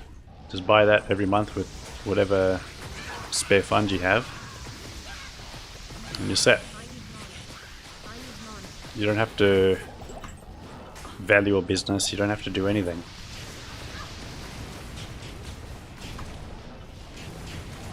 And if the market goes down, you just buy more. And that's just literally how simple the stock market is. You just need to know how to create a brokerage account and purchase your stocks every time you've got the cash for it. it's a very mindset thing. So Good day. for me, when COVID happened, I basically was out of a job, just couldn't go to work because of all the lockdowns we had in Australia. So I spent all my time just learning about how stocks work, because no one in my family deals with stocks. They're all bloody into property, every single one of them. And then once I learnt everything about there is to know about stocks, and I did obviously the foolish thing of buying directly into companies and then realizing I actually have no idea how to value a company, and so that's something I shouldn't be doing. But I did that with money that I knew I was willing to lose. So I did the learning experience and then realized, okay, it's simple. I just gotta do the thing of just buying just the ETF.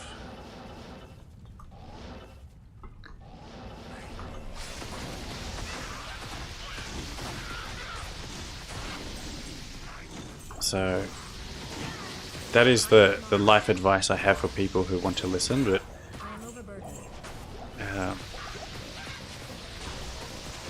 am overburdened. it's Impossible. it's very hard to do, because a lot of people think it's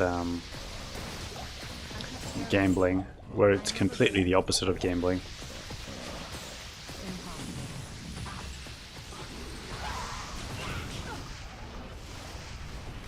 And Australia kind of forces you to do it. So Australia has this thing called superannuation, which is kind of like your 401k that you have in America, but in Australia it's forced.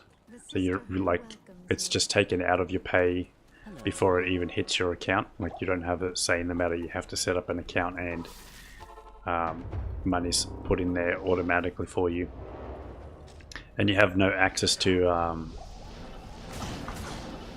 you basically don't have any access to that money until retirement age.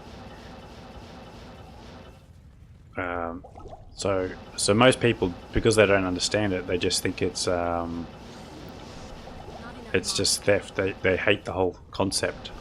But for most people, it's basically going to be what provides them some cash when they retire. There was a few issues with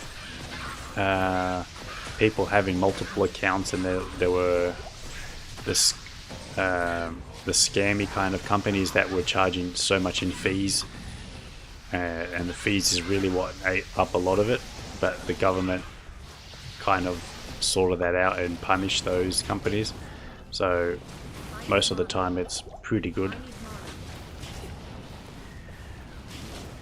If you're planning on starting, I am overburdened. if you can afford just to like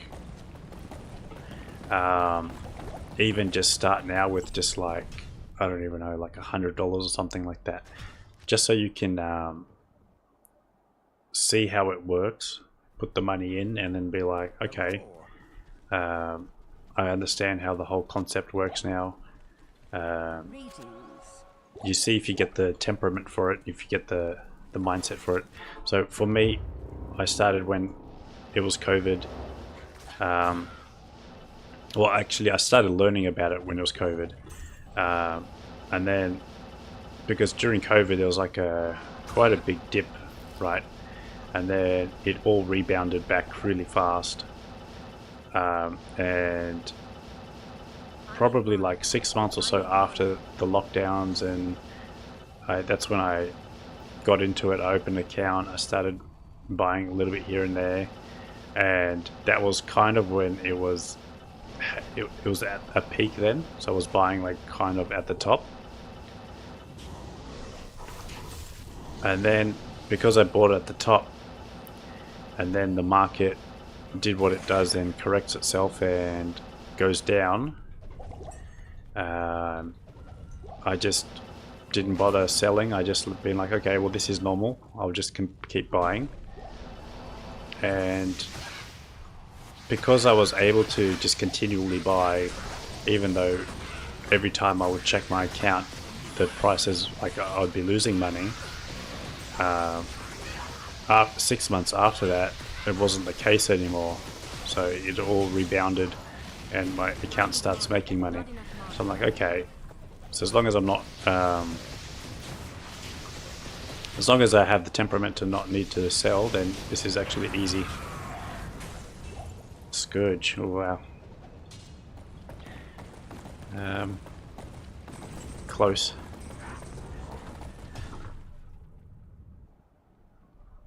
Yeah, but I totally recommend it. There's companies out there like Robinhood or something. You should be able to buy fractional shares, or maybe even just buy like one share of an ETF like the S&P 500.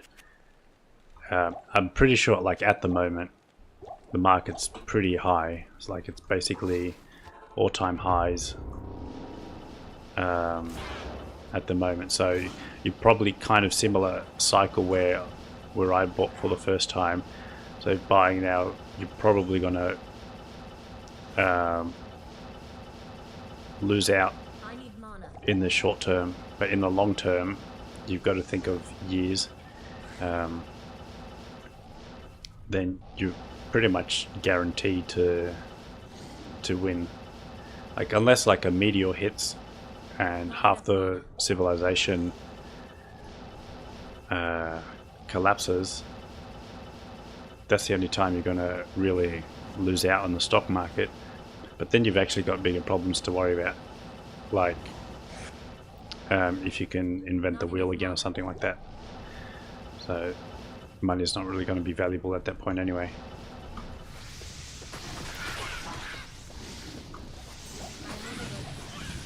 I have got no affiliation to any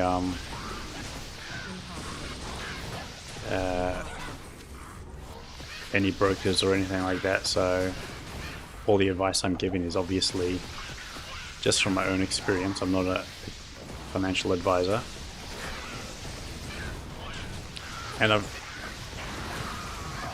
I've been having I've had the idea of creating a series called Diablo and Dividends for a while, where I just do item finding and talk about this stuff, but I've just never gotten around to doing it because it's quite a strange overlap having gaming and finance. Anyway, that was a very, very disappointing Terror Zone. Anyway, I think I'm going to end the stream here because I'm exhausted and I've got a hockey game tomorrow. So thanks all for joining. Really appreciate the chat, and it's been really fun hanging out with you all. So I'll see you next time, guys. Peace.